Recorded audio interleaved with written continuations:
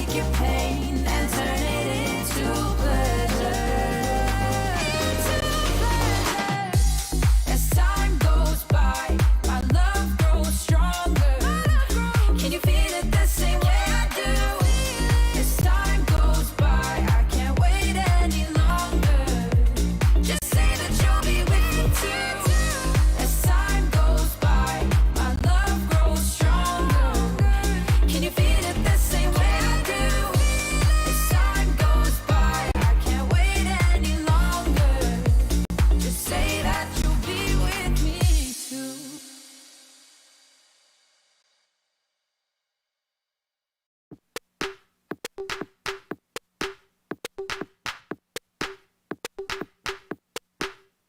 Deep minds, we were forced to be alone.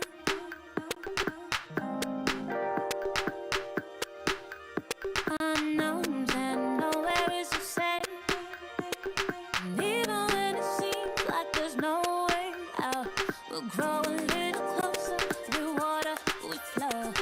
All of us together, we're good, we flow. Nothing is the same, but I won't hold back. I won't hold back. I won't hold back. 'Cause we're better together. Better as one. Better together. Better as one. Better together. Better as one. Better together. Better as one.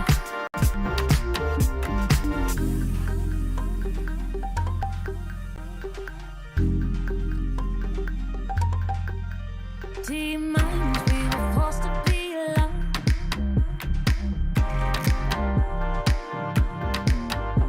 Unknowns and nowhere is the same.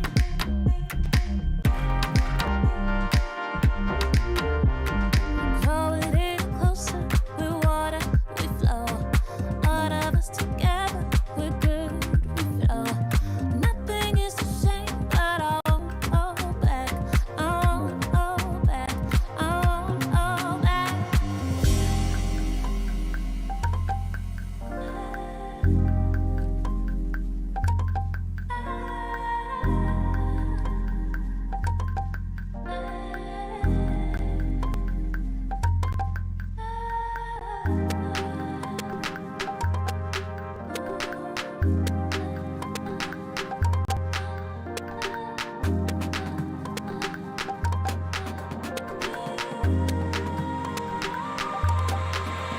Cause we're better together.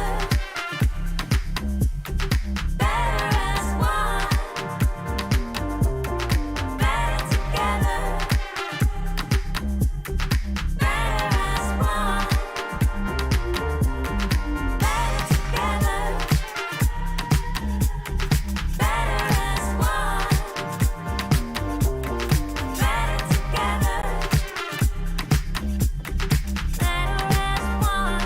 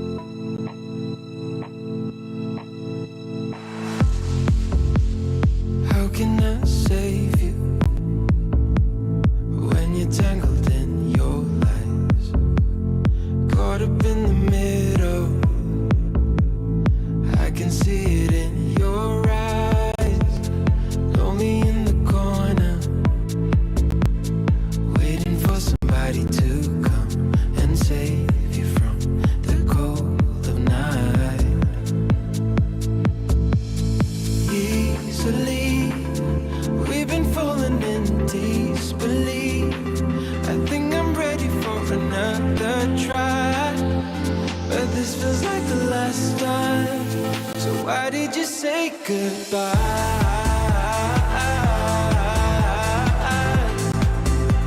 It's better to say goodbye.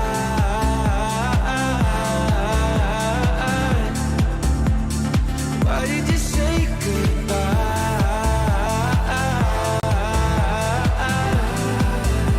It's better to say goodbye.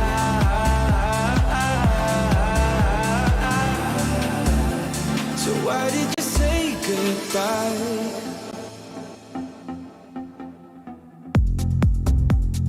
Quiet like the ocean, with the rumble running deep. This is how I see you, when you hide your feels from me. Why you heavy-hearted? Cut the silence, talk to me. Release your mind, get what you need. Easily, we've been falling in disbelief. I think I'm ready for another try, but this feels like the last time. So why did you say goodbye?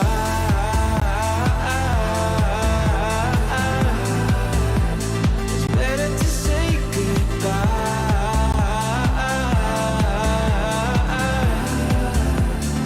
Why did you say goodbye?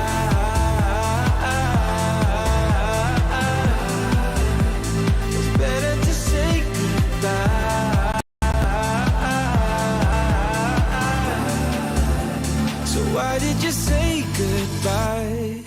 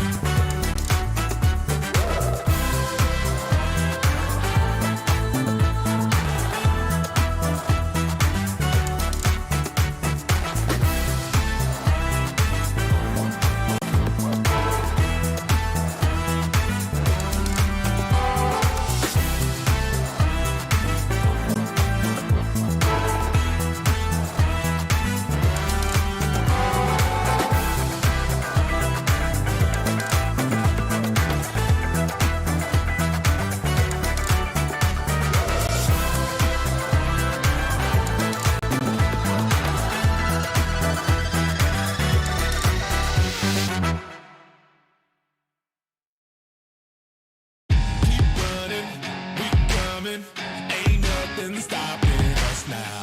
Keep running, we coming. We got nothing stopping us now. Keep running, we coming. Ain't nothing stopping us now. Keep running, we coming. We got nothing stopping us now.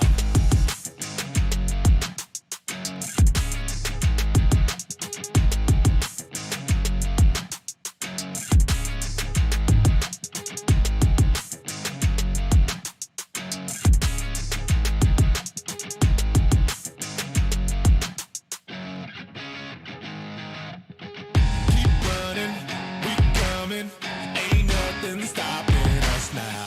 Keep running, we coming. We got nothing stopping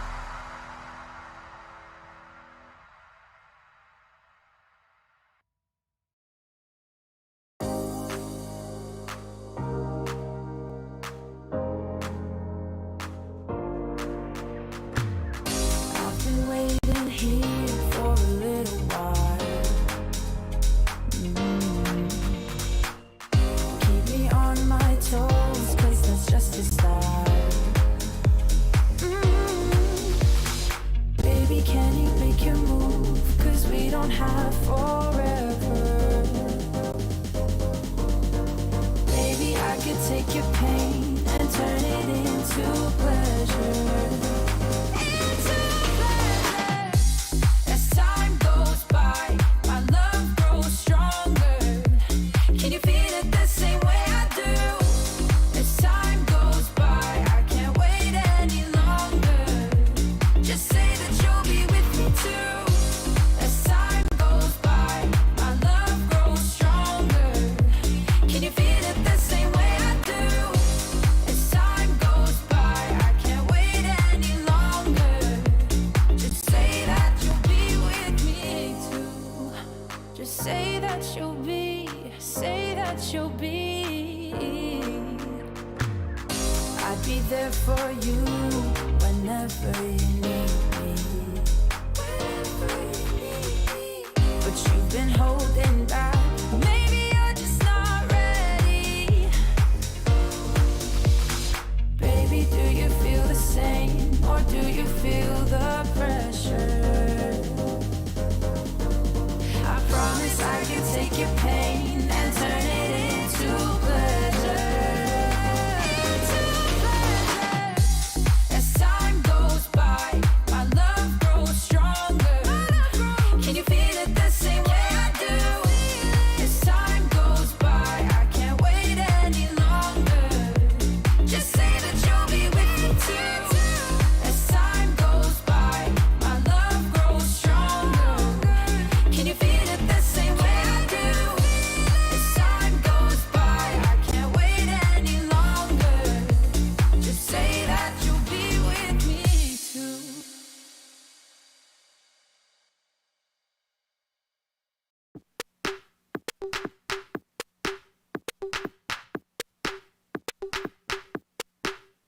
Deep minds, we were forced to be alone.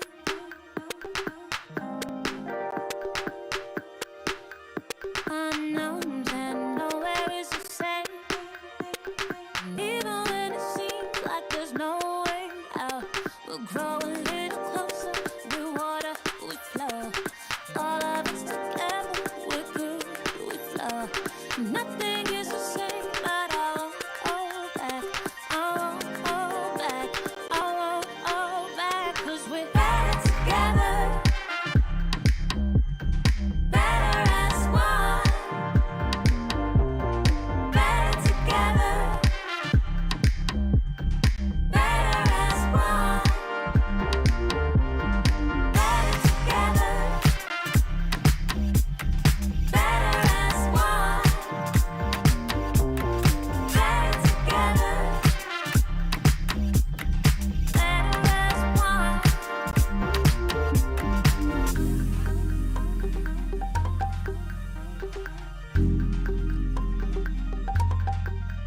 Deep minds, we were forced to be alone.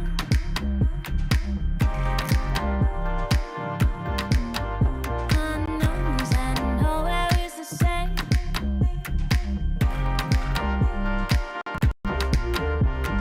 Grow a little closer, we water, we flow. All of us together, we're good, we flow. Nothing is the same, but I won't hold back. I won't hold back.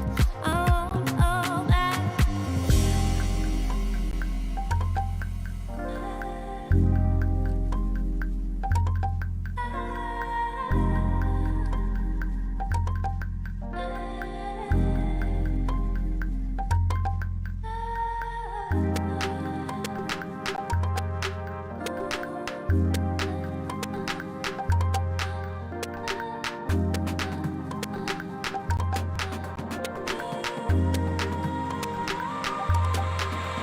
Cause we're better together.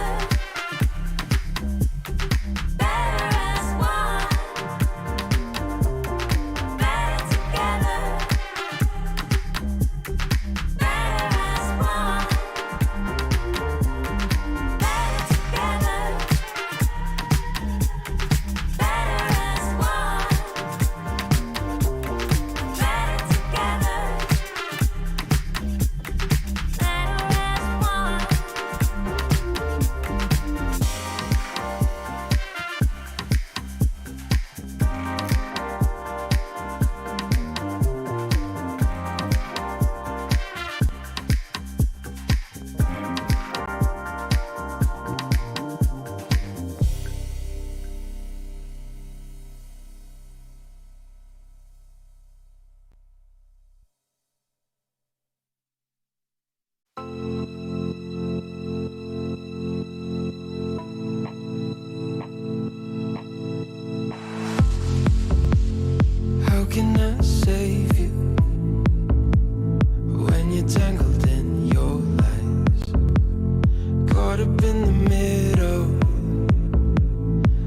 can see it in your eyes. Lonely in the corner, waiting for somebody to come and save you from the cold of night. Easily, we've been falling in disbelief. I think I'm ready for another try, but this feels like the last time. So why did you say goodbye?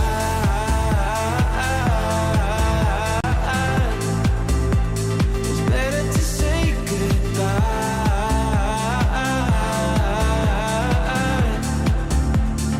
Why did you say goodbye?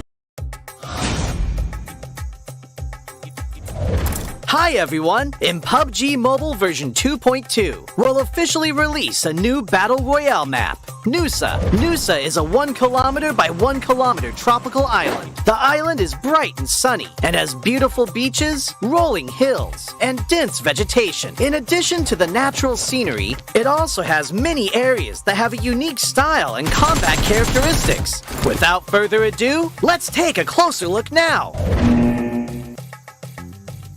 As a whole, being a 1 kilometer by 1 kilometer map, Nusa is the smallest map PUBG Mobile has released to date. It also has the most compact structure among all the Battle Royale maps. We can make some comparisons by looking at the data. Erangel is 8 kilometers by 8 kilometers in size, and 100 players participate in each match. This means there is an average of 1.56 players per square kilometer. In Nusa, an average of 32 players fight in a 1 square kilometer area. Conflicts are intense, and players will start shooting right after landing. In the southern part of the map is a heart-shaped island. 2 paths connect this island with the gorgeous Pink Beach. The Ferris wheel and hot air balloon are both located on Pink Beach, which highlight the romantic atmosphere of the beach. But keep in mind that the terrain of Pink Beach is rather open and has little cover within a certain area. If players want to move around Pink Beach, they can do so with the help of smoke grenades to obscure enemies' vision, or push the beach balls on the beach and use them as moving cover. But if you do so, remember to keep an eye on their durability. In short, Pink Beach is beautiful and romantic, but you must take care if you plan to spend some time there. Bulan Bay is located in the northwest part of the island, and the coast is quite low there. The cliffs on both sides have a large height difference, and players can move between them with a zip line, utilizing the advantages of high ground. Players at the top can observe where enemies are moving in the bay. Meanwhile, players in the bay need to move around covertly. There is also a cavern connected to the sea in the northern part of Bulan Bay. Players can jump there directly. The cavern extends in all directions, and players can explore this area. In addition to the natural scenery, Nusa also has many urban areas, of which the largest is TEAMLAG Town, which is located in the southeastern part of the map. Buildings are scattered everywhere in the urban area, and close-range street fights can break out at any time. There are premium apartment buildings in TEAMLAG Town. These buildings have elevators that can be used, which adds another dynamic to searching, attacking, and defending in the building.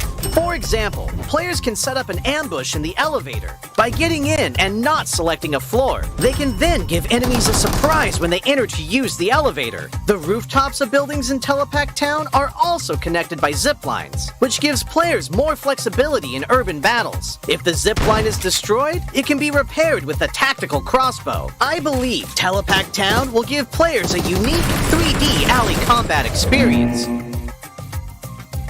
If you like fast-paced battles and enjoy thrilling shootouts right after landing, you can land at the Science Center at the heart of the map. The design of the modern orbital satellite roof feels really high-tech. The Science Center has 3 floors. Each floor is spacious and contains lots of supplies, which attracts many players to loot this area. As you can imagine, very intense battles will break out between these floors.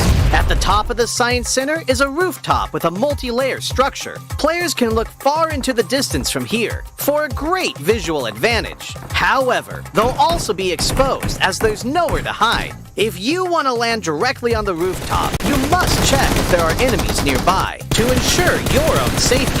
In In short, if you're confident in your close-range shooting skills, you're welcome to land at the Science Center.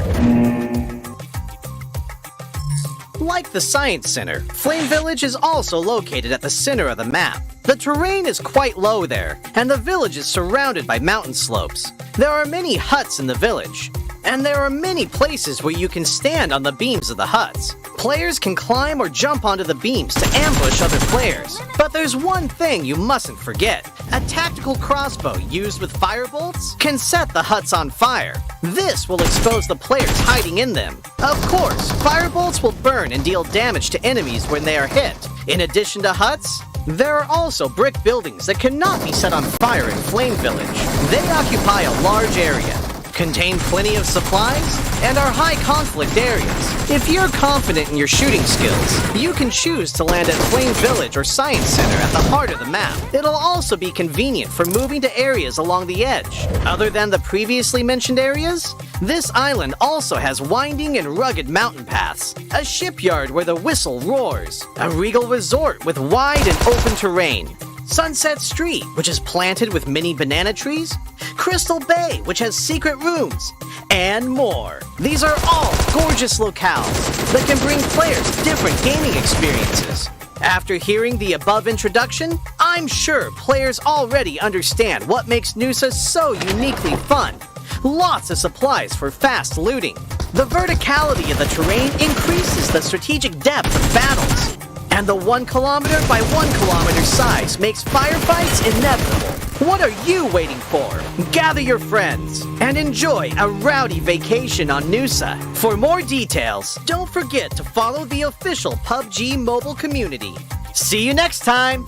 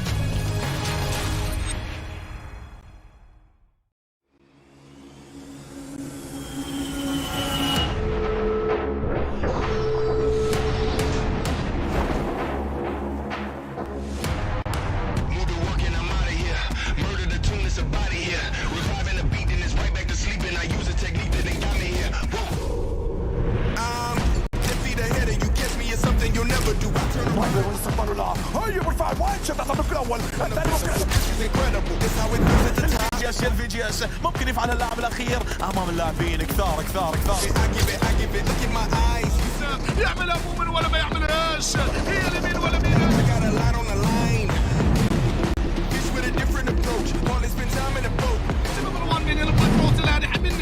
في الحضان يعطيها تكون هي للاحلام.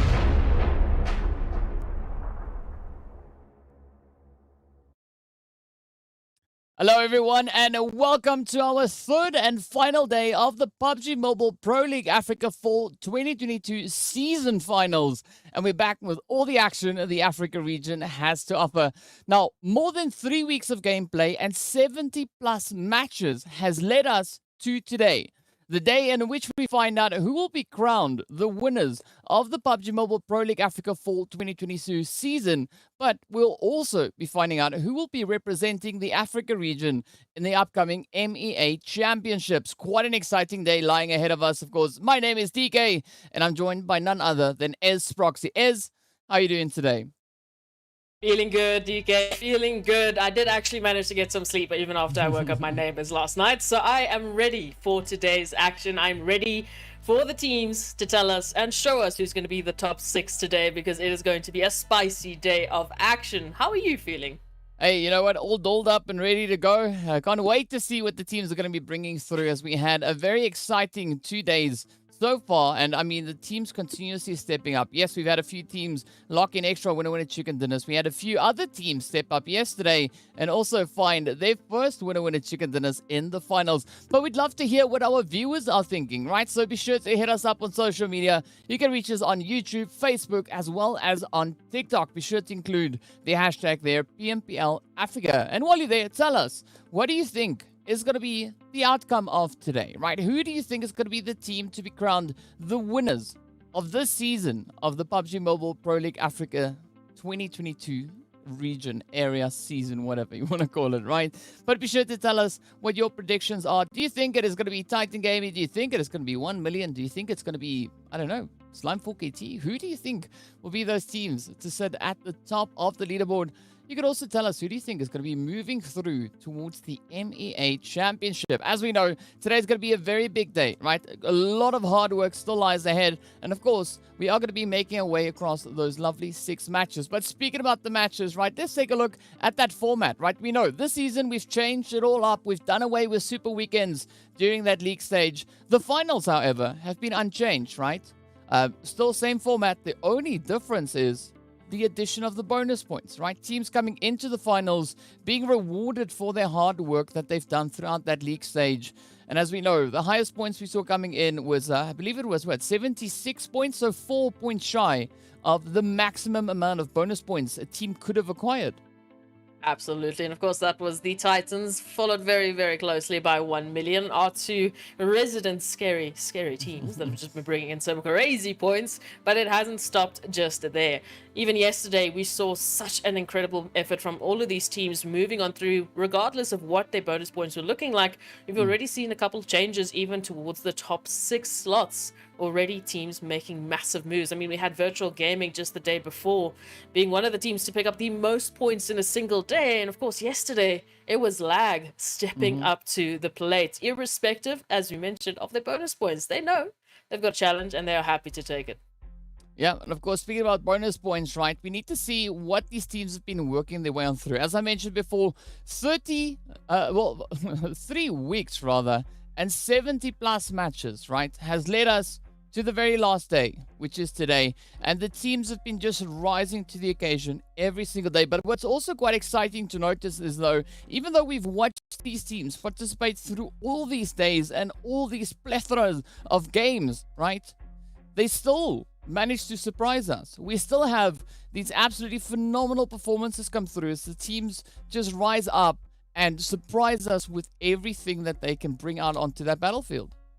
Absolutely. I mean, yesterday alone, we had such a surprising performance here, as we mentioned, from Laggies. There were a few other shining moments from every other team, and that is just going to be continuing into today's games, as it is the last 6 matches that these teams can actually push it to get themselves a slot in the top 6, in a slot higher up on the overall rankings, get themselves some of that extra ka-ching, and hopefully showcase the best in Africa. Yeah, speaking about ka-ching, let's take a look at that prize pool breakdown. Of course, the teams are playing for their share of $100,000. Each team already in the league stage, locking in $2,500 for their participation, regardless of their positioning. But it's in the finals, right? It's right here where they get the opportunity to add even more to the bank, right? Pole position, first place is going to be worth $10,000. Second place worth $6,500. And of course, that third place being worth $4,500 on top of the $2,500 they already have. And of course, at the end of the event, which means today, right? Our MVP for the entire duration of the league is also then going to be awarded an additional $1,000 on top of that. So there's quite a bit up for grabs. We know we have quite a few contenders for that MVP position. But today's going to be that final opportunity for not only the players to improve their odds to lock in the MVP, but also for the teams to improve their points to ensure that they can secure themselves as high up on the overall rankings as much as they can. And as we mentioned at the start of this weekend, we already mentioned that there were 3 players of Titans in contention in the top 5 slots of those current MVP points. So as we've been moving through the weekend, we've been keeping a keen eye on these players in particular, with yesterday Titans being the highest grossing team in terms of eliminations. 2 days in a row because they did the exact same thing on Friday. So 40 points on Friday, 34 points yesterday, just purely in elimination. So you can bet yourself that these individuals are absolutely cracked and they are running for that MVP prize.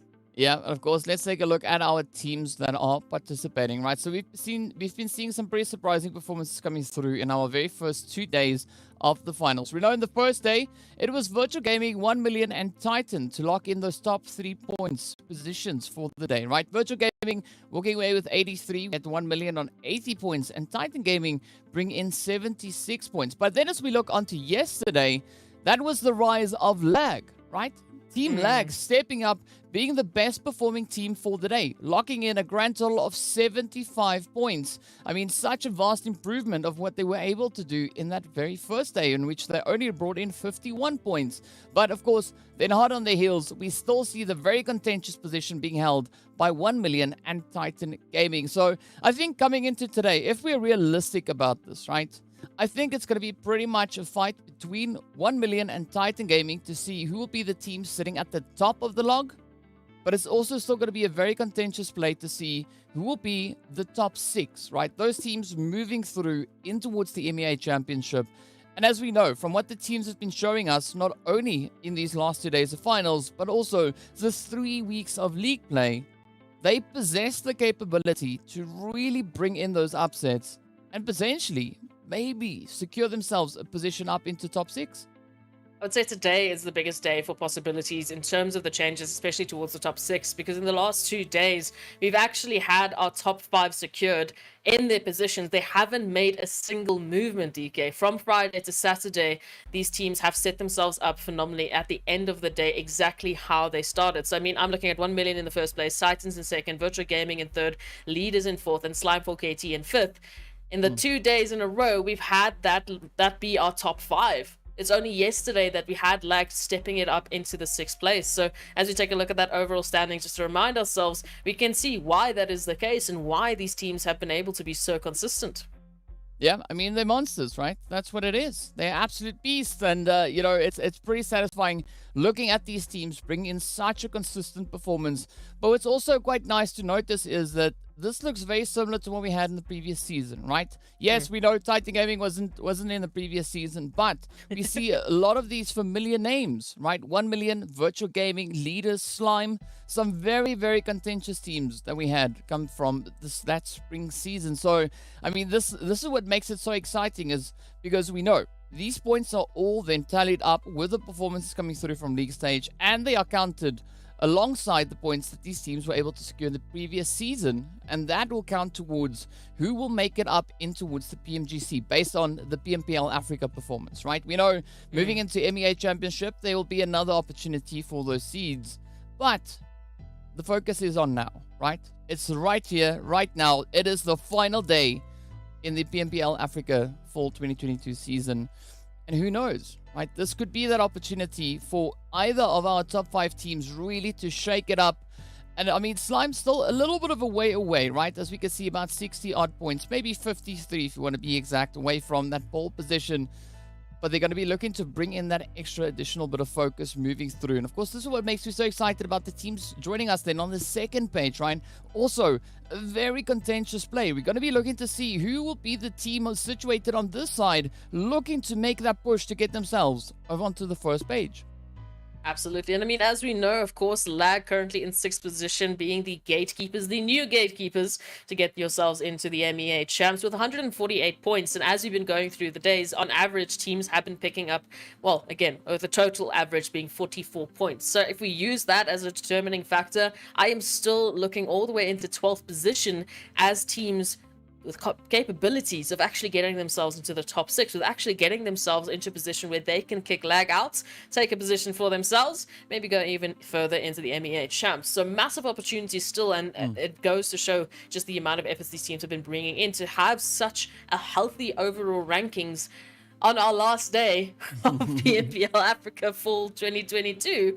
That is massive to be able to still say that, well, we're all the way in 12th position, but we can still get ourselves into 6 in 1 day of play. Yeah, I mean, as we know, right, we had that of bonus points coming through. But irrespective of the bonus points, we are still seeing teams that didn't necessarily have the craziest amount stepping up, bringing in some absolutely monstrous performances, locking in those positions on the overall rankings. And that, of course, then leads us to the shoutouts, right? We need to give a big shout out going out to Monster Energy, our official energy drink partner right here for the PUBG Mobile Pro League. So a lot of love going out to Monster. And who we also have quite a bit of love for is going to be Oppo. So, born to win, welcome to the exciting match brought to you by Oppo. Get your gamer mode on with the much-loved Reno 7 series. And as today is going to be that final opportunity, right? Gamer mode engaged, monsters down the hatchet, everyone now just primed and ready to roll. And of course, as we know, the teams are going to be stepping out into our map rotation coming through for the finals. No surprise to what it is. It is going to be starting over on Miramar, heading over into Sanhok, and then followed up by Erangel, after which we loop it, right? Right on back, again following with Miramar, Sanhok, and to close it off with Erangel right at the end. Oh, it is a spicy combination because, as we know, these teams have been so good moving in from one iteration of the map to the next. We've already seen massive changes for these teams, and just the adaptations they've been bringing in to make sure that, well, you know, if the first one didn't go the way that we wanted to, that you can bet yourself that that second map is going to be ours. So that second Erangel, that second Sanhok, it is going to be the one we are going to be bringing to the table. So it's so good to see the teams really enjoying this format. You know, it's a bit of a slight change from last season, just in terms of the order of the maps that we're running with, but it's still as balanced as it ever was. You've got 2 helpings of all 3 maps. You know, there's no Livic action on top, even though I'd love to see the monster cars. They have all of the opportunities to bring it home today. So, starting off on the Miramar, starting off on the first and second last Miramar of the season. Whew, that is a bit of a change up, hey? The second last Miramar of this entire season that we're going to be... Oh, that's crazy. Yeah, it's scary to think of, right? I mean, but not only that, right? We, like as I've mentioned, right? We've played 12 games in the finals. We've had the 60 games coming through in the league. These teams have grinded their way through so many matches, right? And now we're down to the final 6. That's it, right? It's going to be the cherry on top. But there's going to be a little bit of expectation coming through. We know, looking at yesterday's first Miramar of the day, it was the match in which we saw Slime 4KT stepping up, bringing in what we could maybe call a back-to-back winner chicken dinner, because they found the chicken in the very last match of day 1, picking up the first one in day 2, right? So yeah, we'll say it's a back-to-back chicken, but all the way back on day 1, we had the players from Virtual Gaming locking in that first winner chicken dinner of the day. So I'm curious to see who's going to be the team to do that, right? Who will be the one to lock in that very first chicken? Is it going to be one of our teams that already have those winner chicken dinners, or could it be a few new contenders potentially rising up? I mean, I'd love to see the players from Leaders Esports lock in a winner chicken dinner at some point during today's proceedings. No, absolutely. I mean, we've been seeing them in that top 5 placement. We've been seeing them consistently getting themselves into a fantastic position, picking up crazy eliminations, as we've come to expect from a team like Leaders Esports. And at the start of this weekend, of course, Morteza was one of those players we were talking about as a contender for the MVP title for the season. So they have got some really talented players. They've got some really great firepower that they can make use of, but can they take it all the way to a winner chicken dinner? That's going to come down to those placements and those rotations. And based on what we've seen yesterday with the map phases and the shifts that the teams had to deal with, it has been a pretty crazy weekend.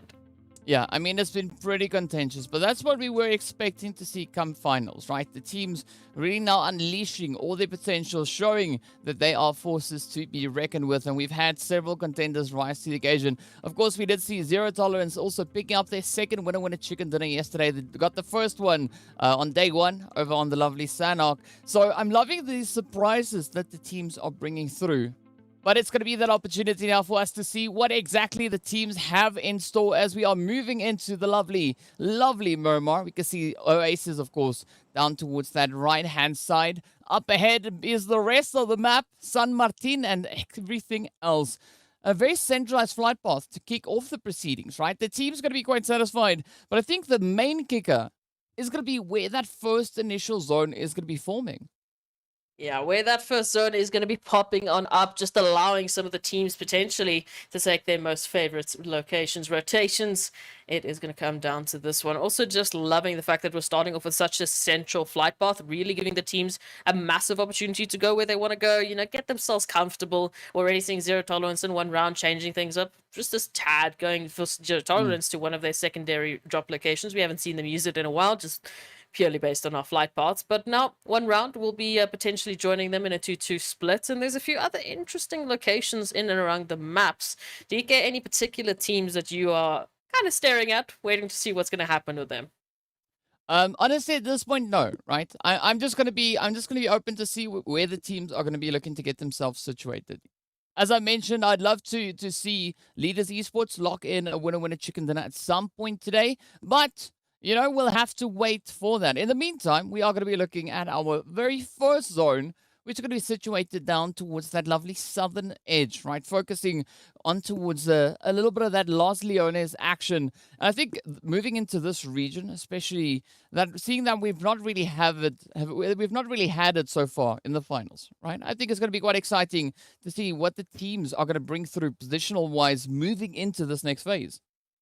Yeah, the question is going to obviously be there. We do have a little bit of that Chumacero options still available, so you can really see Titans making use of that, getting a little closer, trying to get themselves set up, hopefully just a little bit later on. Arab Golden up there towards La Cobreria. An interesting opportunity for them as well, because moving into the zone, they might have to head past either 1 million or Slime for KT. We'll have to wait and see how they're going to be able to navigate that one, because it could be a little bit treacherous, or they could just jump straight through Crazy Fields. The opportunities there, and again, they've been able to do the VOD reviews, so they know these rotations most likely better than we do, DK, because they've done their homework, they've did their studies. Yeah, I mean, and a lot of that is going to come through on the field again today, right? So I think it's going to be a very important day for Lag, right? Seeing that they are now the kind of gatekeepers for that top 6. So there's going to be a little bit of pressure on them to uphold the momentum, right? They don't necessarily need to go beast mode. They just need to ensure that they can lock that position down, right? But also, I'm expecting quite a bit of contention to come in between 1 million and Titan, right? That is just the way I think it is going to go. It's going to be between either of these teams, right? So whoever doesn't lock it in moving into today, of course, I'm pretty sure they're going to make it through in towards the MEA championships. But I think it would be still quite nice, right, for the teams to step up, especially for 1 million, because we know last season, they didn't manage to make it into the MEA championships, right? They finished off in that 7th position, coming so close in the finals after an absolutely amazing performance that they brought through in the league stage. But this season, they've been absolute monsters coming through in league stage. They've been absolute monsters come the finals. So I want to see that consistency now just continue through. And I think there's a really good chance that we could see 1 million securing themselves the victory at the end of today. I mean, I'm definitely a believer at this point in time. I do see the brand of 1 million moving on further, going into those MEA champs and just making an absolute smashing stand. And again, because of that consistency they brought in, we've seen that before in the league stages, and we've already seen them bring that with the finals as well. Again, the bonus points, being rewarded for all of your hard work in the league phases, I think that makes a massive difference coming through to the finals, because then you are literally rewarded. You are literally setting yourself up for a better weekend of finals. Yeah, so we're going to have to wait and see what the teams have in store for us. I mean, yesterday we had a very strong performance coming through from Desert Flame. We did have that winner chicken dinner as well. So I'm curious to see what their approach to the day is going to be. Already we see them holding a bit of a position here with Triple Esports. 7 Reef, of course, up on the ridge line, just spearing down at the entirety of the Desert Flame squad. But again, right, there's a Flame now needing to find a little bit more of an opportune approach to play at. We see Buden now getting rezzed up, and that would allow Desert Flame the opportunity to come in with a bit of that reset. That would be the opportunity here. We can see a rotation coming on through 7 Reef, just keeping some great eyes on what's happening, getting that information, right? Not just jumping in just yet, because we know Triple Esports in particular, extremely spread out. We don't really have any individual from Triple Esports in a position where they can quickly regroup and try and take, any sort of engagement. They are all isolated. They all have that danger right now, but it does allow them to get a great bit of information they can work with. So they know now, okay, this is where Desert Flame is going to be going. You've got Chemos keeping a bit of an eye there towards 1 million. So they've at least got a good idea of what's happening in the vicinity. We'll just have to wait and see how they translate that into better placement moving into the zone. Yeah, but I mean, Triple was quite a formidable force yesterday, right? They finished on fourth for the day, right? So that is only 1 point. Sorry, 2 points behind. No, that's 1 point. Yeah, 1 point behind where Titan Gaming finished. Titan finished on 58 points for the day, and Triple Esports came in on 57. But what really worked out in favor of Triple Esports was their consistent placement, right? They locked in a grand total of 38 placement points for the day, and it puts them on an average of about 6.3 points per match with regards to placement. So I'm curious to see whether or not Triple Esports is going to be looking to leverage that, especially come today.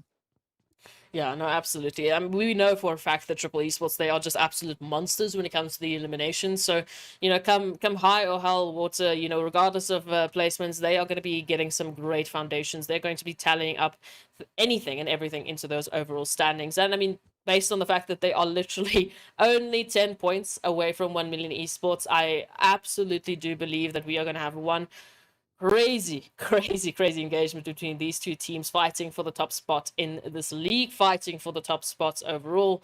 So it will definitely be a very interesting set of games. So other than our two crazy monsters that we have on this wonderful map, we also have to talk about the other crazy teams that have made it so far. I mean, one round in particular, a team that has been setting themselves up quite beautifully come, during through the days, especially yesterday. I would say they really jumped on in, came through 7th overall with those 47 points, and it was a good amount of consistency that we saw from them, especially with the way in which they've been choosing to either take engagements, to disengage, to keep themselves in it for as long as they possibly can.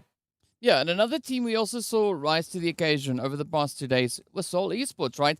They started off the first day with those 15 points that they were able to find, but come yesterday, they definitely doubled down on that, right? Walking away with 34 points for the day collectively. But again, now, today will be yet another opportunity for them to step up and just show us what they can bring as they are holding up alongside the players here from Desert Flame, who've of course now ventured all the way through from their normal location, right? Just looking to explore the possibilities down towards the southern edge. And there's going to be Omar now to get spotted out with Flacco trying to pick up that hit. I'm not quite sure what Omar is playing out here. Maybe trying to get even closer to Flacco. An interesting approach, definitely not going to lie. But I don't think Omar can afford to do that for far much longer. And of course, Hemo comes in with a good example as to what Flacco should have done, right? Puts the hit up into Buden. We know in this situation, this is a fight so much more important towards Desert Flame. They are looking to close the gap. They are looking to climb that leaderboard. And it could start all here in this moment up against Seoul Esports, who have already taken one of their members. And who knows how many more they will take. Thankfully, as you can see, they're happening and taking all of this engagement within the zone. They have a massive opportunity to take this further. Oh, but I do see a second knock coming through and an immediate confirmation. So now, in a 2-on-4 scenario, it's going to be tough. Yeah, I mean, on day one, right, we were saying Desert Flame needs to step it up, right? Because they weren't having the most favorable day. And they did that yesterday. They actually doubled their points from day 1 to day 2. Day 1, 22. Moving into day 2, they locked in 44 points. So beautiful doubling coming in there. But now they find themselves under quite a bit of pressure come day 3, right? Because they're not the only team who's going to be chasing those points. We can see them kind of sitting on 95 points at the top of the leaderboard, at the top of the screen, rather, just a few points behind where Team Wave is. But everybody in this lobby today are going to be pushing to lock in as many points. So I'm expecting a very aggressive performance across the board. I mean, Paradox is so excited, he even flings himself out of the vehicle. Too much excitement, DK. We talked about it yesterday. We couldn't even English. Today, Paradox can't even stay in the car. No, it's Seatbelts. It's not worth it. Seatbelts for who? Seatbelts Everybody. for who? We're on Everybody. Miramar. Leaders Esports and Blackjack in the meanwhile have found each other. MG will just sneak behind the ridge line, hopefully giving Chrono the opportunity here for a res, while Leaders Esports look to close the gap. Already, you can see a very aggressive approach in their, just general positioning towards Blackjack Esports, but a little bit of a fallback just to recover, just to get themselves set up before they take this full-on push, while PRZ keeps an eye out on what's happening. And Myth moving on in could provide a little bit of a deterrent here. Yeah, but I'm liking the shot coming through here from Myth, right? Keeping it very tight, but we have got leaders just on that western side. And as we move even further west, it's going to be 1 million and a Virtual Gaming going toe to toe. There's already several knocks being dealt into the side here of 1 million, but it's going to be Venom coming through with a very quick and swift response. As we can see now, it is all riding on Alpha Luigi and one shot for the continuation of Virtual Gaming. 1 million trying to patch themselves up. They've already been able to raise the majority of the team. Senge, the last one to get brought back into the fight, but Marshall now quickly going to be ducking into that extra bit of hard cover. VST going to be making their approach as well, coming through from that western side. And I'm loving the kind of anticipation that these teams are building, right? Everyone trying to jump at the opportunities here, as we can see quite a bit of action coming through in that feed as well. But now, Virtual Gaming, 1 million. They need to take this fight somewhere, and they do find themselves smack dab center zone. And we know this is a rematch of our first day in the weekend of finals and our first Miramar of this weekend. We saw Virtual Gaming and 1 million going head-to-head for the winner chicken dinner. And now we have to wait and see if Virtual Gaming can continue their streak against 1 million, or if 1 million will finally be able to get their revenge. Oh, as we can see, it is a little bit of that standoff coming through. Of course, we've got 1 round and 0 tolerance fighting towards that Minas Generales position. We can see the numbers starting to drop on the side. But Marshall is going to be cooking up that nade, trying to reach up into that bell tower. As we can see, there's no one there, right? So everything's going to happen on ground level.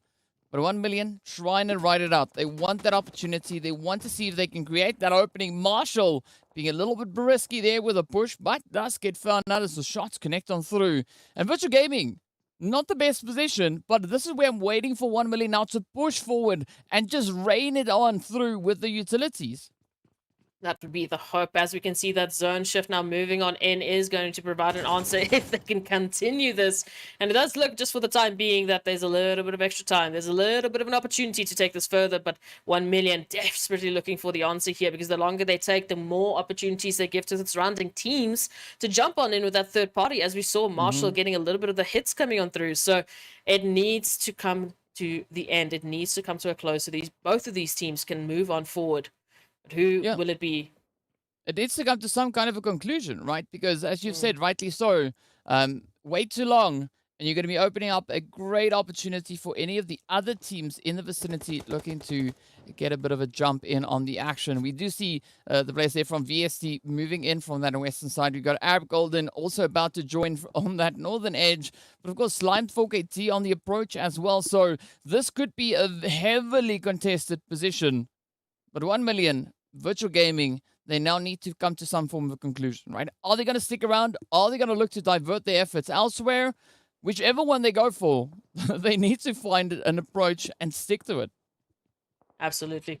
But as we take a look at what's happening in and around these two teams, we've got VST moving on in. We've got Tights just far off the distance away from Leaders Esports, who we know, but just a little bit closer to this engagement. Myth, of course, in the vicinity as well, jumping in potentially into this engagement. Even Slime 4KT are making an approach into this action. So, if 1 million of Virtual Gaming could see what we could see, DK, if they could see through the walls and see all of these names closing in on their position, I can bet you they would be just maybe having a bit of a pep in their step to try and close this one out, as we do see Triple Esports now looking to take a little bit of a ridgeline, a road cross battle between themselves and Myth. I think they would have a serious case of a heart in throat, right? Because that's what I'm kind of feeling, and I'm just watching, right? These teams are starting to build up this tension, and I think it's going to take just that one instance, that one moment, for all of this to go absolutely crazy, right? Yes, we've got 16 teams, but if we can look at the map and see where they are positioned, it is crazy. It is absolutely insane. I mean, it's so insane that we see the players there from Blackjack blowing themselves up, right? The pressure is just getting so much. Of course, Leader's going to be jumping out a bit of an opportunity there on towards Seoul Esports. We got the players here from Triple, keeping a very steady angle, also positioned smack dab center. And this is where things could get quite spicy, because we have Ramsey not trying to get that raise up in towards Momin, but Leaders could be pushing in from that southern side. We could see Triple also just closing that sandwich, and then it is going to spell quite a bit of disaster for the players there from Myth. Absolutely. This is going to be the danger zone, as we can see. I mean, just pick a name. You will find them in this tiny circle. As it shifts up towards the northwestern side, we have VST and Arab Golden swiftly sitting within the zone alongside Slime for KT, but we still have the likes of 1 million and Virtual Gaming up there towards that church bell, trying to find an answer to their contention, but it is a royal stalemate at this moment. As you can see, the rest of the teams now moving on in. This is going to be applying that pressure that they need to get the answers.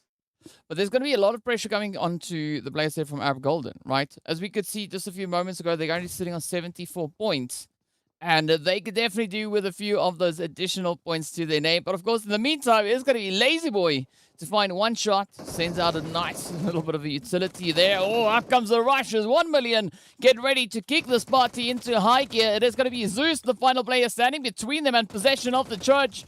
And they do succeed in finding quite a bit of carnage. And with that, it is going to be down to 15 teams. Virtual Gaming, the first team, back into the lobby. 1 million getting their revenge on Virtual Gaming from that first Miramar this weekend. So a massive round of applause to them for finally getting that little bit of revenge. It is the circle that we were wanting. But of course, talking about that circle, that zone, now, as we know, shifted up towards that northwestern side, meaning that a lot of the teams are going to be moving on through this exact location. We can already see Leaders just getting a little bit closer, as the rest of Leaders are just applying some covering fire to get Morteza up and close and personal here with 1 million Esports as the scout for Leaders. But Myth just alongside them, moving on in. 1 million already trying to deter Morteza, dropping to the ground from getting anywhere closer to them.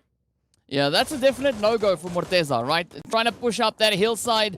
But they do find a little bit of a hit up on towards Marshall. Fortunately, the rest of the team also held up in the vicinity, able to lend a bit of a helping hand.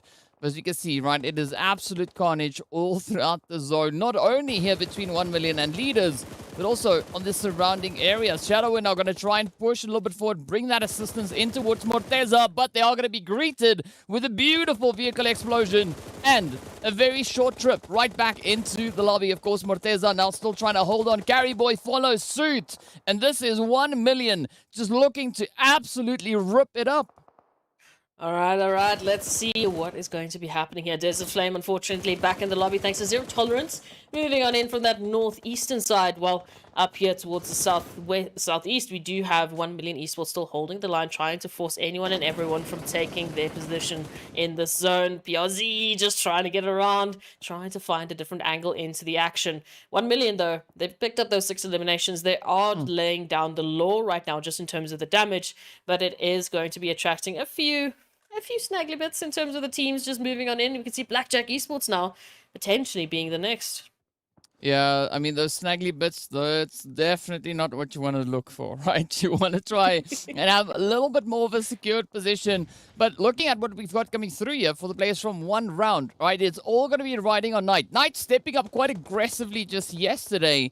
But this time around, match number 1, things are looking a little bit more on the grim side, right? Knight now trying to find a little bit more of an appropriate angle to play from, as the blue zone has caught up with them, and that is in itself going to be dealing quite a bit of damage on towards them. But Lag, 8-9Q getting found out, but 1-9 sends out a very quick answer to the efforts brought through from Knight, having them back themselves up and make their way back into the lobby. Now, as we continue towards the eastern side, it's going to be Triple Esports and Wave, looking for a little bit of that continuation, but already 2 players down on the side of Wave. Yeah, the vehicle's not working out here for Wave Esports and Triple Esports. Well, they know what's happening. They know what opportunity this means for them, and they need to take it. As we can see, all the way out here towards the eastern side, yet to take a move into the zone. Well, up towards that zone, just on that edge line, we can already see Slime 4KT and Myth, well, fighting it out, and eventually Myth, unfortunately, being sent back into the lobby. So this is still going to be a deadly push for Wave or for Triple Esports to try and get themselves into the zone. Yeah, Leaders Esports also getting sent away. Down to 11 teams we go. But I'm a little bit worried at this point in time for Triple and Wave, right? Because they got still so much distance to cover to get themselves secured moving into that zone. VST, on the other hand, are going to be feeling the pressure as Titan Gaming come rushing in behind them. Hansley already getting knocked on down. Soul Esports are going to fall next. And this opens up so much opportunity for our 10 remaining teams to get the zone under lockdown. They definitely have to. We've already got Arab Golden and VST in zone as we can see Titans trying to take that position away from VST because it is all so important just to take up the action here. Triple Esports now taking a bit of a surprise here towards Slime 4KT as Plaza gets down on the ground. But now what can the rest of Slime 4KT do?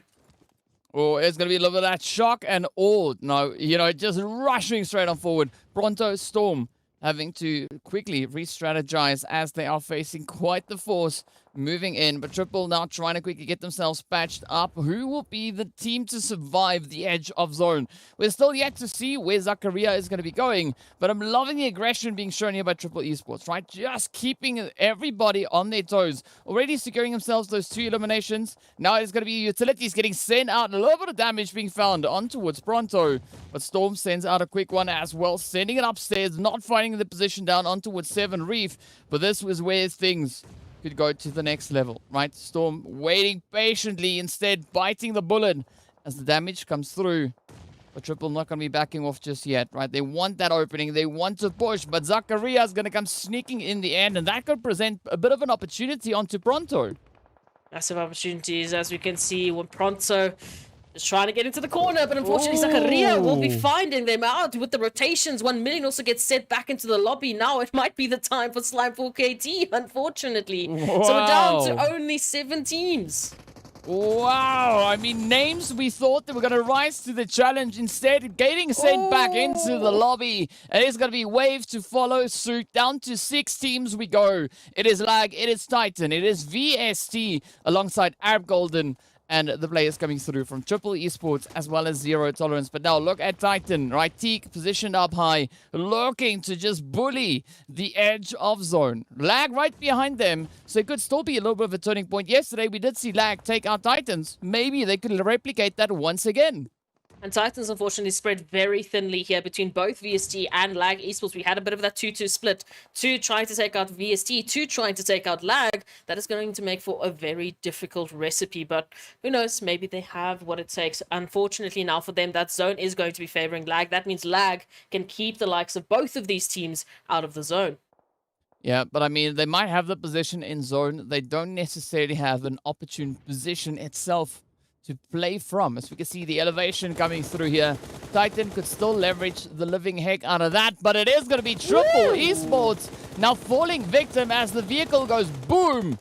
And Titans looking for the continuation. With that, it is going to be Axa to absolutely obliterate it, swinging that axe on down, and off they go. Beautiful assistance coming through there from Teak, but no surprise to see Titan Gaming stepping up with such a phenomenal showing of aggression.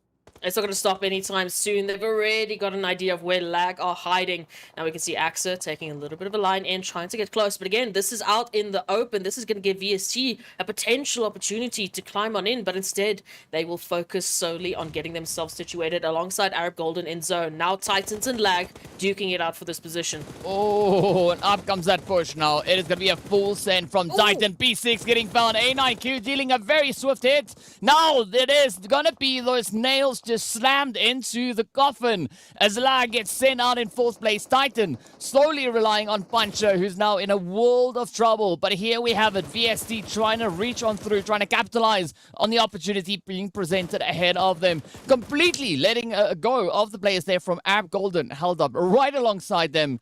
Luxie instead focusing forward, looking to see if they can deal with that position of Titans. They don't really have to worry too much though, DK, because they've got Itzabud here in the back line holding the angles as the observers just read my mind. They've left one here to deal with Titans. They've left the rest to try and take on the likes of Arab Golden. So Itzabud will be the sole member here from VST focusing on Titans, trying to keep them out of this position. And Zuxi, well, Zuxi can just jump on in when Itzabud might need a little bit of a helping hand. Oh, but up comes Itzabud, finds the first. Will they be able to get the rest? Now, Puncher, the only player standing between VST And a very comfortable position come the zone. Up comes the nade. Finds a bit of damage onto its Buncher. But Buncher, with a quick answer back, takes down its Abood. And I'm not quite sure whether or not P6 is going to survive the flames. No, instead they go down. It is now Zuxi trying to reach in, fishing for those hit markers. But it's Abood, not down just yet, right? They are knocked. But they still can relay quite a bit of necessary information over to the rest of the team. Instead, we see that nade now getting sent across. It is going to be Buncher trying to just alleviate those extra bits of information getting sent across. But I'm loving the sneaky approach going through from Arab Golden here, right? Just keeping themselves quiet on the edge. It's like, you know what? You guys can fight. We'll just sit and wait for you to finish up. Yeah, no, they heard VST making such a roaring approach as they took out Zero Tolerance, so they're not looking to jump into any of this craziness just yet, especially not with the likes of Puncher still out in the open as an ability to potentially run for that third party. But now Wiz exposing their position, trying to take out It's a Bird. It does mean that we have our final three, we have our final players in this crazy final zone, but it's going to be Arab Golden to be one of the first players in the zone. Yeah, and of course, as we know, right, Puncher from Titan Gaming could still bring quite a bit of disruption into what is left in the zone. But Arab Golden, there we go. Now, not having to worry too much as VST steps up and alleviates the pressure come through from Titan Gaming. It is going to be that final showdown, a 3v3 to the finish. And Arab Golden taking that preemptive decision to get themselves situated, come into that zone. VST now having to push forward. And this is where Arab Golden can just sit back and rain down terror on them. And I mean, the perfect position here with Ban just holding the flanking position. We've got two members in zone to hold that placement. Now it's going to come up to VST to make the push. What? Oh, there we go. Right, Arab Golden just getting such a sweet, sweet victory, locking in those 6 eliminations alongside the winner chicken dinner. Absolutely phenomenal opportunity coming through here for Arab Golden. As we know, right, they are in a position where they could definitely benefit off of all these points that they just found. And what a way to build the team morale, right? Kicking with a glorious winner chicken dinner. I'm so excited for Arab Golden. I mean, Ban was supposed to be the distraction. Ban was supposed to be the member that would jump on in if, you know, our two very, very distracting members of Arab Golden were in the zone, making the noise, trying to get VST's attention, but instead it was Ban with the, what is that, a triple spray down? To take out the likes of VST. What is it with these players? And 3-man spray downs, DK. We've had it 3 times now. That's just how they roll, right? That is just how they roll. That is what they do, of course. Now, let's take a look and see what the match rankings are. As we know, Arab Golden locking in that winner chicken dinner, 6 eliminations to their name, awarding them 21 total points. VST coming through in that second position with 7 eliminations, sitting on 19. But Titan, even though they went out in third place, still locking in those 9 eliminations, also then putting them on 19 points for this match. But we do see the return of the top 5, sitting with those double digits. TEAMLAG just missing out with 1 point. Just 1 point. Just one measly little point. But, oh, what a beautiful, beautiful setup this was from these teams. And again, extremely top-heavy, especially if you take a look at those eliminations. 9 to 6 to 10 in our top 5. I mean, before you even think about the placements, that is just absolutely phenomenal work coming through from these teams. Once again, continuing that pattern of the top 5 picking up double digits. And a great showing from all of these teams, especially the likes of Zero Tolerance and VST. Arab Golden, especially, as we mentioned, definitely could benefit from just adding any and all points to the tally. You mentioned that they need a little bit of something to catch on up. Going all the way from their current position into 6th place would mean they need to have 74 points. So this is a good start to that one. Well, I mean, I think it's the start of many things still to come. And of course, speaking about start, we need to now take a look at our second page to see where the teams find themselves. Of course, it is going to be Wave Esports alongside Slime 4KT sitting on 4 points apiece. And the rest of the teams now also finding their own positions there, right? Blackjack being awarded 3. We've got the players there from Myth and 1 round walking away with their 2 points respectively. But then Leaders, Desert Flame, Virtual Gaming, well, they took a turn at the bakery. A few donuts, a few bubbles, even if you want to take a look at it that way. But yeah, unfortunately, these were not the teams to pick up the massive, massive points in our first Miramar of the day. But potentially, they can come back on the second one, just change things up and be a complete surprise to both of us. But a fantastic start here for the teams on Miramar.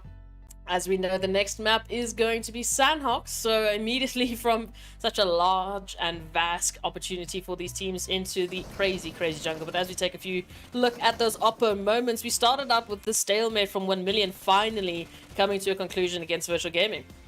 Yeah, it was quite the standoff, right? Stalemate or whichever way you want to call it. But as we know, right, the pressure was on. But I'm loving the approaches as we look towards these last few phases, right? Titans showing up so aggressively. I mean, coming into this section, they were sitting on only 3 eliminations. Right, that's all they had. But then they just absolutely bulldozed. They went forward, locking in elimination after elimination after elimination. And we know at the end where they finished up, but Arab Golden, such a calculated approach, right? I mean, it's a great rise, as we've been seeing them having a little bit less fortunate opportunities in the previous 2 days. Come today, they're really just locking in those strategies. No, it was a fantastic setup again, and I'm going to come back to that final position from Arab Golden, sending 2 into the zone, being the distracting factors, knowing that exactly where VST are coming from, trying to get their attention, closing up the angles, and then leaving Ban as that third, sneaky member to jump on in should things come through to fruition, should VST try and make that push. Well, all of a sudden, it is Ban just taking a 3-man spray down. But as we take a look at those overall standings, we can see what changes that might have actually come to fruition here for the teams. 1 million, at least still towards the top, but Titans not too far off. Yeah, I mean, the gap's starting to close, right? It was a 10-point difference coming in at the start of the day. Now, it has come down to only 2 points, separating 1 million and Titan Gaming. But we are still seeing, as you said, right, not a lot of change coming through on this first page. The only addition that we have here is going to be the players there from Zero Tolerance jumping up into that 8th position. They started off the day sitting in 10th. And so this is a really great play coming through, especially for Zero Tolerance. Massive opportunities again just to shake up that top 6 placement. I am looking to see what's going to happen because it's been so consistent up until now with VST jumping back on in. But again, we need to take these teams a little bit further. We need to see the top 5 shaking it up and showing a little bit of a different shine as all the teams are pushing so incredibly hard. But of course, Lag 2 points away from VST. Massive opportunities there. Zero Tolerance now up towards 8th position. Could be a bit of an interesting factor, but 133 is going to be the points that we're going to be looking at here, closing up our top 8 currently on the overall rankings as we take a look at that second page to see how close the other teams are to actually finding themselves on the first page. Well, Triple Esports, it's just about those placements, I guess, because they are tied with Zero Tolerance with 133 points. Yeah, and 1 round. They're also sitting on 133, right? So 133 is the place to be, but also 117, in which we can see the players there from Team Myth and Soul. So some very interesting points coming through here from the teams. But again, the shuffle, the hustle is real. The teams having to do so much work to try and secure themselves as many points as they could possibly find. And that is going to make it so exciting once we move into our next match, right? As we know, it is going to be moving in towards Sanhok, as we have a look at that lovely schedule. And Sanhok is going to be opening up that opportunity for the teams to get aggressive, right? Miramar, even though it's such a vast map, teams, as we saw now, speed it up, right?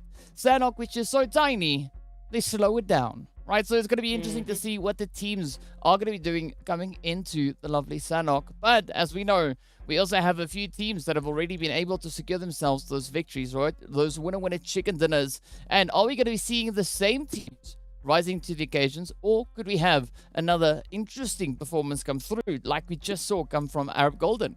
We've had a few interesting performances already on Sanhok. I mean, a couple of crazy changes there towards the final zones, with teams also just starting off with a few hot drops, not crazy hot drops, just a few engagements here and there as, the teams find themselves a little bit isolated. They pick up those eliminations. We had Wiz really in some tough positions yesterday and then ending up as the last man standing as well. So maybe today that might be the change up. Maybe we might be seeing a few other teams taking a little bit of that hot drop action as well. Yeah, well, let's go find out exactly what the teams are going to be doing as we move into our second match of the day. None other than Sanhok. And now, as we know, right, by this time, The flight path, not all too important when it comes to Sanhok. That first zone is going to be where the pressure's at, right? That's going to be the essential one. But let's see how these teams are going to be looking to accommodate what that zone will be bringing towards them, right? It's very centralized flight path, so it is going to be allowing everyone to get into the positions in which they feel the most comfortable. But it's all going to come down to how they then look to bring those rotations through come the first zone. All right, so as we take a look at it, of course, Titan's going to be one of our first teams down on the ground, trying to get their boots on the ground, getting themselves set up as quickly as we possibly can. But again, these overall standings have been so phenomenal. We can take a look just quickly at some of our top players. Teak and Axa there with the crazy 20-pointer eliminations, bringing in a really crazy setup. Of course, no surprises that we see Koa there joining them with an absolutely phenomenal set of eliminations as well. So hopefully this will be the change-up that we see coming through for these teams. Already Virtual Gaming, they're up up against a little bit of a 2v2 action here with 1 million. Once again, it just looks like they keep fighting each other. Are we seeing a new set of nemesis coming on through? I don't know. I mean, it seems to be a very isolated instance coming through, right? It is only Venom and Lazy Boy. We know that Senke and Marshall, of course, opting for a lot more of a northern position, but it's going to be Lazy Boy to get found out, as Zeus is not going to be allowing anything to happen. Venom then also falls. So that means 1 million are going to be starting off their Sanhok with only 2 players. And of course, Virtual Gaming are going to be starting with 2 eliminations to their name. So, yeah, this is far less than ideal for 1 million. I would be so cocky in this exact moment. I would just be like, ha! You took us out of Miramar, and now we got 2 of your players. So, you know, the story continues. We continue to see who's going to be going and reigning supreme between these 2 teams. For 1 million, yes, they're Sanhok not starting out the way that they would normally like, but we know they have a plan of action when it comes to Sanhok in particular. Senke being the reigning second placement member, always finding those opportunities for 1 million. So I don't think they should be in any trouble just yet, but we'll wait and see what the other teams have to say about it. As we can already see, leaders picking up at least 1 member there from Triple Esports and immediately confirming it as well. So unfortunately there, Kimos, we'll see you in the next map. Yeah, it's those scouts that are getting dealt with quite swiftly, right? But, I mean, I do think that Senke is going to change the strategy from where the rest of the lobby is going to be looking for ammo. Senke is going to be looking for meds and only worrying about meds, right? I think that Blue Zone Heal strat is almost 100% guaranteed to be coming through in this particular match, just based on what 1 million has had happen to them. But if we look towards that northwestern side, right, it is Leaders and Slime 4KT, both teams occupying the northwestern island, but still quite a bit of distance between them, right? Neither of these teams looking too phased at this point in time, also having pretty great access with regards to that zone. But I think once we see where the next shift is going to be taking us, that is where all the difficulty will really start to come to the surface. Even A9Q here, who's playing a little bit of hide and seek alongside the tree, is just trying to find a bit of an opportunity to maybe escape the rush coming through here from VSC. I would definitely hope that they'd be able to do that, because it wasn't looking too great for lag in terms of the dispersal of their members. We got A9Q here, obviously, towards VST's position. We had Cacao and 19 there over towards Cave with Desert Flame Esports, and then Fantasy all by their lonesome there towards Docks. So a little bit of regrouping needs to happen here, and hopefully for A9Q that will also mean some escape. But VST, I mean, they've smelled blood. They're looking for those elims. Yeah, ain't nothing wrong with that, right? VSD, as we know, quite a team, right? Bringing in some relatively decent stats just yesterday. As we know, VSD is sitting on an average of about 2.7 for their points yesterday, 2.7 eliminations and 2.5 when it comes to the regards to those points. But for the entirety of the finals, right, they're sitting on about a 4% average, or 4 points average eliminations, alongside about a 3.8, so you could also make it 4, right? So 4 and 4, that's what we're looking at. And so far, we don't see any of that with regards to them, so there could be even more up the sleeves for the VSC team. Oh, absolutely. But Desert Flame Esports, I mean, they were going to be the deterrent here for lag, and unfortunately they will continue to do so. Instead of letting VST pick that one up, they are going to be coming on through and doing it themselves. But now they put themselves in the line of fire as GWAS goes sent on down to the ground. Media confirmations now. Let's see who takes this one home. Oh, that was a bit of a showdown, right? Rapid fire versus single shot coming in. And as we know, rapid fire beats it, right? It trumps the It single wins taps. every time. Yes. Regardless of, how quickly you tap it. I mean, maybe it's, okay, maybe that's not 100% accurate. Mini 14, that's a completely different story. But either which way, we don't see that weapon being utilized at this point by either of these two teams. It's going to be VST now holding a little bit of an elevation position towards Desert Flame here. But I'm quite hopeful for Buden, Six, and Flacco, right? Curious to see what they're going to play at the strategy with. Yeah, how are they going to turn this one around? Maybe if they're going to be taking a few more eliminations. Already picked up one from Lag, one from VST, looking for a bit more, of course. But Zuxi and Vivo really going to be applying the pressure from the high line, while we've got, of course, just a little bit of a sneak on through coming through from Hansley, just to see what else they can do here. Maybe finding a flanking position onto Desert Flame, as they were trying to do with A9Q, of course, from Lag Esports. But maybe a disengagement will also be on the cards, as we can see. Just a little bit of time is going to be sent for both of these teams to figure out what they want to do. At least all of this happens within the zone. They have quite a bit of time to work with. And again, just based on the sheer space we've got, it's only really Arab Golden that can maybe jump on in one round. But based on just how still they have been, I don't think we should be seeing rotations anytime soon, at least until that next zone shift. Yeah, it's all going to come down to that next zone, showing us where the teams will have to move. Slime also going to be taking a little bit more of a laid-back approach, right? It's going to be hanging out in the blue, sipping on some juice. But we are seeing still that position between VST and Desert Flame being quite contentious. We have now Soul also starting to venture up in towards the zone, but it does center up just to the eastern side there of boot camp. So this is going to be quite an interesting position, right? We know there's a lot of hilltops in the area for teams to try and utilize. And of course, but now speaking about utilization, is Wave just utilizing their high ground advantage and, raining down a little bit of that chaos on towards 1-9.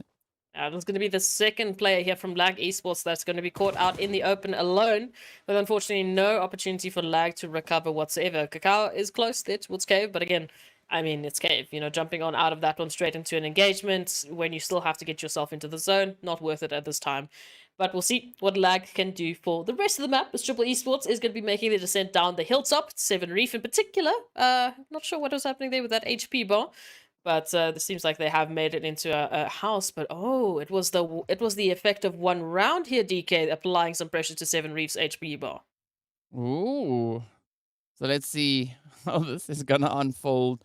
A very interesting position here by 7 Reef. Not the most ideal, up close and personal. But of course, that shotty comes in. DBS makes it so much more worth it, as we can see that extra bit of cherry on top coming in. But now, one round looking to just fortify, and the same coming through on the side here of the Triple Esports team. As you can see, Vibe 7 adding into the mix.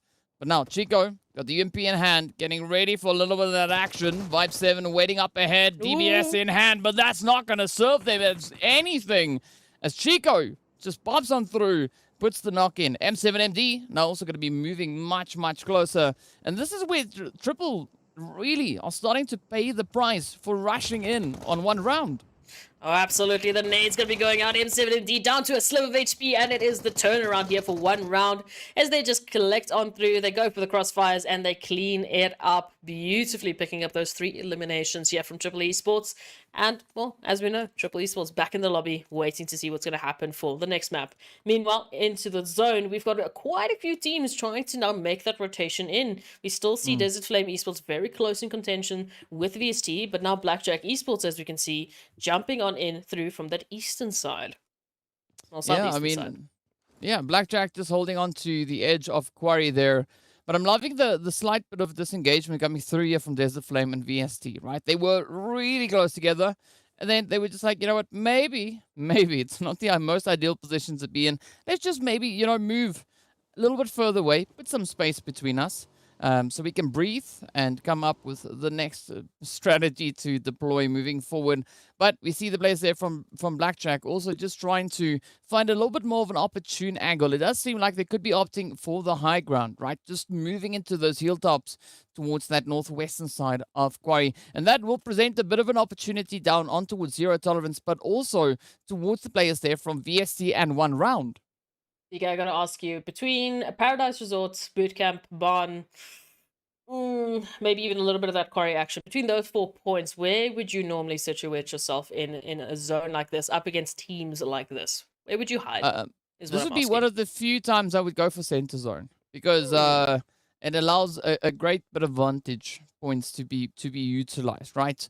There is that slight elevation smack dab center zone, so that will provide you with sufficient information to make those calculated plays. We can see it right there, right? We've got that lovely little bit of a splash pool just on the side as well, and we can see, of course, Titans are going to be looking right in that direction. But now it's going to be that kicker moment, right? The blue zone is going to be closing on through. It is going to be taking yet another shift. And this is where we know who will have a little bit more of a chance, right, to keep that contention alive. And of course, the zone is going to be centering up quite favorably towards the players there from Titan Gaming. 1 round, 0 tolerance, and even Blackjack not in the worst position. But there is going to be a lot more emphasis now being put on them as they still have a bit of company moving in from that southeastern side. In prime positions within our zone. But of course, Desert Flame Esports now facing up against their next competitor who's just stepped on into the ring in place of VST, who've moved on to bigger and better things, being, of course, the zone. Desert Flame now running that 1-2 split and having to take on the entirety here of Wave Esports. Rhino out in the blue, out in the open, is going to be taken on down immediately. Even a double up potentially to Zakaria. Oh, loving the confidence being shown here by Desert Flame, but Zakaria, quick with the reactions, narrowly escaping that, and of course pulling just back into hard cover. It's going to be allowing a bit of a opposition to be played here, right? Wave still slightly spread out. We see Ivar and D3S also taking a little bit of a different approach here, but we are then also adding the players from Lag, well, on a steady approach towards the zone coming through from that quarry territory. So there could be a few surprises in store still, but I'm loving the flank coming through now from D3S, trying to find that more opportune angle, and of course just listening to the vehicles up ahead. Taking a look at this now, Flacco just looking for a few pixels that are moving out in the open. D3S in the meanwhile trying to make this absolutely impossible here for Buden to rotate on out of the situation, but that's not what you wanted to happen, is it? No, I mean, you don't have to shoot at Buden. They'll sort themselves out, as we can see. And of course, Kakao is going to be jumping at the opportunity, not going to let an easy elimination pass them by. Wave still now trying to improve this whole situation, but not finding too much of that. We are going to be having D3S moving towards these compounds, but Six still having their position absolutely laser focused on towards Ivar. They want to see what Ivar's going to be doing. Oh, but Mirth here just in the outskirts. Who knows? Maybe they will jump into the action. Ramsey in particular, we know exactly what Ramsey's capable of. So Six God has a very vital opportunity here to just shut that on down. And of course, now they need to make sure that Wave Esports don't close this gap. We've got Zakaria, D3S, and now Rhino taking the push up the hilltop. Oh, there we go. It is going to be a beautiful nade now being sent in by Six, but down they go, paying the price for that knock. Zakaria coming through with a DBS. Just quickly saying thank you so much for the opportunity. But now Flacco in a world of trouble, right? I think at this point it would have been more opportune for Desert Flame to instead retreat back in towards the zone instead of waiting around for the players here from Wave to make their advances. Kakao also going to be reaching in, finding Zakaria. So that does alleviate a little bit of the pressure here for Flacco. But the blue zone is definitely not going to be doing them any favors. No, whatsoever. 202 meters out from the blue zone, having to make that rotation in, and Ivar sticking around looking for something. They know that there's something sneaking in the grasses. They know that there's a little bit of danger lurking on in about. But when will either of these players be stepping on up, focusing on that rotation in zone? Looks like a bit of a nade will be cooked up. Sent the wrong way, though. Flacco will be ready for you. Thank you very much. And now this is an opportunity for Flacco, well, just to loot on up and take that dash into zone, as everyone else needs to make that their focus. Yeah, but Flacco is going to be facing several obstacles on the approach towards that zone. As you can see, VSC held on that very edge, but now with the shift, putting even more focus towards that kind of boot camp area, right? This is where one round finds themselves so phenomenally set up. We know that they were already able to move into those compounds a little while ago. And of course, Salt is situated towards the north, also just holding on to a few of the compounds, a little bit of the elevation. That could maybe be a little bit of a trying position, seeing that we've got Titans, Virtual Gaming, and Leaders also having to rotate through from this northern position. Oh, and I mean, just looking at that next zone, it's just such prime positions, such prime opportunities, of course, to take it further. Unfortunately, Wave Esports will not be joining us, but we still have a few stragglers out into the blue zone that could be potentially falling to the same fate. We'll keep an eye out on that while we keep an eye out to see what's happening here. In boot camp, it's Arab Golden and Slime 4KT looking to just take this war of attrition and see who's going to be coming out on top. Oh, well, as we know, it is going to be Slime moving in, finding that first knock, but a quick response coming through here from Wiz alongside Angelo, being able to put up a bit of a fight here, but Ban is going to be bleeding out just up ahead. Not quite sure whether or not that winner chicken dinner is going to be coming in the direction of Arab Golden for this match, as they are facing off quite a formidable force. Slime and 1 million also just off in the distance here, but this could be the end of Ban as they're about to lose that health spot. Down it goes, so that is the elimination on board now for Slime 4KT. But again, Slime going to be looking to just fortify the edge of zone here, right? They know that there's two players somewhere around here. They just need to find them, and then they can rest a little bit easier. I thought we were looking at a war of attrition, but no, Slime 4KT, they didn't have to wait for Arab Golden to be worn down. They just went on in for the elim. But of course, as we take a look here towards 1 round and VST 1 round, now trying to force the hand here of both VST, but they're being a little bit distracted here with Blackjack Esports, and now that's a confirmation to potentially come on through, as VST is only down to Hansley, who has to still make a dash up this hilltop to try and get themselves into safety. Now, great show of confidence coming through here from Chico and Escanor, right? Holding up that front line defensive. As you can see, still several teams having to rotate on forward. Lag now going to be finding the angle on towards Flacco, and that will be bringing the end of Desert Flame. But Kakao also all the way out in the blue zone. Not quite sure whether or not they have the sufficient amount of meds to survive to those later stages. Of course, now looking closer to center zone, we see the players there from Seoul still holding on to those compounds. But up north, it is going to be Virtual Gaming and Titans getting ready for a little bit of a showdown, right? Virtual Gaming having the more opportune angle here, but up comes Axa, not even waiting for angles, instead just blazing their way on forward, finding two beautiful knocks back to back. As not going to stop anytime soon. As you can see, Puncher moving on in for the confirmations, not before taking a massive nade to the face from one shot. As Titans now need to scurry on up and find the angles to work with. Yeah, now it is going to be riding solely on one shot and Gaddafi to keep the hopes alive here for Virtual Gaming. Of course, the utilities are coming out, getting sent out in both directions. It's going to be P6 and Teak. Now just trying to dance around the rock, but really, really crazy performance coming through from both these teams. As you can see now, trying to reach all the way across as Gaddafi sends that nade out. Teak, instead not to phase, going to be trying to move that vehicle a little bit further up ahead just to keep it out of harm's way.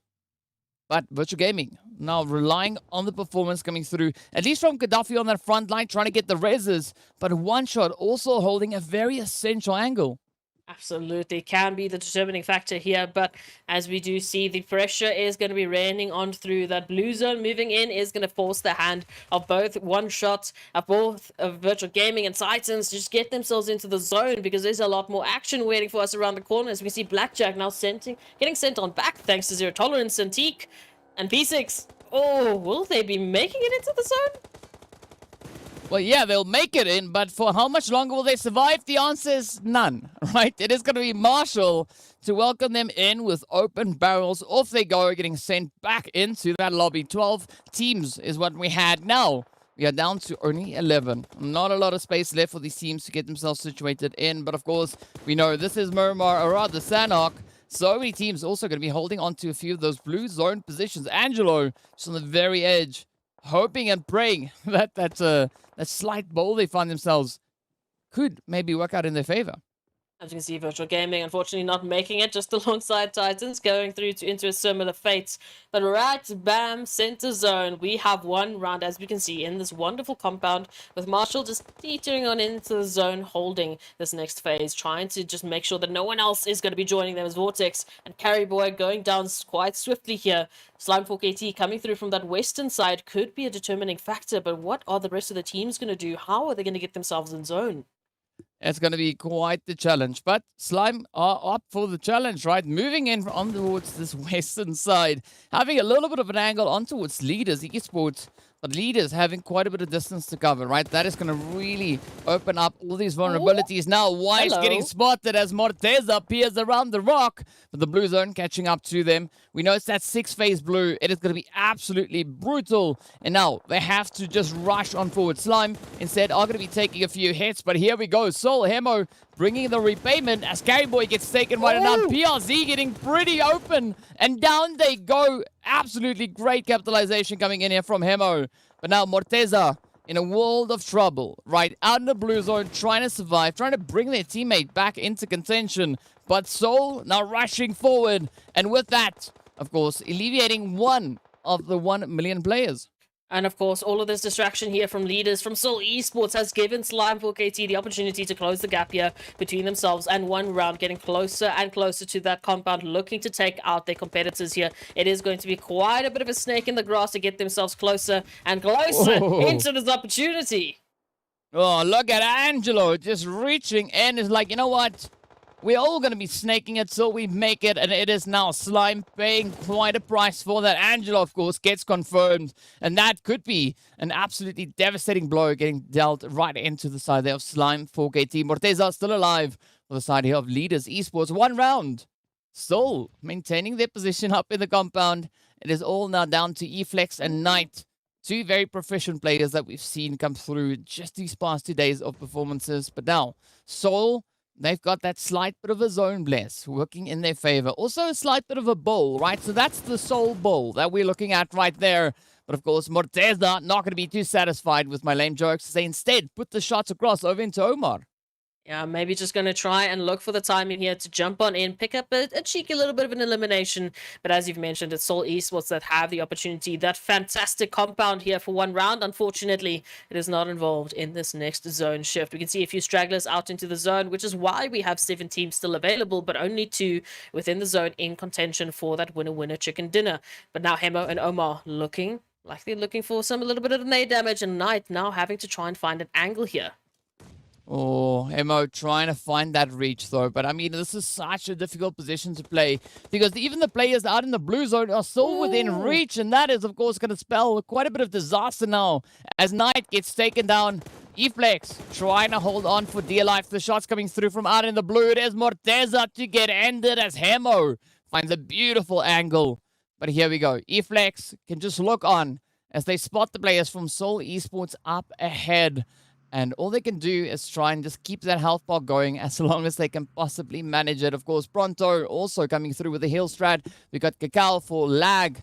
And no surprise to see Senke out in the blue trying to see how far they can push it. But of course, Soul, even though they have the numbers, even though they have the zone, it is not guaranteed that they are going to be picking up this winner-winner chicken dinner. Well, they now do alleviate quite a bit of the pressure as Eflex gets sent off, but Pronto rather still poses quite a bit of a problem there for them. Senke now coming in with a beautiful spray down, but the blue zone has other plans as Senke gets ended. And of course, Seoul Esports still having 3 players up. But the health bar's not looking too great. And Pronto could maybe still jump at the opportunity. I think I did see Ramsey out somewhere towards the end here for Myth. So that might be one of the remaining members that we have for Myth Esports. But of course, Pronto being one of the only members closest to Seoul Esports to try and make something happen here. Unfortunately, I don't know. It's going to come down to that timing. Unless they're all sitting around each other, lining up beautifully for them, it will just have to come down to a Seoul Esports win. And it hurts because if Slime took this W, they would have taken a W on every single map this weekend. But still an opportunity later in the day as we do see the final member here of Myth holding on. It is none other than Farok to at least guarantee that second placement. Well, there we go. There we have it. Seoul Esports walking away with that winner chicken dinner. 8 eliminations to their name. And what a play it was. As we know, that of course being the very first winner chicken dinner for Seoul Esports in the finals. So again, yet another team rising to the occasion. And this is what we love to see. Teams continuously bring through those surprises. Absolutely. We love to see it, especially on the last day of finals. The teams, they still have a bit of pep in their step. They're still going to be bringing their best performances to move on through. And of course, we know, at least we don't have to do the math. We don't have to check out the, make up all the equations in the background. the admins will do that. So let's give them a little bit of time to do that, to make that happen, as we go to a short break, and we'll be right back after a few moments.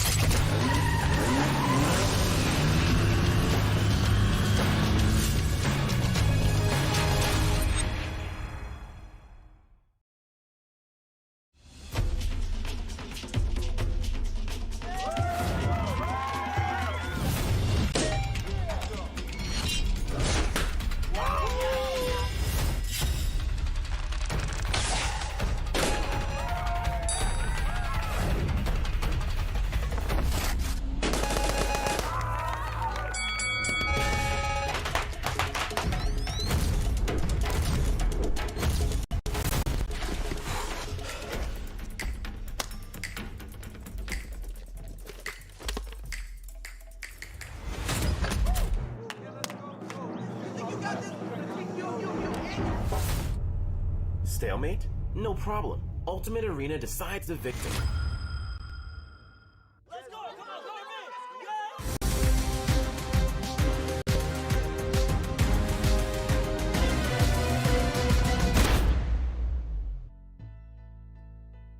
Hello and welcome back to the PUBG Mobile Pro League Africa Fall 2022 Season Finals, right? This is the very last day, and we're going through our very last few maps. Of course, we've already finished our second to last Miramar. We finished our second to last Sanhok, and over on Sanhok, we saw the players from the lovely Team Souls stepping up with that winner chicken dinner, locking in 8 eliminations. And as we look onto the rest of the teams, we can see just where they find themselves. Of course, 23 points in total being awarded there to Seoul Esports, but Slimefork AT picking up 15, right? 5 of those coming through from the eliminations, and the top 5 again is sitting with double digits.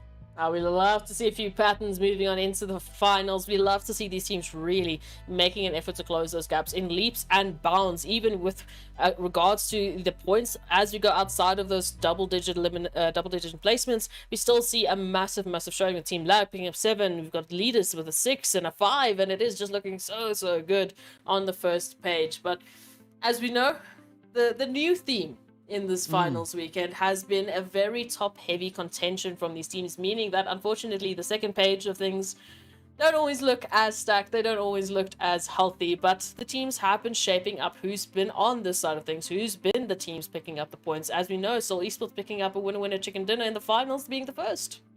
Yeah, that's what we love to see. But of course, as we move on, right, we have to see where the teams find themselves. And it is going to be virtual gaming.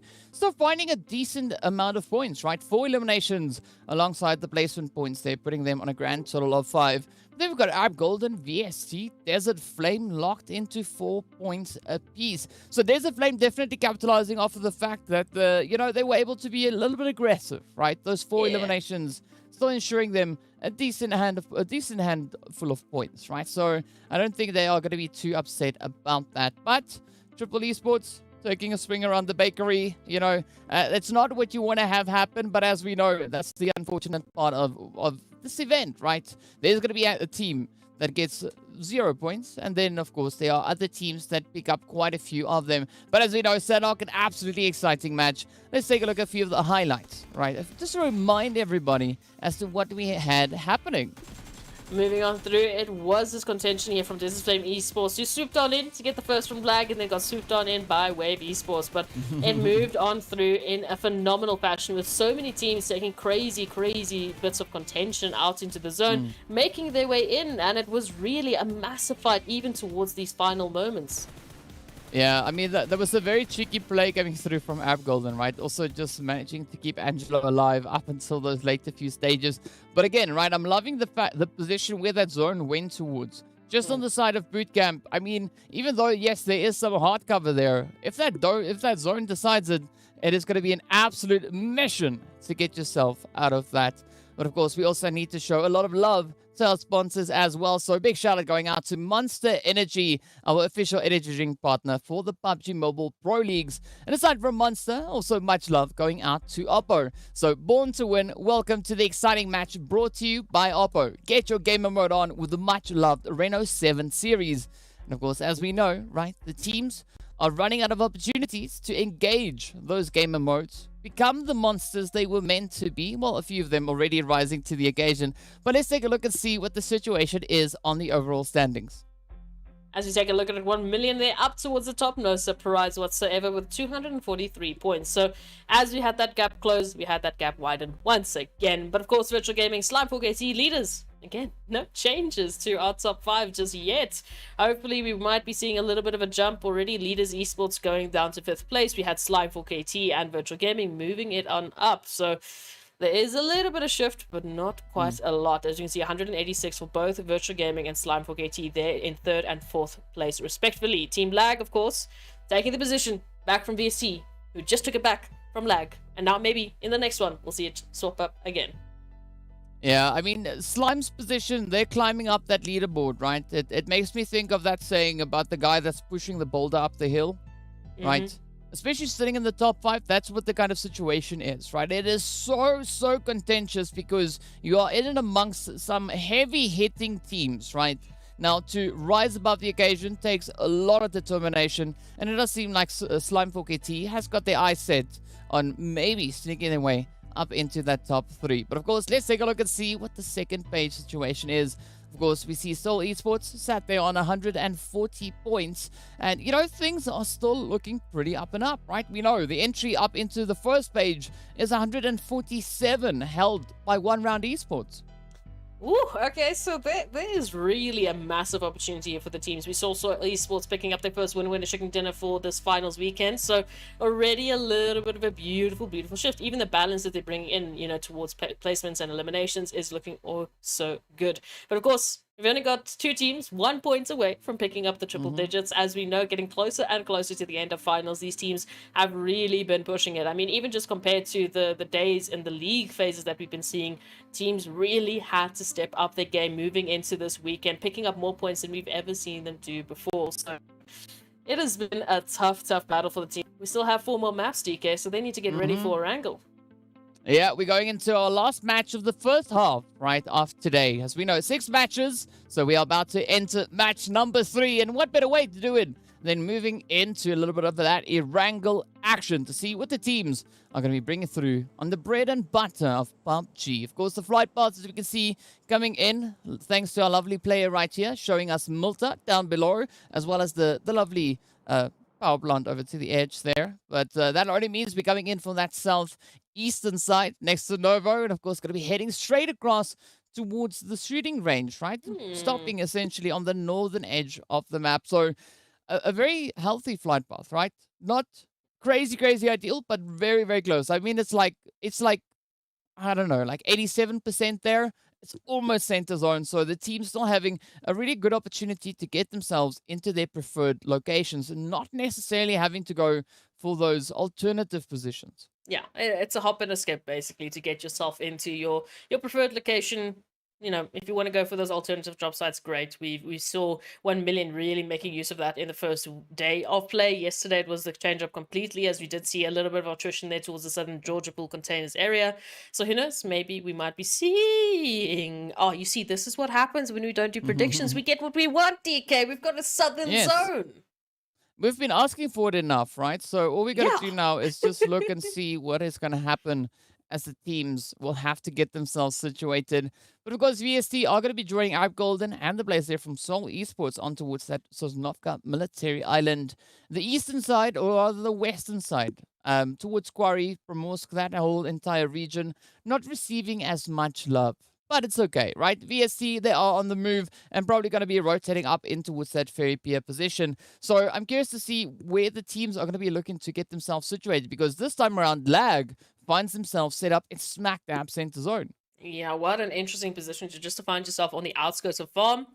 And wow, yeah, you are really given an opportunity like this. But again, hopefully we won't be seeing what happened there towards Sanhok for lag this time around. I definitely, after yesterday, I have so much respect for them. I mean, the massive push that they brought in such a crazy day of play up against such an insane set of teams. Ooh, that takes some confidence. That takes some massive confidence. So massive ups to them. Let's see what they can do today, of course. But as we move on in, right, we do have such an interesting zone, meaning that a few of the teams are teetering a little bit here towards the zone, getting themselves in and set up for a little bit of a quicker rotation. We've got 1 million here towards the southern Georgia Pool containers area. We've got Triple Esports running that 2-2 split over towards Hospital. So this time not trying to fight 1 million for the Georgia Pool containers, really just keeping it nice and respectful. Yeah, nice and respectful. But you know what? Speaking about respectful, right? We were talking about the MVPs a little bit earlier on as well, right?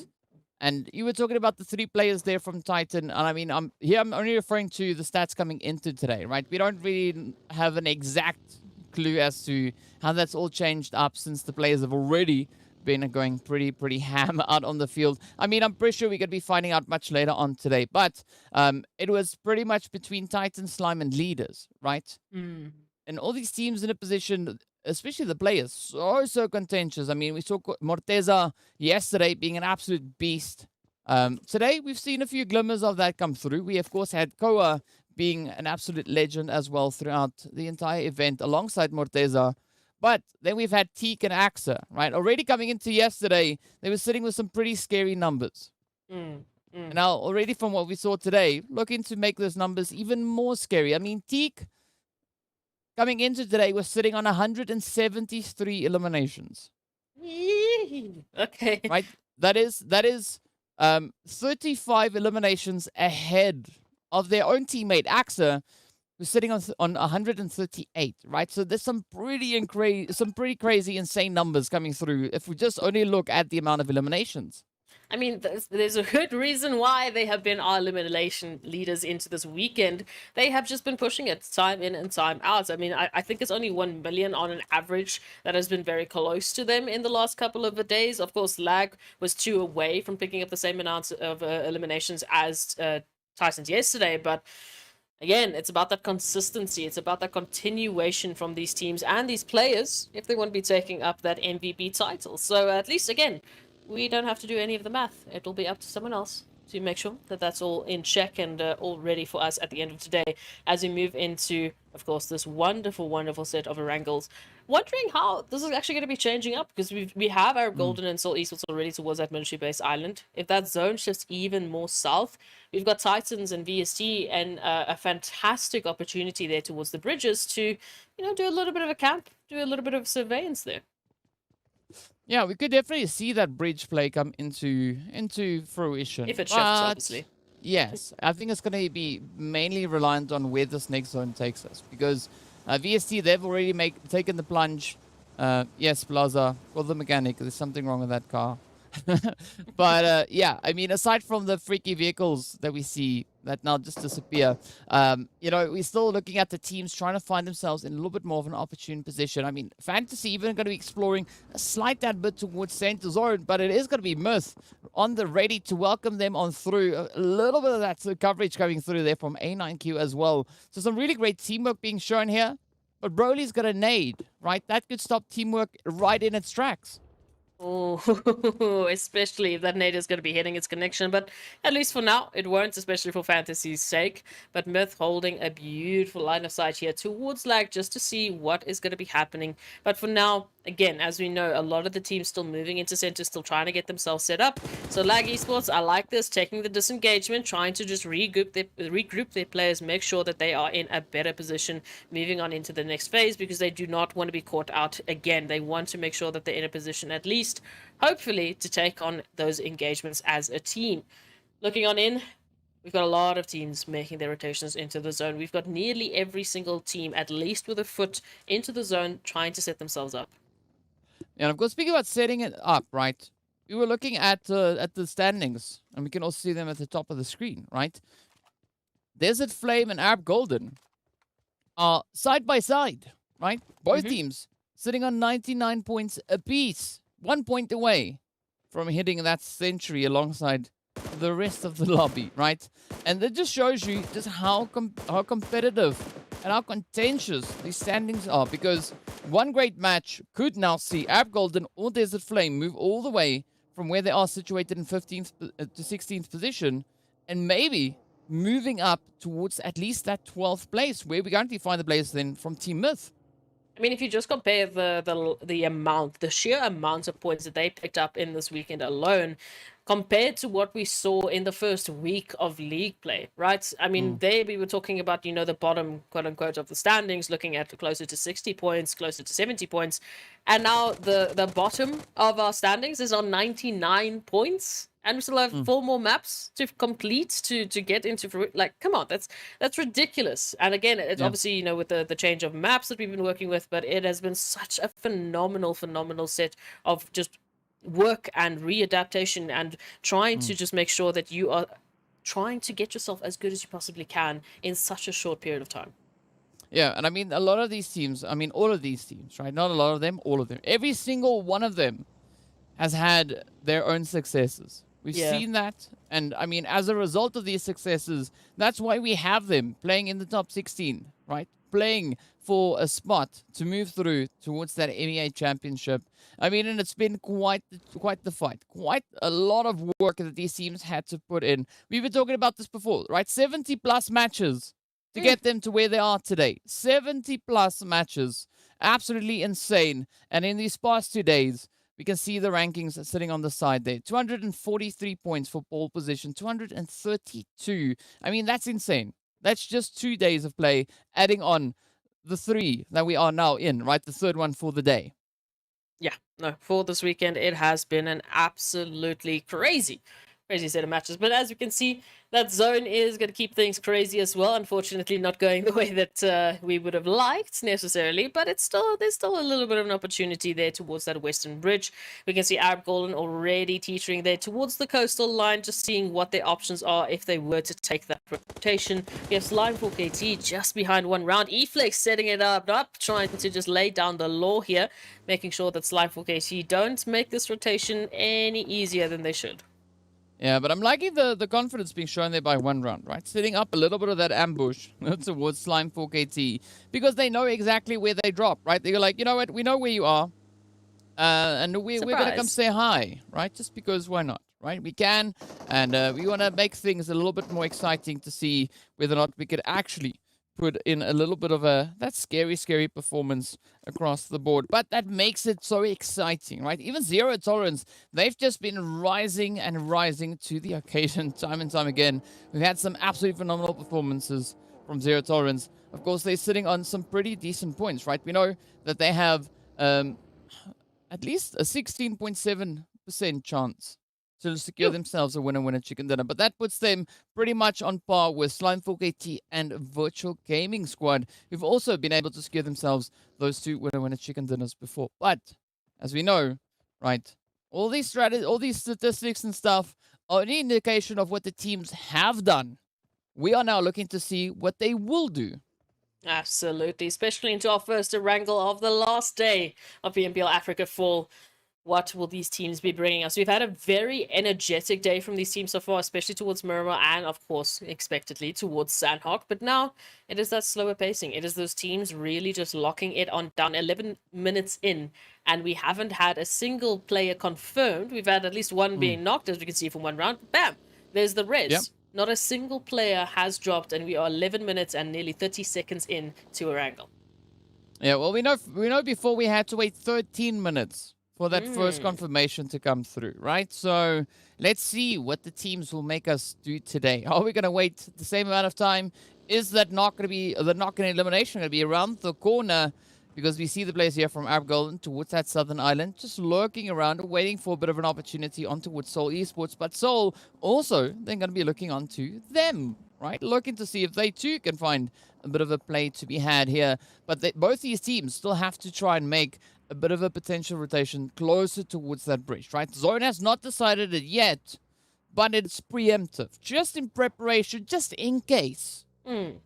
Yeah, no, just in case they need to make a quick dash into the zone, right? Just in case. But we'll see. That zone is getting closer and closer to closing it on up. As we can see, there are 12 seconds remaining, waiting for that ever crazy shift. As we know, we've expected Erangel to do some crazy things in the past before, and now the question is, who is it really going to be favoring? Who is it really going to be cursing?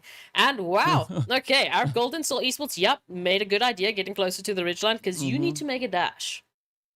Yeah, but this is a great opportunity now for VST, right? They're so close to the bridge. All they can do is just fortify themselves on the very edge of that and just look on as App Golden Soul Esports attempt a bit of a rotation across. But this zone looks absolutely phenomenal now for 1 million and the players coming through there from Desert Flame. Already Blackjack taking that early dash, trying to get themselves situated much closer. But Virtual Gaming could be reaching in from that slight elevation we see over towards that northeastern side. Oh, they definitely could. And they definitely could also in a similar fashion to VST. Bought it by themselves, waiting for Slide 4KT, 1 round, 0 tolerance even, Titans lag. I mean, all of these teams, they have to head in through into an eastern approach into the zone. So massive opportunities for Virtual Gaming to start picking wonderful players apart. But as you can see, Zakaria, 1 HP away from being picked apart as well. So hopefully they will be able to get a bit of a res going through as so many players are laying down the law. Yeah, but I love this, right? Wave heard that there was a fight somewhere. They were like, what? Fight? Now? Yes, let's go. Yes. They come rushing straight on into it. And of course, they now find, they look to find a bit of a position. We can see Colonel up ahead is going to be downed. It is now 6, trying to step up with a spray on towards Phonics. Puts a lot of damage into that vehicle. And as we know, once that vehicle starts smoking up, it becomes quite dangerous, right? Wave also just going to be holding on the very edge there. They, of course, have the players there from leaders not too far over towards their own eastern side. 1 million still going to be holding a steady angle towards those compounds. But this is where 1 million now gets to expand their reach, right? You can see Lazy Boy is starting to move out quite aggressively on towards the Blackjack. Oh, we love to see it. We love to see a little bit of the action. Lazy Boy just down to a sliver of HP. Chronal down to, well, a little bit less now, thanks to all of these nades being exchanged. And that's not going to stop anytime soon. We can see Senke picking up PLZ here. And now, well, 1 million. They have a massive opportunity to just swing it on around, keep their heads on a swivel, and pick up some huge eliminations. Yeah, but I'm loving these plays coming in. Blackjack now quickly trying to get themselves reset. Not quite sure whether 1 million is going to be able to get all the way through towards Lazy Boy, but instead they are going to be looking to alleviate a little bit of that pressure on the front line. Right, there's a flame coming in behind. Is going to be providing a bit of an opportunity now for 1 million to sneak themselves much closer. But leaders also trying to land a few of those hits. We can see the shots just flying up in Chronal's position. But now comes that dash for the res. Will that be sufficient? Wave also just improving their position, trying to get themselves a little bit closer.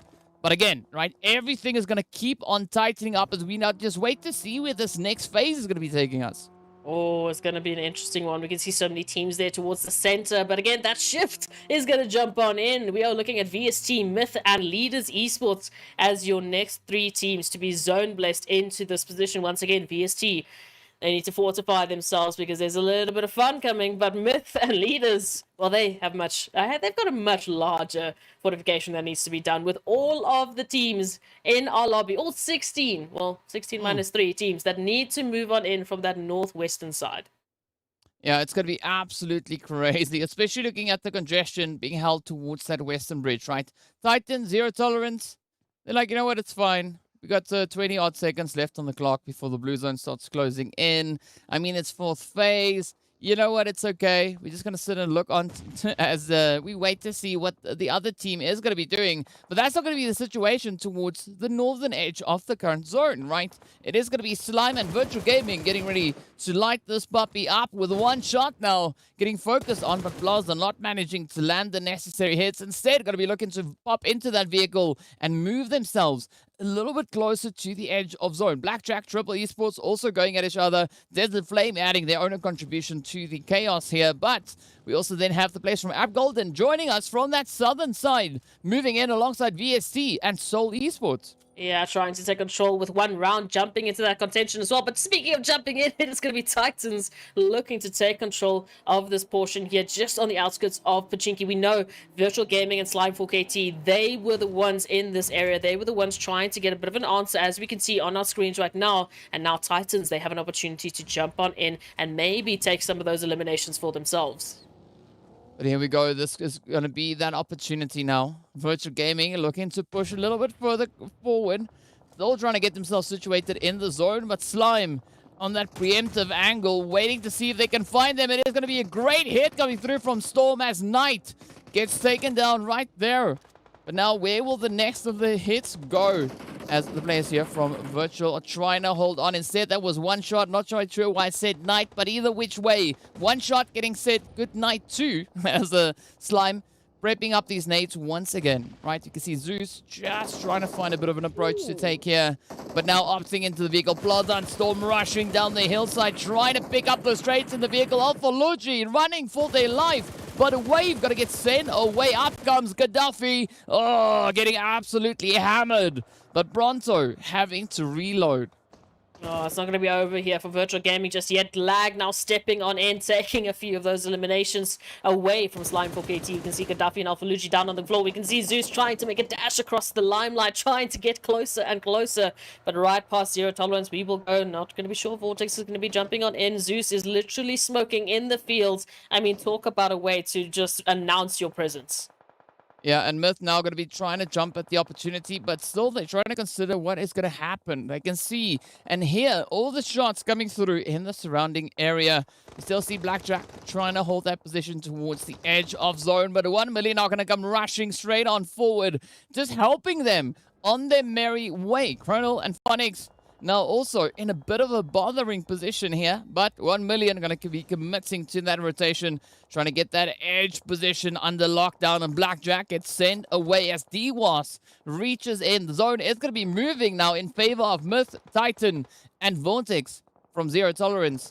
And this is still going to be presenting the teams with so many opportunities to just rain down chaos. You see these three eliminations here from 1 million. 2 of those are from Titans, who tried to make that rotation into the zone and have now been picked apart, even now down to 1 member standing up. At least the res will be popped on through, so hopefully they'll be able to keep those numbers, and hopefully 1 million will be able to carry on their story, as they've really had to work hard to get up until this point. But DWAS here from Desert Flame Esports holding a little bit of a tough angle. 1 million making a dash into the center zone. Not quite reaching Myth, so hopefully they will be able to find a little dash of cover here.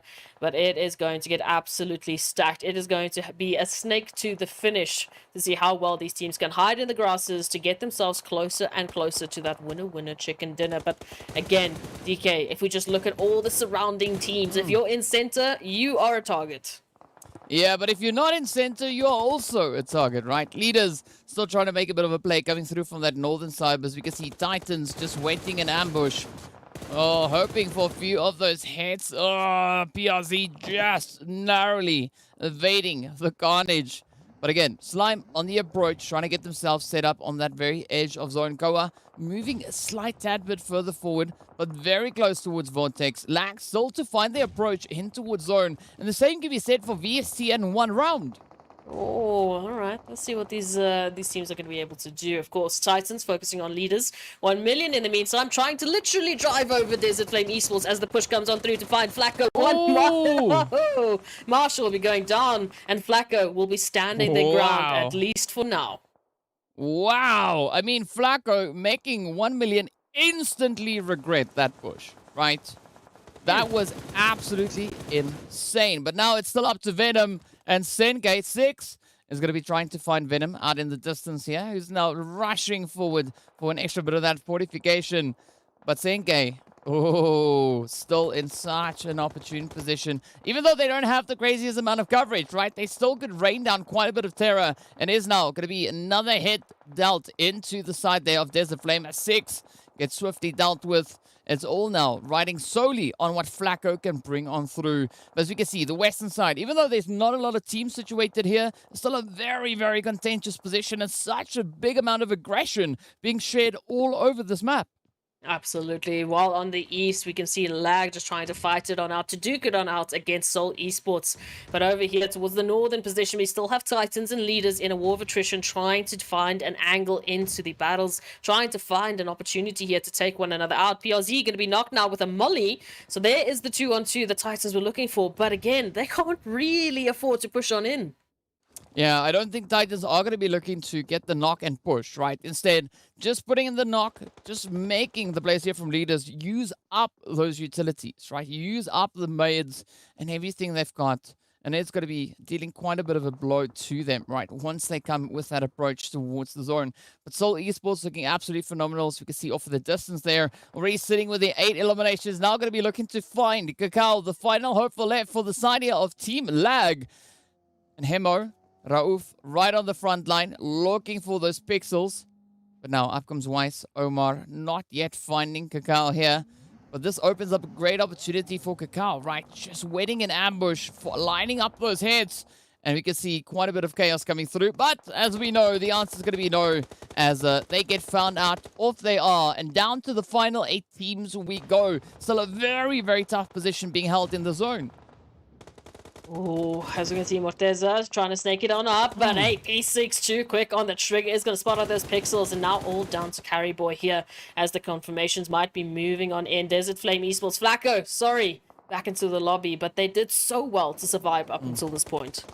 Yeah, a really valiant effort being brought through, but it's going to be P6 to get found out by PRZ. Now Buncher, the final player, standing between Leaders Esports and that entry into the zone. Oh, this is a very, very dangerous position. But I mean, so far, Puncher not really being too scared, right? Just going to be sitting there, so you know, it's like, it's fine. We'll just wait and see what leaders are going to be bringing in. I mean, there's only 2, right? It's Scary Boy and PRZ. But both these players also being quite phenomenal. And now, Venom trying to inch their way a little bit closer alongside Senke on the very edge of zone. So things are just tightening up even more as the zone is adding quite a bit of pressure onto these teams. Now up comes the push. Leaders trying to find that opening. Buncher on the ready.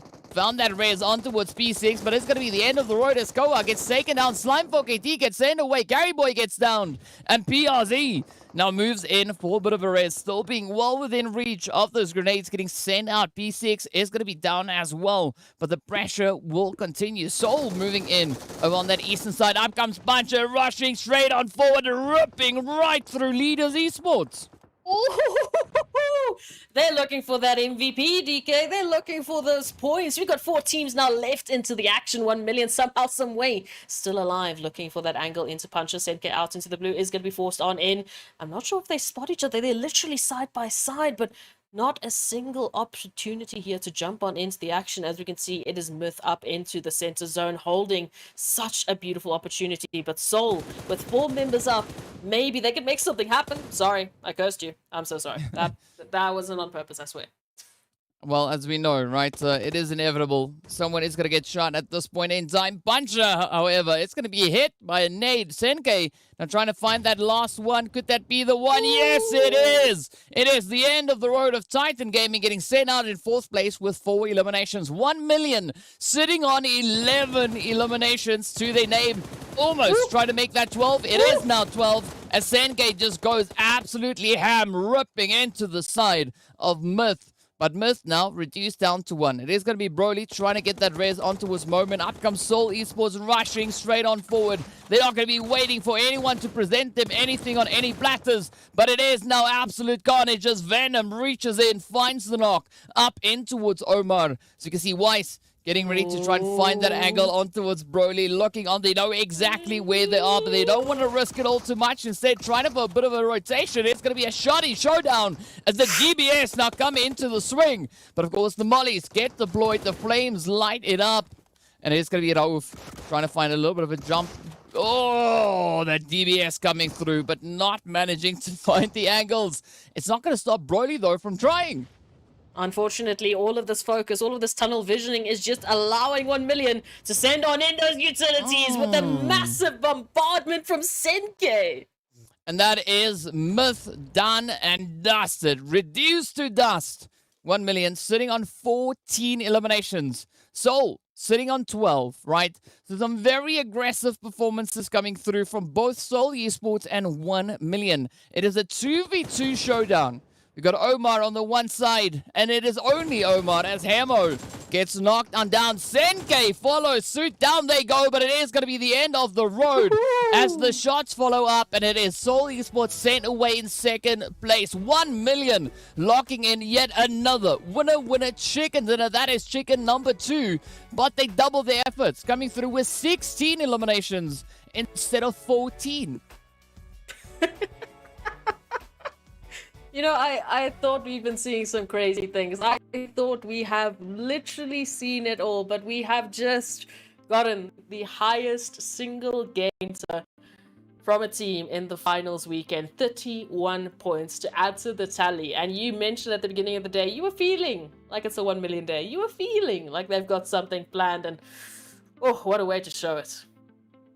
Yeah, absolutely crazy way. Of course, we are going to be taking a very, very quick break, so be sure to stay tuned, and we'll see you guys right back in a short few moments.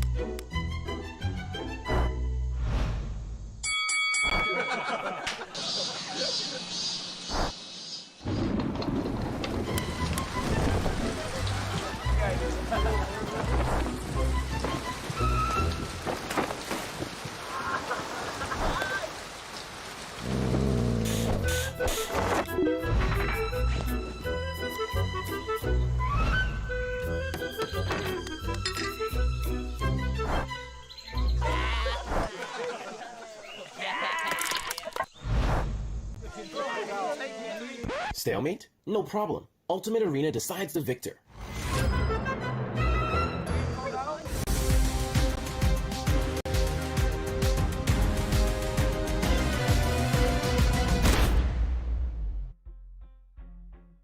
Hello and welcome back to the PUBG Mobile Pro League Africa Fall 2022 season finale. Right, this is the very last day, day number 3. Everything leading to right here. Already we've concluded our first half of the day, right? Erangel, Sanhok, Miramar, done and dusted. And now we're getting ready to see what the teams are going to be bringing through as we move into our final 3 matches of the day. But over on Erangel, right, as you'll see on these lovely match rankings, we saw an absolutely insane winner chicken dinner coming through from 1 million, dropping our very first 30 bomb in the finals. And of course, it's going to be followed suit there by 24 points from Seoul Esports, moving on in, just looking to capitalize on anything and everything they can find. But as we go through the rest of the standings, it is still looking relatively healthy. Some teams picking up some incredible eliminations, Myth and VST in particular with a 5-pointer, Titans with a 4-pointer, but a little bit lower down the leaderboard, you wouldn't think so. It is Desert Flame Esports picking up 6 eliminations. Yeah, you know, those 6 really looking pretty great for them. But I mean, Desert Flame really looking to shake it up today, right? As you can see, that slow, steady improvement, right? So they get that kind of foundation set up and they're like, you know what? We did it already, so let's improve it a little bit more, a little bit more, a little bit more. So, I mean, I'm loving the efforts being brought through here as the teams are continuously keeping everyone on their toes. I mean, even Lag and Blackjack locking in 4 eliminations apiece, walking away with a 5 points. But from there, it drops down quite a bit, right? We got 1 round, 0 tolerance, walking away with their 1 placement point each. And then it's, you know, well, the bakery run. Yeah, look, you sugar-coated it there, quite literally. You know, these donuts are sugar-coated, they're delicious. Absolutely delicious, which is why we saw so many teams really just gunning for them, you know.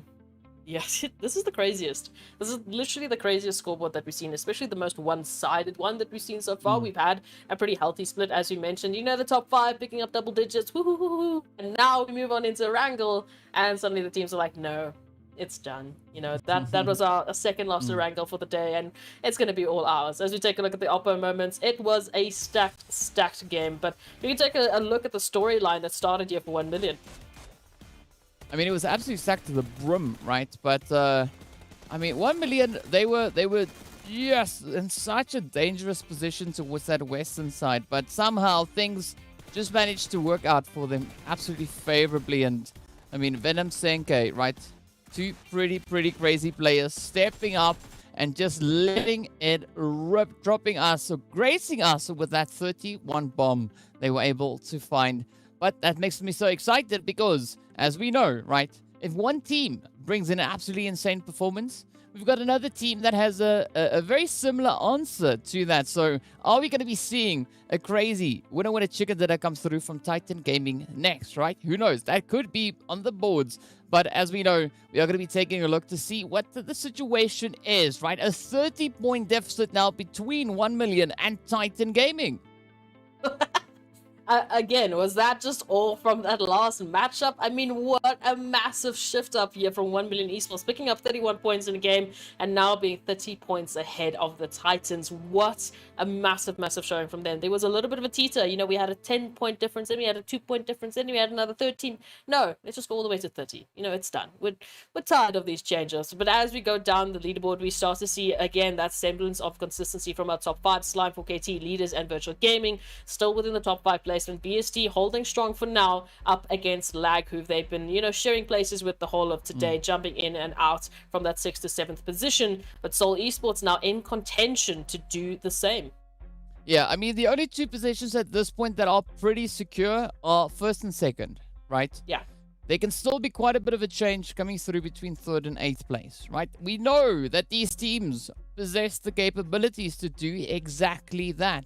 So I'm curious to see whether or not either of them are going to be looking to just move themselves a little bit further up those standings. But more importantly, we're also going to be looking at that 2nd page to see just what that difference is. Of course, we see the players then from one round sitting up in towards that 9th position, only 3 points ahead of where Team Myth currently find themselves. But the jump now from 9th up into 8th place, it's going to be a little bit greater, right? 18-point difference. So it's still achievable, but it's much closer looking at the 2nd page. I'm expecting to see quite a few movements coming through. And Desert Flame, of course, now just breaking away from the Arab Golden team, moving in alongside Black Jack, rather.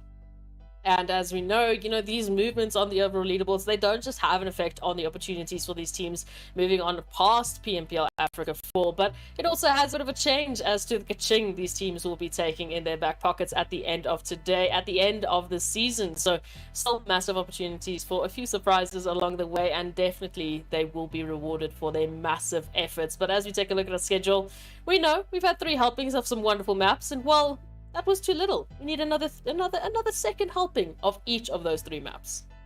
Yeah, I mean, one helping isn't enough, right? You got to double down, go for that 2nd helping. And now this is going to be that opportunity over on Miramar to see who will be the team to step up and show us what they can bring. We know the previous season, it was the players there from Virtual Gaming Squad walking away as the victors, right?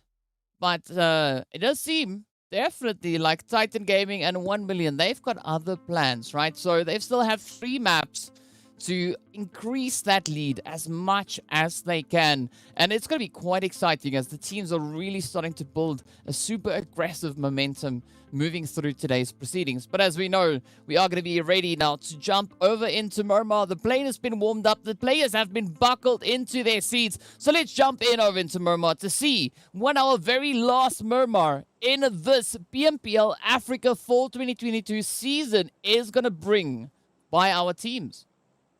Moving on in, this is our last flight path here for the last Miramar of this season, and we're going to be moving on into a very fairly centered flight path, really allowing a lot of the teams their favorite opportunities, their favorite drop sites, and hopefully to bring forth their best performances moving on into the last Miramar, because come on, as we mentioned already like 4 times, this is the last time we're going to see them on Miramar.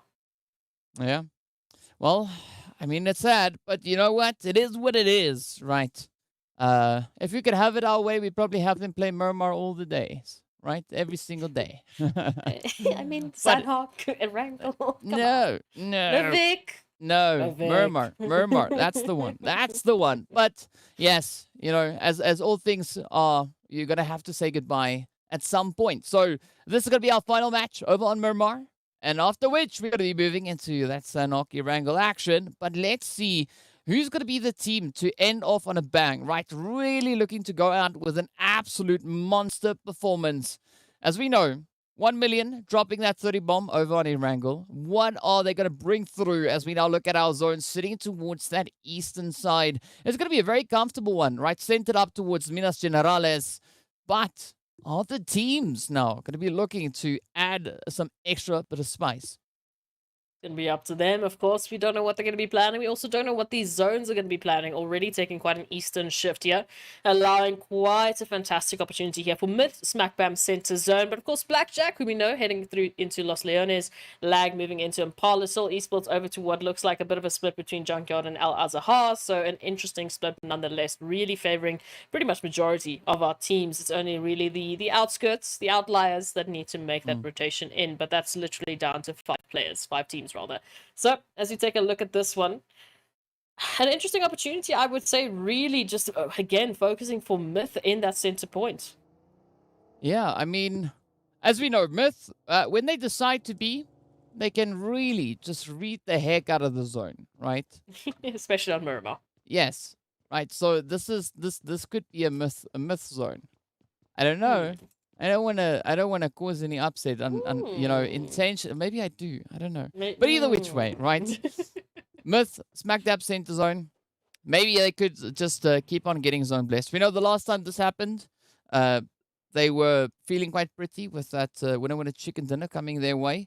But let's see how it goes, because we know we've got some heavy hitters in this lobby, and we are looking at a bit of a contentious position towards that San Martin area, right? We can see that we have Slime 4KT not too far away. Plaza just moving in, trying to gather a little bit of that information. Pronto, Koa, not too close just yet. But things could definitely take a bit of a change here. But for the time being, it's going to be a looting phase, right? So everybody going to be looking to get themselves situated. And we're not seeing teams really too close together. So as a result, it is going to be nice and tranquil in these early stages of the game. We literally have 2 players that are outside of their usual sites, outside of their team positionings. So, I mean, I'm taking a look at Plaza there from Slime 4KT, who did a little bit of a scouting action towards Desert Flames position in Hacienda del Patron, at least the outskirts of it. And then we have 7 Reef from Triple Esports, a little closer towards Myth in that center zone position, just checking things out. But both of these players already hopped on into the vehicles and are making their way back safe and sound. So, absolutely, again, a very, very slow approach from these teams, as we saw there towards Erangel. You know, we mentioned we've had to wait up to 13 minutes before for that first elimination to really jump on through, for that first team wipe to jump on through. And now, non-surprisingly, I wouldn't blame the teams for doing the same thing on Miramar, because we've only got 3 more opportunities left, so they need to bring it all. Well, I mean, everybody needs to bring it all, right? You cannot back off at any point in time. This is the finals, right? It is the last opportunity to improve those points, lock in that extra bit of ka-ching. But also, you got to play for the honor, right? The bragging rights that come in alongside that. And as we know, these teams have been working so hard for such a long period of time to get themselves here, right? It's not easy to make it into PMPL. Heck, it's not even easy to make it into the finals. You got to grind your butt off to get a spot, to get a seat at the table. So these teams are very deserving of being right here. So now we want to see just what absolute glorious PUBG action they can bring to us on this very last Miramar. Absolutely, and of course, who's going to be moving on further into the MEA champs, and that already is going to be an extremely exciting opportunity for these teams. So everyone, unsurprisingly, is going to be gunning for it, and of course gunning for those bragging rights to showcase that they are one of the best teams in PMPL Africa, in general. But as we take a look at things, not a massive shift. I mean, we have Arab Golden up towards La Cabreria, of course, unsurprisingly, taking that looting opportunity. Zero tolerance there towards Campo Militar. Titans, well, Where would you guess the Titans are, DK? Without looking at the map, where do you think they could possibly be on Miramar? It's too late. I already looked. But yes, they're in the same spot. But I mean, that is true Titan fashion, right? They stay in that position for the longest period of time, as long as they can afford to, and then only they start rotating out. So no surprise to see them held up in towards Valdelmar and Los Higos. That is just prime Titan territory, right? But the rest of the teams are instead going to be focusing their efforts to get themselves in a little bit more of an improved position moving in towards that zone, right? We got leaders on the roll. We got Titans, Triple Esports rather. We got Myth still holding on to SmackDab center zone, but Myth starting to expand their options, right? You can see Broly right on the front line, just over to the edge there. If Vibe 7 would be so great and just to look up. But either which way, we have Mr. Broly over on that side. And then we got Ramsey as well as Moment and Farok just spread out a little bit more. And I think that's a good anticipation coming through from Myth, right? Because looking at the territory they're in, there's so many vantage points they could look to leverage and just gather that extra bit of information. No, absolutely. As we take a look at this, of course, Wave Esports giving us a prime opportunity to see what it is going to be looking like in the center zone. Moving on in there from Hacienda del Patron, getting closer and closer towards Minas Gerais, and of course, where we know Myth are currently holding up there. A lot of teams moving into that central band, as we can see. Leaders just keeping an eye out on Farok to see what's going to be happening here. Ooh, get out, please. Please do not stay out in the open. And the rest of the teams now trying to do the same. Yeah, but there's no surprise to see Morteza trying to pick up this opportunity. As we know, Morteza, one of those contenders for the MVP slot, right? An absolute beast coming through there from Morteza. Even back when they were Team Umbra, right? The name which I really enjoyed saying. Umbra. But the shots continue to come through. Morteza's not satisfied with that position. Instead, it's going to be Desert Flame now rushing in on Triple Esports. But M7ND spots the opportunity, gets that first knock. And now, where's this going to go? As DWAS is down for the count 6. Still holding on to a slight bit of a downhill position. 7 Reef cooking up the nade. They can hear the footsteps, but will this be the bounce to put that extra kink in the side of Desert Flame? Oh, let's see what's going to happen here. Triple Esports have been showing up in a massive way. Now looking to get some of those eliminations back into the tally. But Desert Flame not going to go down without a fight. Not going to go down without an absolute massive nade from Vibe 7 as they push on through. Oh, up comes Chemos, tries to find it, gets Buden. And now it all turns to 6. Got the only remaining hopeful here for Desert Flame. But a very trying position because those third-party sprays are coming in. And it's not going to be the one from which they'll be able to escape. It is going to be Lazy Boy to nail the coffin shot. And this is where third-party plays really come on through. We love to see it, DK. But again, unfortunately for Desert Flame, that's going to be their last Miramar for this season. As we take a look at the rest of the teams, moving on closer and closer. Well, let's see how much closer these teams are going to be looking to move, right? We can see VSC coming in from that southwestern side, rather. 1 million. Now, not going to be settling in, amongst the players there from Triple Esports. Instead, they're going to be looking for a bit of an opportunity further up north. You can see Wave Esports just held up here alongside them. That is, of course, Ivar on the front line. The rest of the team now moving further to the eastern side. I think this is a good call, though, from Wave, right? Even though they didn't know that 1 million's on the way, just continuously looking to keep themselves moving instead of becoming, an easy, stale target.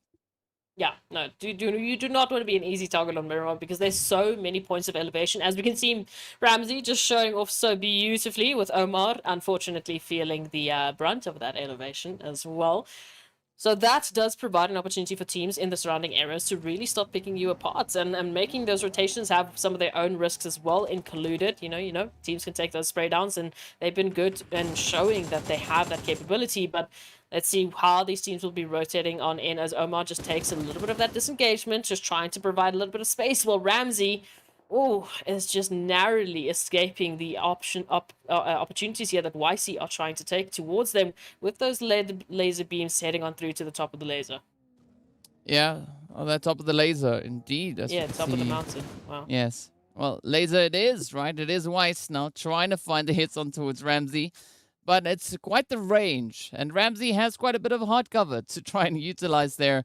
But again, Myth looking beautifully set up in the zone. Slime 4KT, on the other hand, are going to be moving in on that northwestern side, looking to contest against the players here from one round. App Golden could be rolling in behind them or maybe taking a bit of a more northern positioning. But it is going to be down to one round, and Slime, as you can see them now, moving much closer. It is going to be Eflex and Escanor. Whoa, trying to find that position on towards Koa. I'm loving the angles being held here by Knight. Yeah, for one round, this is a vital opportunity. They are one of the only teams in this northern position. So again, if they can control this, if they can hold their ground here against Slime 4KT, they reign supreme in the northern side. It's again Arab Golden that could be that rotating factor as they're moving on in from water treatment, or rather Hacienda del Patron, but they can still hold on strong here. As we take a look at some of the rest of the teams, however, DK, this is really where we start to see that point at which the elimination feed is going to light on up as the teams are rotating into the chaos. Yeah, I mean, we want to see chaos, right? We want to see carnage. Oh, yes. It's going to be several opportunities still on the way. Speaking about opportunities on the way, right? Titan Gaming are going to be moving in from that southern edge, just managing to get themselves ahead of the blue. It is going to be Puncher moving pretty close to Impala. In the meantime, not too far from that southern position, we do see the players there from Blackjack, of course, just scouting things out. VST moving a little bit closer, but up north, it's going to be Arab Golden moving in alongside Slime 4KT. It is going to be Angelo to spot a bit of that opportunity on towards Pronto. Oh, but a very risky hit, though. I mean, trying to get that Mini 14 to just go where they wanted to go. And now Slime in a position where they could look to just strengthen this defensive line here. Angelo, of course, making a lot of noise and providing quite a bit of information, but the zone has other plans. It is going to be moving further down south, just centering up on towards Minas Generales. Oh, and this is where we were taking a look at Myth and their previous position, but now so many contenders for that central point. We've got VST, we've got Blackjack Esports, and Virtual Gaming holding a fantastic central point as rotations head on through that southeastern portion with Titans and Leaders is going to be absolutely stacked. We can already see the very brave P6 making that rotation in, trying to see what the navigational path into the zone will be and how they can circumvent that angle that Leaders are holding towards them. Well, let's see where it's going to go, right? Still, quite a few rotations are going to be coming in as the teams are running out of space. And that is the beauty of it. Still 15 teams alive. But now 1 million are going to be rushing in on Broly. Broly finding 2 knocks already. 1 confirmation, but down they go. It's going to be 1 million just locking it in. But the third-party sprays come through. Myth not done just yet. They want to fortify. Up comes Ramsey. Up comes Moment. We know what Ramsey can do. But is there going to be that opportunity now? Trying to find the first angle. Opting for a potential raise there. But the utilities keep on raining down. Venom gets confirmed. And it's now riding solely on Lazy Boy and Senke. Out goes the Molly. Is there going to be the one? Comes pretty dang close. Ooh. Finds Lazy Boy. You can see that health bar now getting reduced. But a great opportunity here for Ramsey to get that raise in and bring Myth back into contention. Absolutely, and to stop 1 million for picking any of those crazy points on up, really bolstering that gap that they have towards the top of the scoreboard. So this is going to be it here for Senke and Lazy Boy. Can they hold their own up against Myth? Oh, Lazy Boy sending out the nade, trying to stop them in their advances, but is that going to suffice, though? It seems to be a little bit of a smoke. No, it was definitely a grenade that got popped. Ramsey taking a little smidgen of damage, but looks to find Lazy Boy. Lazy Boy with a drop shot gets them. Down they go. Now, Lazy Boy quickly ducking up onto the top story. Senke, meanwhile, will be staying down below. Utilities getting cooked up once again. Farok prepping that nade. But 1 nade could end it right here for 1 million. Meanwhile, Moment gets found out, and this is where things now start to crumble for Myth, as 1 million are keeping such a contentious position. Farok now trying to find the more opportune approach to take here. Are they going to go down below, up high? Which way will they take it instead? Senke pops on out the window and puts an end to Myth. I love that, the setup, just the awareness here from 1 million esports to systematically take down Myth, who had that 3-1 setup. They had Moment towards the outskirts with that flanking position, holding the line of sight into the second floor, and yet 1 million just so hot on the trigger, so quick to the trigger as well, to make sure that they had the space they needed to win that one out. And now, Unfortunately, now they're going to be gifted with a little bit of an interesting opportunity here within the zone. Zone Blessed right alongside, as you can see, Virtual Gaming, Lag, and Blackjack, who is in the zone. The Soul Esports, Wave, and Slime 4KT towards the outskirts. These are your teams that have an opportunity here to get themselves set up earlier on rather than later, and maybe even block any of the other surrounding teams from getting into the zone. But again, this is going to be an incredibly tough terrain to really manage to move on into that final zone. Finding the hard cover, as we can already see, Slime 4KT, oh, they are just beaming into Arab Golden. Oh, yes, beaming indeed. Bronto finds a good lineup. Now, with Golden trying to find a little bit of a sneaky play to make, right? But not a lot of options because they move away from the one team. They move in line of sight of Virtual Gaming. So, Angelo now just going to be crashing on forward. And of Virtual Gaming already on the ready here, cooking up the nades. We want to welcome them in. Are they going to be able to find those hits? Well, that nade not connecting up just yet. But Angelo now takes quite a bit of damage here. The barrage will continue as Alpha Luigi sends one out as well. They need to be careful, right? Even though they are pretty close to each other, Lag could still reach in from that southern side. Soul, Zero Tolerance could reach in from the eastern side. Heck, Wave could reach in from the northern side. So still a very dangerous position for both these teams. We can see Soul Esports here and Zero Tolerance towards the northeastern side, trying to fight out for control. But of course, Arab Golden and Virtual Gaming here towards the center, as you mentioned, in a sandwich, in a dagwood, in whatever sandwich you want to call it. But nonetheless, they are just a tad stuck moving on in. Really can't force the action, really can't go for one another because then they expose themselves to that third-party action. But it does seem like nonetheless, they are going to be sending out a few nades as welcoming packages with that zone once again just centering on up into this position. It is going to be such a tough fight for them to keep control. Yeah, it's going to be a very crazy fight already. Alpha Luigi getting hit there. So shots continue to come on through. Angelo, I'm trying to find a little bit more of a decisive angle to place that nade. But they have to act relatively swiftly, as we can see. Quite a bit of carnage going down in that feed, right? Teams now fighting on the perimeter of the zone. But Virtual Gaming getting ready to push through as well now. The nades connecting up. Quite a bit of damage is going to be dealt, but it's going to be Wiz to get found out. Oh, Angelo almost getting that headshot. Up comes one shot. Oh, Angelo just on the very edge, but narrowly escaping that play for the time being. Instead, the continuation will come through as Angelo now gets caught out on the edge. Alpha Luigi and Go rushing on forward. Now it all turns to what's going to happen on the edge. Golden finds a bit of an opportunity here. Will they get it? Lining themselves up for a few headshots. But Alpha Luigi has their health bar starting to drop. Up comes the rush. Down goes Wiz. Well, now comes Zeus looking for that continuation. Will they find up the fray towards Golden? It's going to be a rush inside and down they go. Arab Golden getting sent on their merry way. Oh, but at what cost here for Virtual Gaming? All down to Zeus now. But as we look towards that northeastern side, we mentioned earlier, Zero Tolerance and Soul Esports fighting for control of this position, moving on in. And now Soul Esports down to only 2. It is going to be Zero Tolerance to move on in for the elimination, for the confirmation.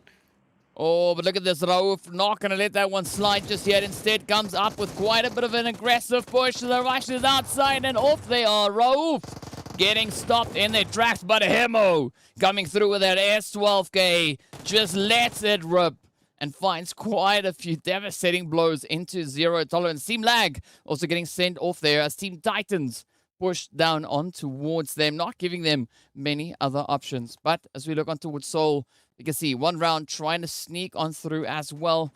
It's going to be Lord also now just trying to piece themselves back together. But the third-party sprays will continue to come on in. As we can see, Slime 4KT Plaza reaching all the way from that western edge. But now the center is going to be where the pressure is at, right? The teams all having to reposition themselves back in towards this next zone. And it's only Lazy Boy, Titans, and of course Zeus from the Virtual Gaming team currently holding on to the zone. As we can see here, between Soul Esports and Zero Tolerance, well, things are looking to heat on up. We can see one round just applying a little bit of pressure. They are looking to maybe get involved because then it's just a quick dash into the zone with the added addition of some eliminations. As YC also tries to just get themselves into a better position here for the res. Lord still applying quite a bit of pressure, but now that push has to come on through. Confirmation for Omar, but will they be able to find Hemo and YC? Oh, Lord definitely going to try and find that, right? But let's see, is there going to be on the cards? Hemo coming out with the rest, 12K. Oh, Lord Oh my goodness, so close. Finds yet another hit. Weiss getting taken down as the Uzi just lets it on fly. Now Hemo about to get spotted. This is the opportunity. S12K close range. No argument there. But Hemo gets straight on down as Chico sneaks in for that beautiful third-party opportunity. Soul also now getting sent away. And down we are to only 8 remaining teams. Titan trying to lock down the southern position. Spots out 10K. But let's see whether or not they'll be able to drive it on through. Meanwhile, it is going to be Blackjack now, suffering quite a bit of a costly fate here as leaders come rushing straight on in. And with a great bit of assistance coming through there from Lazy Boy, they are sent back into the lobby. But now, 7 teams remain, and not a lot of space left for these teams to move through. And Titans holding such a controlling position and a fantastic set of hard cover here towards the southern position. As we can see, Zeus, we know what happened here. But now Slime 4KT, well, they've moved on into this territory. They've moved on in for the confirmation. And it is a 1-on-3 that Zeus will be looking at to try and survive with their backs towards not only leaders, not only 1 million, but Titans in 1 round as well. As we can see out towards that mini-map. Now, this is the confirmation here. Virtual Gaming, or Zeus, rather, they need to be able to get themselves out of this one. They need to be able to stay alive. And it's going to be quite the challenge, right? Looking at the full force of Slime, 4KT moving on forward. But here we go. Zeus just putting a bit of a wall between themselves and the potential pressure coming in here. But as we see down south, right, it's going to be Lazy Boy and Senke holding on to the edge of zone. Shadowwind still looking for a bit of an entry point. But Titans now starting to mobilize themselves, getting ready for some absolute carnage to ensue. But here comes Zeus. Now, just taking a bit of that damage. Koa prepped with that DBS. Ooh, are they going to be able to find it? Meanwhile, Lazy Boy gets found out there by Axa. And now, 1 million down to only Senke. Shadowwind going to be holding on the very edge. Zeus gets traded off as Koa finds the hits with the DBS. And crazy, shoddy action. Oof, I love to see it, and how the tables have turned, right? We saw Titans holding such a controlling angle. They will be able to pick up 1 million, but now they need to make a dash into the zone. Ooh, just a little bit of a spot out there for Shadowwind as well. So, I don't know. It looks like their days might be numbered. Now, Slime 4KT up against the Titans, the only 2 teams here with all of their members still in this final zone. But what will leaders and 1 round have to say about it? This is going to be quite the fight, right? Titan, Slime. What more could you ask for moving into Miramar? 1 round could still bring in a few contributions from that very edge, but Shadowwind, pretty isolated. The only hopeful left. Now, Puncher and Axa moving in on the side. 2 of our super aggressive monsters right in this match. It's going to be a little bit of that damage now being sent down in towards Chico. But a great opportunity actually now for Slime 4KT to rush on forward and capitalize on Titans while they are distracted with Shadowwind off in the distance. The smoke not going to be making it all too easy. 1 round still going to be trying to keep themselves in contention as they're moving ever closer to that zone. But let's see, are they going to be found out? Titan, Slime, this is going to be the fight. Chico gets isolated and off they go. E-Flex still alive. Down comes that extra bit of a loot crate. And it's only a moment before we see Slime and Titan duking it out for that winner-winner chicken dinner.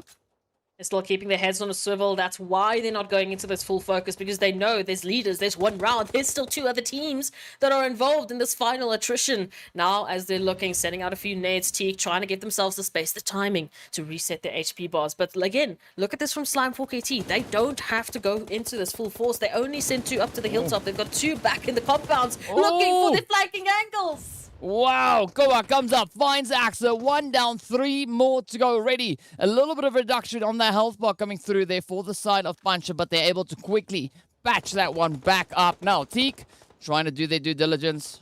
Curious to see what Shadowwind's going to be doing. I mean, Shadowwind could be quite the decisive player in this point, but Plaza comes for the flank, looking to find that opportunity. Come on, could this be the play now? Slime on the very edge of securing himself that winner-winner chicken, then finds quite a few sprays now. Titans down to 3. It is going to be Teak now trying to survive. Koa in hot pursuit, looking to push on forward. Leaders go down as Shadowwind gets found out there by Plaza. But up comes Koa, looking to keep the aggression on, pushing forward, wanting to lock it in. And it is the end as the players from Titan Gaming get sent away. But E-Flex stealing the eliminations away from them. Now Slime turning their attention on towards one round. Chico, the final player, standing between Slime 4KT and the winner chicken. And the Plaza comes on through, clutches it out with the UMP to lock in the chicken dinner for Slime 4KT. Double digits on the board.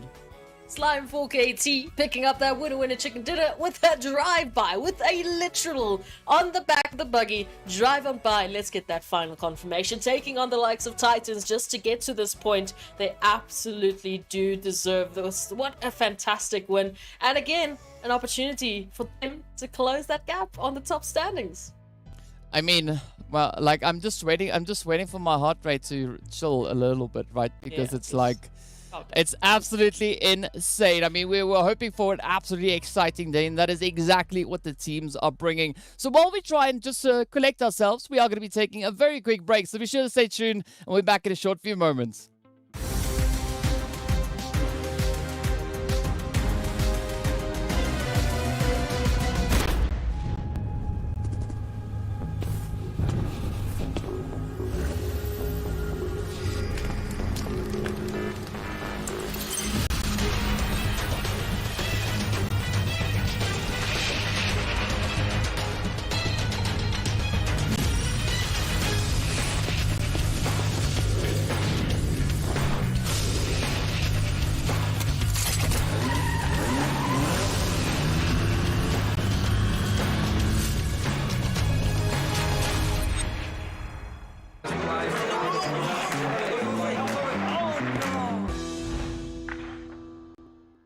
If only I had a weapon, I would take over the punching kick.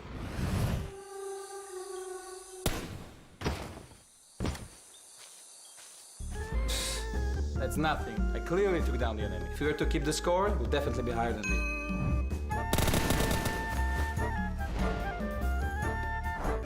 If I hadn't thrown the wrong grenade, I'd be eating chicken dinner for sure.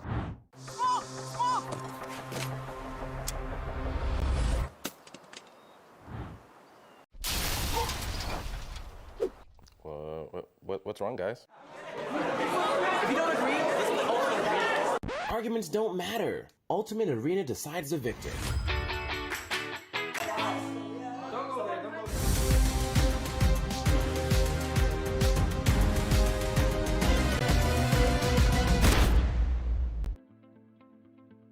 Hello and welcome back to the PUBG Mobile Pro League Africa Fall 2022 Season Finals. We've already passed that midway point for today, right? Moving into match number 4, which was an absolutely insane showing. As we know, right? Not only did Slime 4KT secure themselves that winner chicken dinner, but what a fight it was, right? It was contentious to the very finish. Oh, absolutely. And of course, Titans picking up, 16 points, just 2 away from one round, but also just 1 ahead of 1 million. So in one way or another, maybe they'll be closing that gap. Nonetheless, we do see a phenomenal efforts here from the teams on this side of things, picking up some fantastic eliminations. I mean, Virtual Gaming finding themselves in 6th position thanks to, well, just the sheer survivability there of Zeus managing to stay alive as a sole survivor, even trying their best with just going up against the winners of Slime 4KT, who just moved on into those compounds and really was such a challenge. Yeah, I mean, it is going to be quite an exciting one moving forward, right? We're getting ready to take a look at that second page as well to see where the teams find themselves with regards to points. And there's a Flame, the only team here not picking up any points in this match. But we see the players there from Blackjack securing themselves 4 points alongside Zero Tolerance. And of course, then we got VST and Team Miss and the rest of the teams all at least securing themselves some form of points, right? But let's take a look at these absolutely crazy highlights. I mean, 1 million going on an absolute rampage once again. But as we know, right, they made a bit of a force out on the field. And, well, we know who took the winner chicken dinner. It was Slime 4KT. Absolutely. They really had to step it on up here because it was stacked. I mean, as we saw, literally just from this point on, we still had 9 teams available, but we still had so much damage to move on through. We had so many eliminations that had to happen just for the teams to get to a final point, to get to a concluding point. So it was a phenomenal step up here from Sanhok KT, of course, to pick up that winner chicken dinner because it's going to be able to help them climb the overall rankings. We've been waiting for a shift in that top 5 placement. We've been waiting for an answer to see who's going to be reigning supreme, and they've been slowly but surely closing the gap. So today is where those shifts will be happening, but we're gonna have to wait a little while to see what the answers will be. Yeah, of course. Well, one thing we don't have to wait for is going to be our shout-outs to our sponsors, right? So much love going out to Monster Energy, our official energy drink partner right here for the PUBG Mobile Pro Leagues. And of course, we need to show a lot of love going out to Oppo as well. So Born to Win, welcome to the exciting match brought to you by Oppo. Get your gamer mode on with the much-loved Reno 7 series.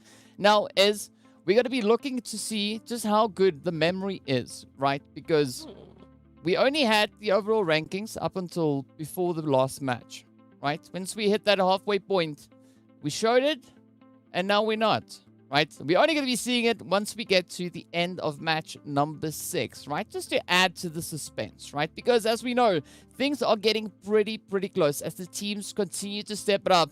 But we'd love to hear, in the meantime, what you, with our viewers, think, right? Who do you think is going to be the team to finish in, or the teams rather, right? To finish in the top 3. Right, we already know it. 1 million and Titan Gaming being leaps and bounds ahead of the competition. But who's going to be the team to lock in that 3rd place, right? Because it is going to be between Slime, Leaders, and Virtual. As we know, they are pretty contentious with regards to those points. So tell us, hit us up on social media. You can reach us on YouTube, Facebook, and TikTok. Be sure to include the hashtag alongside that. The only thing that I can say at this point is that there's still a slight bit of a point difference coming through between Slime and the players there from Leaders, right? We know before we jumped into this last match, there was 3 points separating Slime and Leaders, right? We saw that on the overall rankings. As we look at the situation now, it's changed to a 15-point difference, right? Which way around that goes, I don't know, right? You got to figure it out. But either which way, do the math and you'll find out exactly where we are. Of course, now, speaking about that, we are going to be looking at where we're heading next, right? No surprise, we're going to be heading straight into Sanhok for match number 5. After which, we're going to be jumping into the spicy Erangel. But this is going to be the opportunity for us to see now what the teams will bring through as they move up into towards Sanhok once again, right? We know Soul Esports picking up that first winner chicken dinner on the first Sanhok. But who's going to pick up the last winner chicken dinner on the very last Sanhok? It's going to be up to the teams, of course. As we know, everyone is fighting for the opportunity in. We know Slime for KT, they are trying to get themselves higher and higher up into the top 5 rankings from that last performance. They're looking pretty good to do so. For TEAMLAG, of course, we know they've been hopping and, just swapping places with VST. They're on the edge of that EMEA champ qualification line on that 6th position. VST and LAG have been basically swapping places since the beginning of today. So how is that going to continue and how far away they actually are? Again, we're not doing the math. Maybe you can go back, you can do some math of your own, but please don't ask us to do that. Especially don't ask me to do that. Thank you. Moving into Sanhok, of course, we know the teams have been pretty, well, respectful, pretty, quiet. Moving on into the early phases, but are they going to step it up into Sanhok? Are we once again going to be seeing some of that hot drop action? Well, we're going to find out right about now, right as we're getting ready to move into Sanhok, our final Sanhok, right here in the PUBG Mobile Pro League Africa Fall 2022 season finale. And as we know by this time, flight path, not all too important, but it seems to be a relatively comfortable flight path at least. We have the players here from, I think that's Blackjack that's going to be moving down, all 2 players together here somewhere. It's them. Oh, it's Senke and teammate flying down to the map, but of course the flight path is going to be pulling towards that western side. But now we get to see where our very first zone, or first zone, there we go. Where that one is going to be forming up. Yes, I don't know what English is, but either which way. Here we go as the teams are getting themselves spread out. We're not seeing any major hot drops. Ooh, but what a zone, right? Smack dab center. And now, this is going to be providing the teams with an opportunity to play at their strategies, right? Get those sneaky rotations sorted out.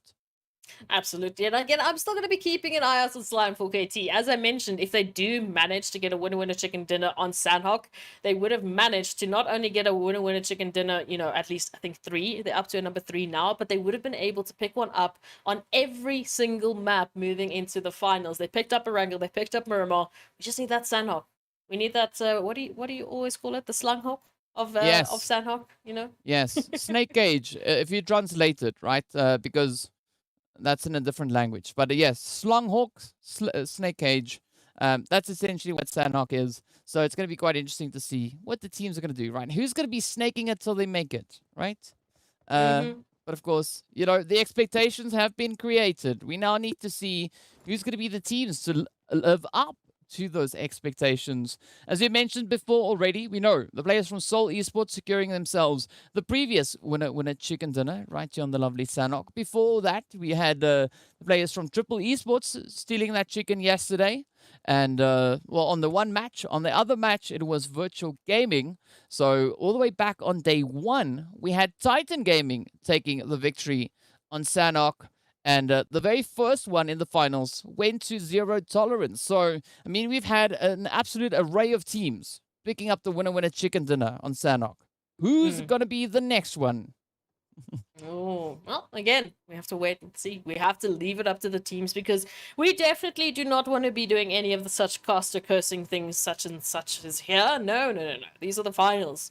These are very, very, very serious points because we know these teams are competing for such amazing opportunities. Not only a spot in PMGC just from your points in PMPL Africa, but also to get yourself into the MIA Champs where there are 3 slots available for the PMGC.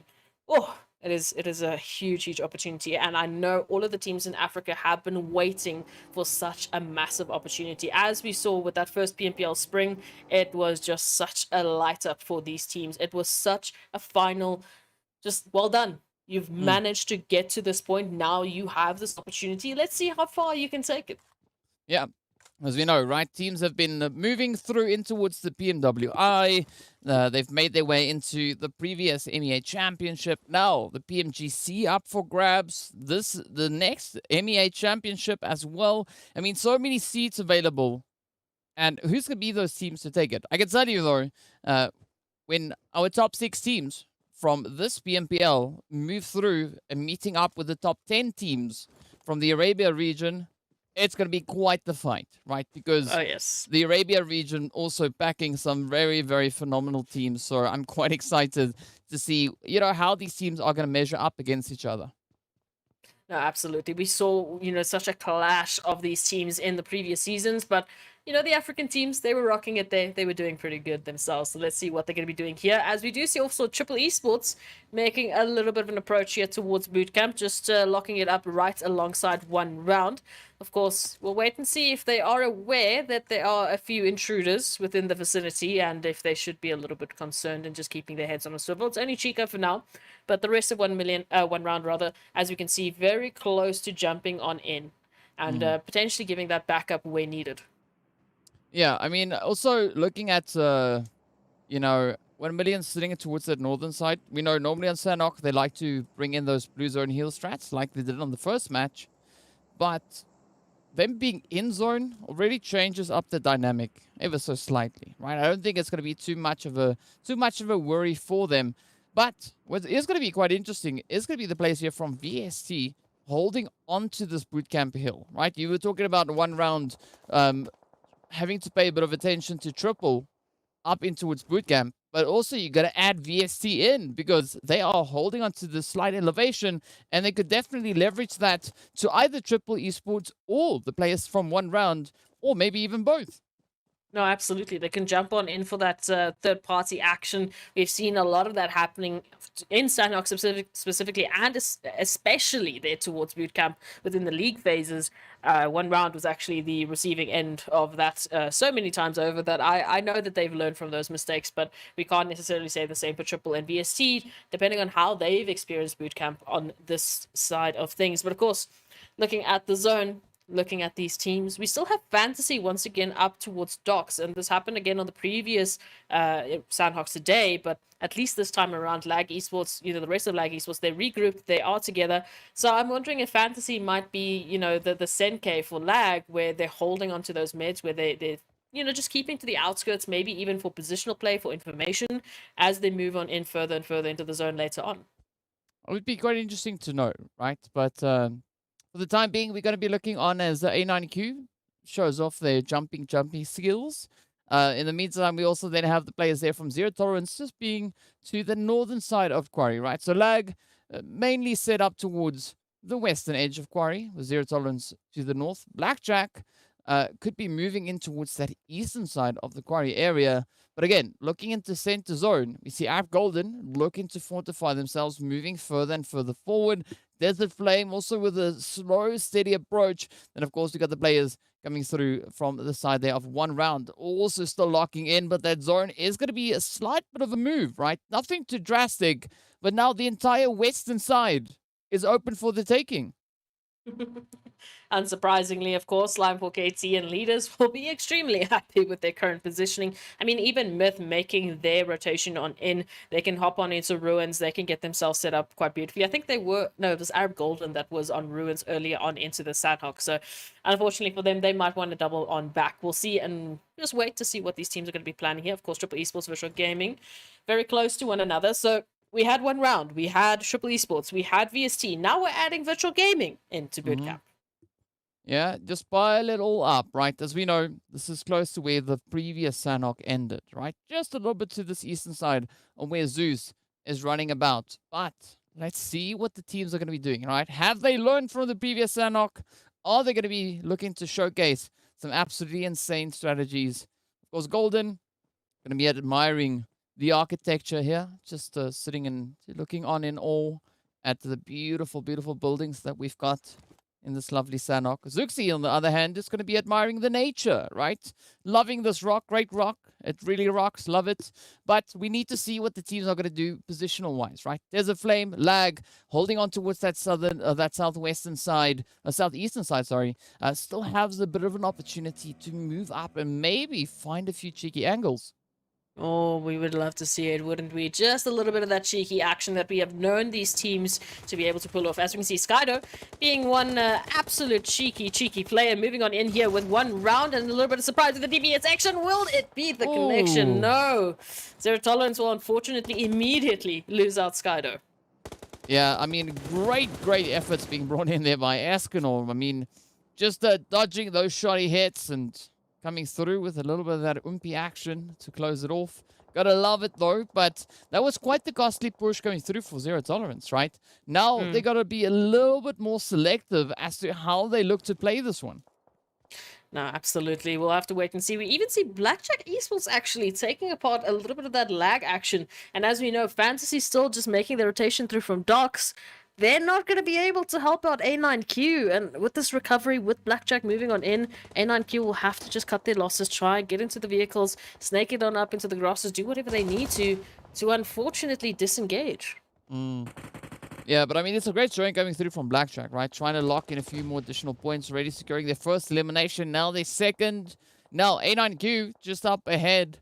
And it's going to be a curious one to see whether or not Blackjack will actually be finding A9Q, or if A9Q is going to be satisfied with this current position. Because there's a Flame just off in the distance as well. So NG getting a little bit cheeky here, just trying to shoot off everything. But, well, they will get reminded that you can't do that, right? You're going to get shot at, as we did see a beautiful response being brought through there by Desert Flame. Surprise, surprise. Sanhok is going to be crazy. I mean, we could have called that before moving on in, but these teams are just going to make us eat our words. They are always going to be stepping it up just higher than what we can expect. Blackjack now picking up their first 2 eliminations and holding a really good position, moving on into the rest of the zone. Again, they're not really going to be challenged for this anytime soon. As we can see, it's only Fantasy coming through into this direction, unsurprisingly, to try and potentially, just be an Uber to A9Q, pick them on up, and hopefully take them on into the rest of the zone. A9PU, I like that one. But either which way, right? Blackjack now just going to be holding on in anticipation to see where the zone is going to be moving next. 1 million, not committing to the zone just yet, right? That is well, pretty normal for 1 million to do. But the zone is going to be moving right up into Trifecta. So this opens up the opportunity now for Slime 4KT to get themselves situated in anticipation of the teams now starting to converge towards that Trifecta position. Of course, VSC also on the move. Myth moving in from the south. And I'm curious to see what Triple's going to do, right? They're still holding on to Bootcamp, but they've not made any decisive moves just yet. Yeah, no, nothing really coming to fruition in terms of that information to see what they can get away with at this point in time. And we know this is a vital opportunity for all of the teams to pick up some much needed points. As we can see, DWAS looking to do so alongside Flacco moving into Arab Golden. Oh.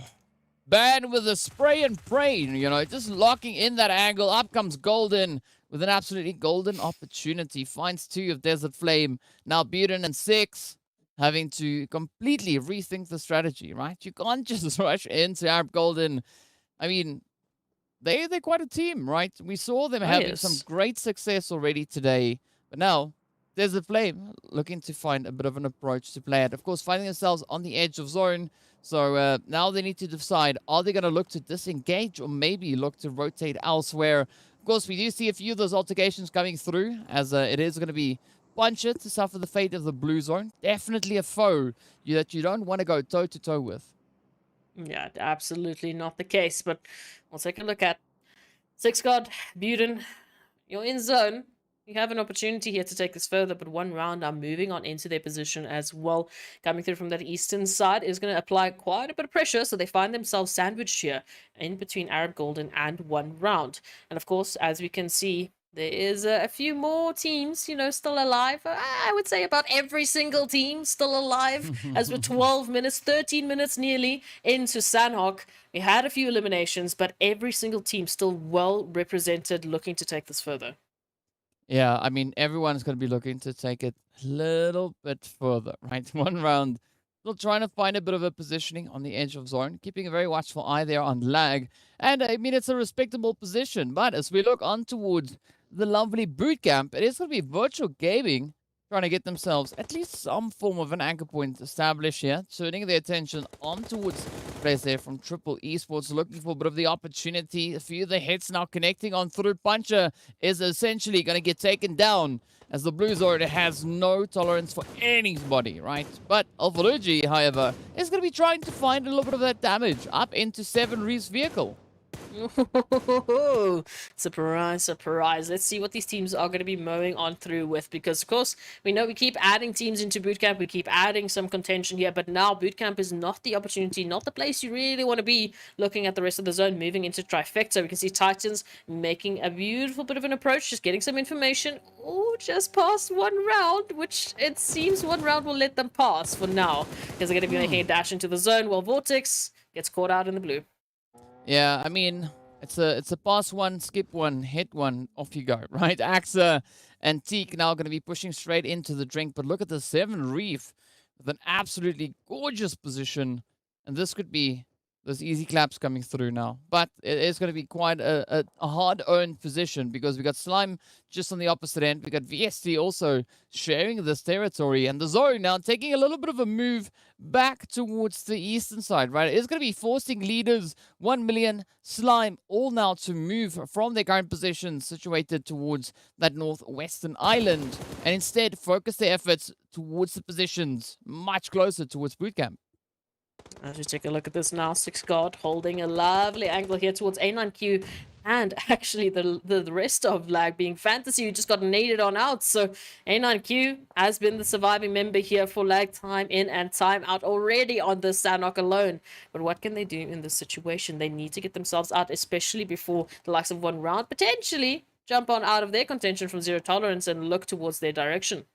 Yeah, it could be a very sweet day, especially looking at 1 round and 0 tolerance. Of course, just north of where we currently find ourselves, you can see those little blue dots coming through on that mini-map. But whatever 6God has in store, they need to try and lock it in, right? A9Q is just going to be pretty resilient, holding out in that blue not going to be moving up just yet. Buren also waiting for the opportunity here, but Fantasy is getting ready to fall now. We can see one round starting to move on through. And this allows the remaining teams to just strengthen their positionings, right? We got Blackjack moving in alongside the players from Ab Golden towards that southern edge. 1 million going to be taking the plunge, moving in alongside the players here from Wave. But Wave have got that position just on the very edge of zone. Oh, this is going to be a tough opportunity for anyone to really work with. I mean, we've got so many teams still alive. We've got 4 phases deep and all 16 alive in one way or another. Wave Esports here just to the bottom of 1 million's position currently, who are laying down a little bit of the law, a little bit of fire, hoping to find an angle into the zone. As we can see, Wave Esports in a prime position to keep them out of it, but for how much longer can they actually sustain this pressure? Yeah, and there's going to be quite a bit of pressure. I mean, speaking about that, we do see the players there from Titans now getting hit by Slime. We got Zero Tolerance continuing the altercation on towards 1 round. Now, 1 million on the very edge of this blue zone, having to decide where they're going to go. It is going to be quite the push because we got Myth and Leaders situated on the western edge of zone. Wave right here towards that southwestern side. But it is going to be Leaders and Myth now looking to alleviate a little bit of that pressure on themselves, right? Sanhok already getting knocked. Now Ramsey following suit as Shadowin lasers in. Up comes Broly looking for a bit of a play with that vehicle. Unfortunately, not finding a good position to pull in. But Myth, they have the advantage. They are situated within the safe area. Now PLZ, Carryboy, Morteza, Shadowin all having to rush on forward, making them super vulnerable. Oh, we can see PRZ out of the smoke, just somehow, someway being Neo in the Matrix, avoiding the lead being applied here by Broly. We'll see for how much longer that is the case. Meds now being popped, everyone out in the blue. It is hurting, 5 phases deep, and you know it is going to be chunking pieces and pieces out of your HP bar. Morteza taking just a sweet moment to loot on up, get themselves set up, and get those eliminations. Just tap, tap, tap away at Broly. Now Myth, what are they going to do to get themselves out of this? Oh, that Mark 14 just sounds amazing. But here we go, right? Farok, Momin, just trying to hold up. Trying to just keep themselves alive on that very edge. But they got so much distance to cover. It is going to be Shadowin to get spotted out. And down they go. Morteza, the final contender left. Looking to see if they can maybe find some form of continuation here, but it's looking pretty grim. Yep, down they go. It is the end of the road for Leaders Esports. Down to 12 teams we are. Of course, now VST Titans situated towards this western edge. It is going to be both also now to get found out. And Varok trying to hold on for dear life. Titans trying to get the zone under lockdown, but VST and Slimefolk AT says hell no. Down they are. And it's the end of Titan Gaming. Oh, this is going to be an interesting one. Wave Esports out into the drink, quite literally out into the blue juice now as well. So 1 million, as we can see, knocked on out. One Marshall and Venom still trying to hold on. Venom just peeking on out. Oh, with the last sliver of HP, trying to get hit into Wave, but it is not going to be the case, unfortunately. Well, at least 1 million. They still have at least a player or two still alive. Well, in one particular player, as we know who that is. Still out into the blue, keeping themselves in this one way or another. Lag out, and now we see Triple Esports in the zone. Oh, and the only team in the next zone to get themselves set up. Well, there's going to be a lot of pressure coming through for these teams as they look for that extra bit of continuation. And now, the zone restricting the options, right? But it is going to be blue zone to reign supreme as Wave gets sent back in 10th position. Slime still trying to make a play for it. They have Storm and Plaza situated on the very edge of zone. The rest of the crew is still looking to find a good, decent approach. Buren and Six God going to be trying to make some form of security happen towards the southeastern side. MG, though, is going to be fighting VST with some beautiful nades. We can see Hainsley and Zerxy looking much worse for wear. Now, relying solely on the position coming through here from Fivo, but the blue zone is going to be applying that pressure, starting to move on forward, and the teams now having to converge even closer to each other. Not going to stop anytime soon, as we know. More pressure, more action, more beautiful, beautiful plays that we get to witness. It is Slime, it is Triple Esports within the zone. It's Virtual Gaming nearly in the zone, but Blackjack, oh, it doesn't look like Blackjack will be making it into the zone. If Slime 4KT have anything to say about that, as long as Triple Esports hold Phonics on into this position. Oh, but that shotty coming through, dealing quite a blow into Phonics. Now comes 7 Reef to shut the door, and that is going to be the end of Blackjack. Slime 4KT They're going to be looking to capitalize on the third-party opportunity here. Moving on forward, Black 7 holding on to that ridge line, trying to get those secured reses through, but it's not going to pay off as they too get taken on down. The heads connect on up, and that is the end of the road. The rush now continues as Arab Golden gets into a bit of an altercation here, but they too shall fall. And down to the final 4 teams we go, right? It is now solely Slime 4KT and Virtual Gaming fighting to the finish for the winner chicken dinner within the zone. 1 million still has Senke out in the blue. Myth has Farok out in that blue zone. But what's going to happen within the zone? Slime pitching up with all 4 of their players now. Take a few numbers here. Gaddafi and the rest of Virtual Gaming try to make a stand, pushing in from that northern position. These are 2 of the teams within your top 5 placements on the overall standings. At least they were the last time we saw them. Of course, now we don't know where these positions are. We don't yet know how important this is for Virtual Gaming to try and take on the likes of Slime 4KT. But the pressure now towards Gaddafi will mean it's only one to stand in their way. Yeah, it's all down to Zeus, right? It's only Zeus standing between Slime 4KT and that winner chicken dinner. Only their second one for today, potentially, right? So, as we know, Slime really bringing it in that last match over on the lovely Miramar, securing themselves that winner chicken dinner with 10 eliminations. So far, Slime sitting on 9, 1 shy of replicating their Miramar efforts. And one possible elimination away from picking up a winner chicken dinner on every single map in our finals. One way or another. Wow. So let's see how this one goes, right? Zeus, sticking to those bandages. Could there be a bit of an opportunity? No, it is going to be the chicken dinner getting sent away. Myth also going to be falling on down. Slime picking up a back-to-back winner chicken dinner, locking in those 9 eliminations, 1 shy from their Miramar efforts. And as you've said, right, that is an absolutely glorious performance. Slime getting a chicken dinner on every single map in the finals. I love it. I've been waiting for it. Yesterday was that moment that I was like, oh, okay, they did it back-to-back. They're getting closer and closer, but here we go. We've at least got one more map left for today. Wow, I can't even English. So let's go to a short break so I can go read a dictionary and we can get ready for that last one.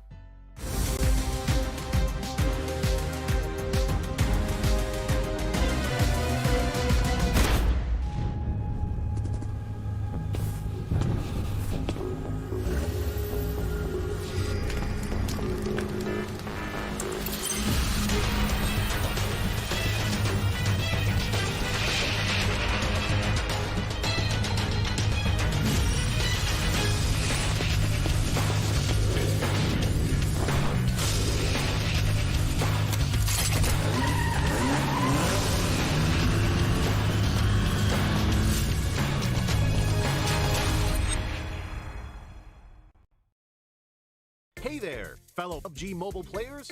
Along with the version 2.2 update, we have made a series of improvements on the game's basic controls. Let's take a look at the improvements. First, improvements to the controls and display. We have increased the display priority of the wheel when the throwing wheel is activated. Now it'll be easier for players to select the items they wish to throw. In this update, a countdown will be displayed whenever the play zone is going to shrink. This way, it will be made more aware of the next play zone, and players can plan their routes more effectively. We've improved the feedback effect of marked items. Whenever you tap and hold to mark an item successfully, the feedback will be more obvious when the player is aiming down sights. The markings within the scope have been optimized, so the sight is less obscured. When a player jumps, after respawning or deploying an emergency pickup, it's now possible to mark the battleground with light columns. After a team wins, the buttons for MVP likes and summon statue will be combined. Now players can send a like automatically whenever they summon a statue. On the results screen, we have added teammate numbers, so now players can use the number to identify each other and give likes to their favorite teammates. To make spectating more convenient for players, we have tweaked the button size on the spectating screen. This reduces the chance of tapping the button by mistake.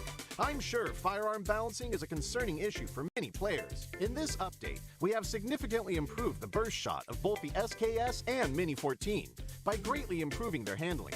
This will increase their stability fired consecutively and increase the damage dealt to enemies. Perhaps these two firearms will become your weapon of choice after the enhancements. For airdrop weapons, we have made some adjustments to the controls and damage dealt to better balance the airdrop weapons.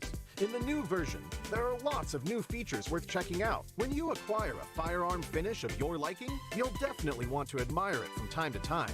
In this update, we've added a firearm inspection feature. Players can now use this to admire their favorite firearm. During combat, players can tap the emote to enter first-person perspective to inspect the current active weapon. A friendly reminder, never inspect your firearm during combat, or you might overlook the enemies before you. Do keep in mind that this feature is currently only available for certain firearms, but it will be gradually rolled out to other firearms in later versions. The recommended layout feature is one of the many new features. When players customize the controls, it's now easier to apply a custom layout recommended by the system with one tap. We've also added a trunk system. Players can now make exchanges while riding vehicles. Use this feature to exchange supplies with teammates. But remember, the size of the trunk depends on the vehicle type. The visual presentation of profile cards have been improved. Players can now set their gender on their profile cards. On the results screen, we have streamlined the results process and improved on the layout, as well as the MVP results emote. On the new results screen, assists will be included in the stats. In future matches, you can try cooperating with your teammates. Even if you don't make the final strike, assists will help boost your results. We have added stationary targets to the training grounds. After firing, the damage dealt and bullet trajectory will be displayed. This helps to more closely recreate situations that players may face in matches. To make it easier for players to practice shooting, the most recently used firearms configuration will be applied by default when entering the training grounds the next time. These are the major improvements for the basic experience in version 2.2. If you want to learn more about this update's content, don't forget to follow the official PUBG mobile community. Winner, winner, chicken dinner. See you next time.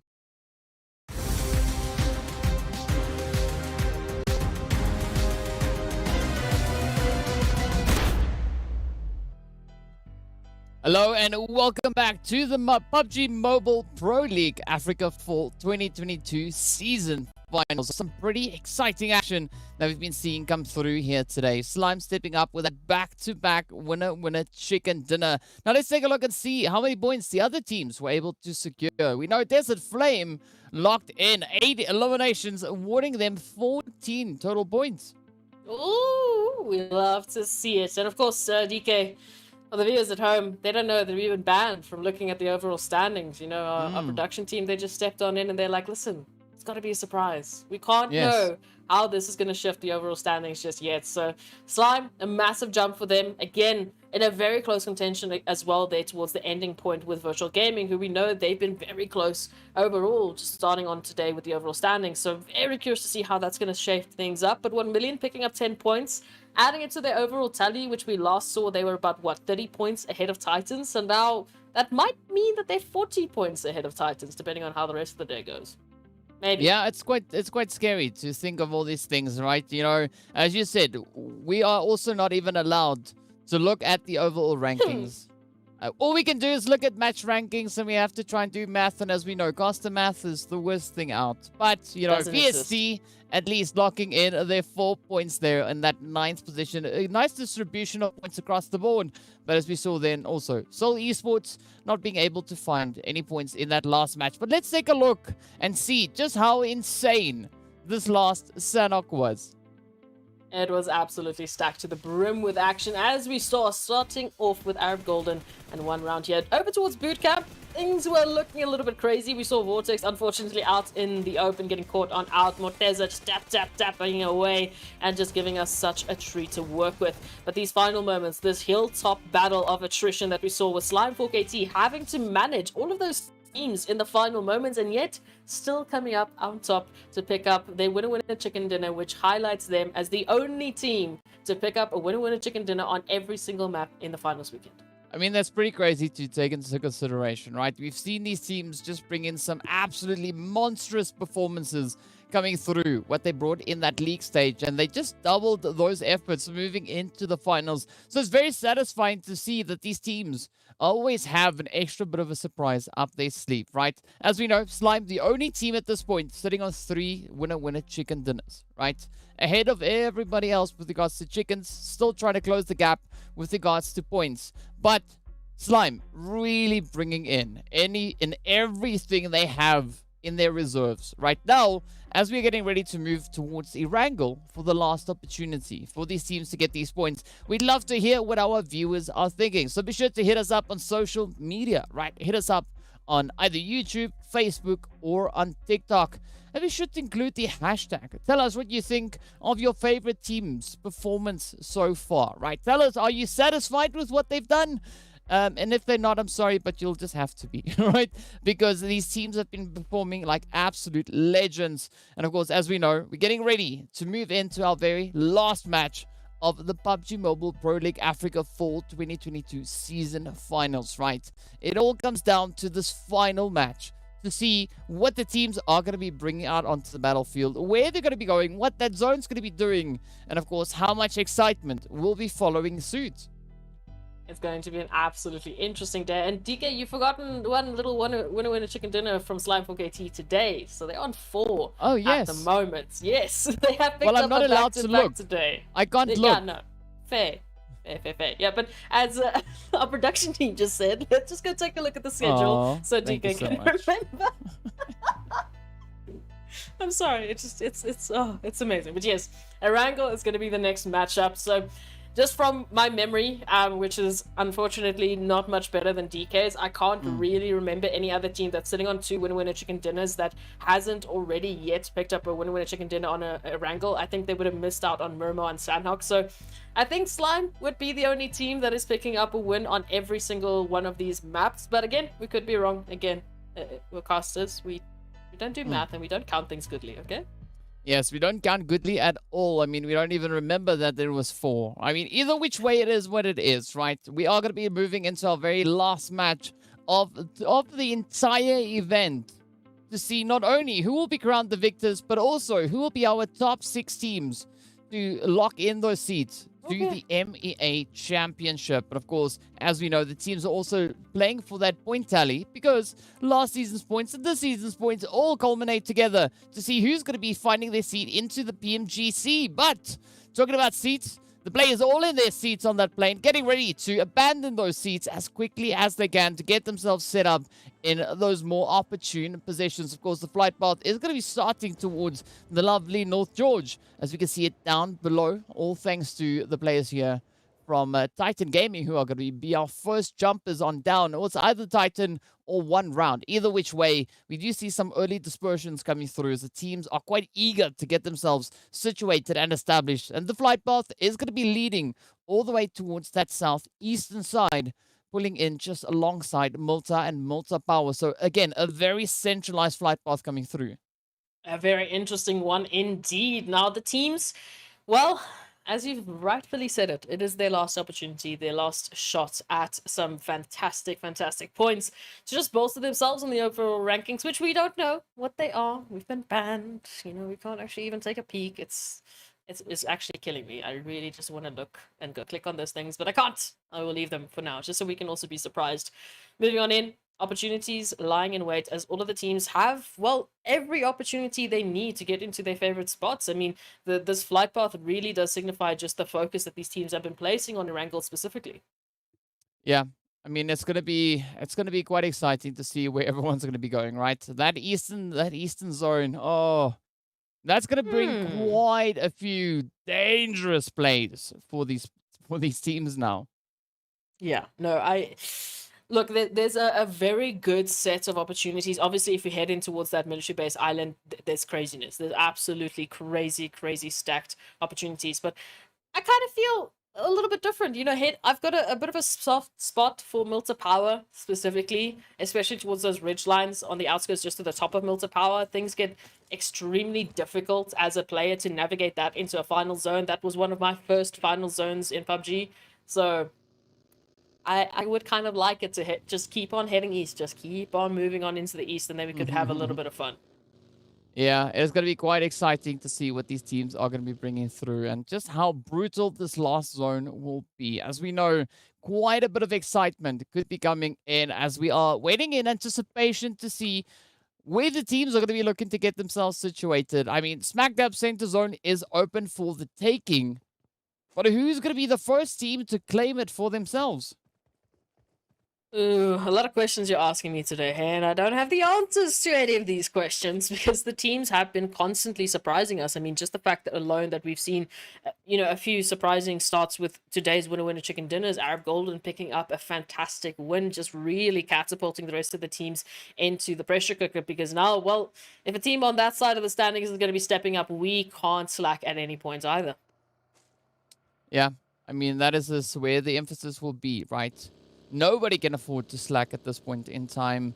I mean, it's just going to be action, action, action, right? 1 million looking to bring in a bit of a rotation. Lazy Boy leading the rotation here, the pathway, the push. Looking to see if they can maybe find that opportunity. Opting for a bit of a northern play, right? Not quite sure if they're going to be heading towards Stalba or just to the northern side there of Yasnaya Poliana. But as we know, once they move in, they are going to be met with a potential play coming through then from Slime 4KT as well as Blackjack. Ooh, okay, so an opportunity here to pick up a little bit of something. Zeus and Skydo just having a bit of a staring contest there over towards the southern point of shooting range. Not sure what's going to happen there. One round also moving in from Zaki, so a slight bit of a change up here just for the few of the teams, but some really, really good, interesting points here. Of course, we can see that staring competition, Skydo and Zeus. Well, hopefully they'll be joining it up with a little bit of those firepowers, those guns to jump on in, because just looking at a staring contest is not going to get us any of the action. Yeah, I mean, it's good to get you some action, right? At least interaction, right?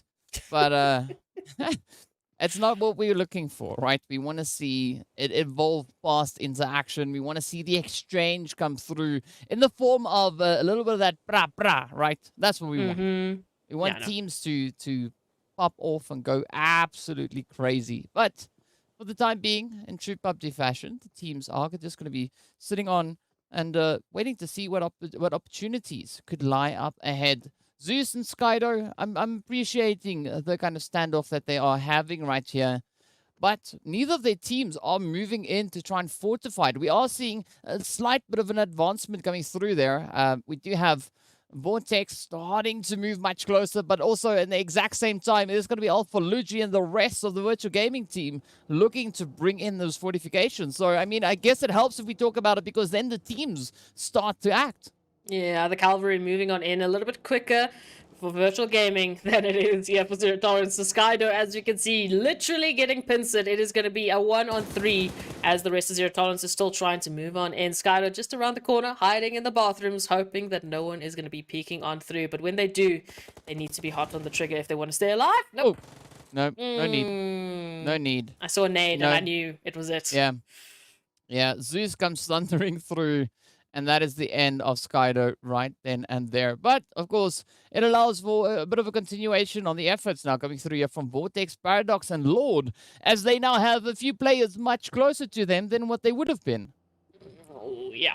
Look, so Virtual Gaming, they moved on in swiftly for that elimination. Now rotations have to continue. They need to continue their looting and moving on into that eastern zone. As we know, very, very far out. Vortex, just keeping an eye out, seeing Zeus. Ooh, doing a very, very nice little wrap and a little drifting action there towards the end, which is exactly what is going to cost them so much of their HP. We'll see if oh, Vortex nearly. If that weapon switch was there a little bit faster, we could have been seeing Zeus joining them in the lobby as well.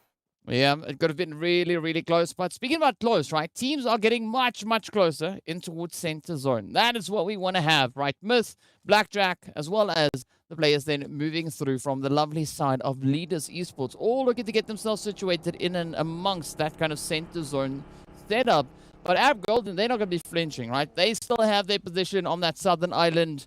And there's no one at this point in time there to contest them. I mean, VST could opt for a bit of that, a quick dip in, dip out to get themselves through towards that more center zone. Or they could just stick to the mainland and look for a bit of a rotational pathway. In the meantime, we could see a little bit of that one-on-one action now coming through yet again, right? Chico and Marshall quite close to each other. Quite close indeed. And the rest of 1,000,001 round joining suit as well. Marshall is going to be hearing those engines roaring on up the hilltop, so it has an inclination that something is happening. Someone is rotating here and is going to be looking to spec it on out. Just get some information and see if they can pick up an earlier elimination or two. We'll see if Escanor or Knight who's going to be in the danger zone. But again, the trees just providing that necessary cover. So one round should hopefully be able to just continue their pathing into the next zone. Coming through from the northern side of that zone. So again, Seoul Esports being the only team that we see here currently towards Milta Power. Normally, we would see them towards that military base island. Arab Golden still the only team on that military base island currently holding that information. Meanwhile, in center, hello, surprise, surprise, it's Wave and Blackshack. Yeah, let's see where it goes, right? That shelter action could now maybe get even more exciting, as we do have two of the players from Blackjack already down. The rest of the Blackjack team positioned much further down towards that southern edge, right? It's going to be MG and Chrono just holding on. But again, it is going to be changing up their approach, right? You don't want at this stage to be reduced down to only two hopefuls. But the rest of the teams are now going to be looking to push further and further on forward. VST trying to figure out how they're going to play this one. Are they going to play the bridge? Are they going to push straight on through? But Titans, they're like, you know what, it's fine. We're just going to move on in, inch our way through the lovely Pachinki and look for a bit of an opportunity maybe towards that northern side. Oh, it could definitely be a very interesting setup of events, especially towards that center zone. We have Virtual Gaming, Myth, Wave Esports, the two from Blackjack, all within that center, holding such an interesting point between Farm and Milta, of course, closer towards that center. A little bit more up north, we've got the prison rotation coming through from Virtual Gaming. So, interesting towards the center, but even crazier up towards the north here, DK. Yeah, we want to see a little bit of that congestion now coming into play. Zero tolerance, Slime Fork AT, 1 round, 1 million. All now on a slow, steady approach. But I do think that there's going to be absolute carnage erupting towards that southern edge, right? Right in towards the position where we saw the players there from Desert Flame, Myth, and the surrounding teams as that really challenging position now comes on through. But as we've pointed out, up north, it's going to be smooth sailing for the time being, right?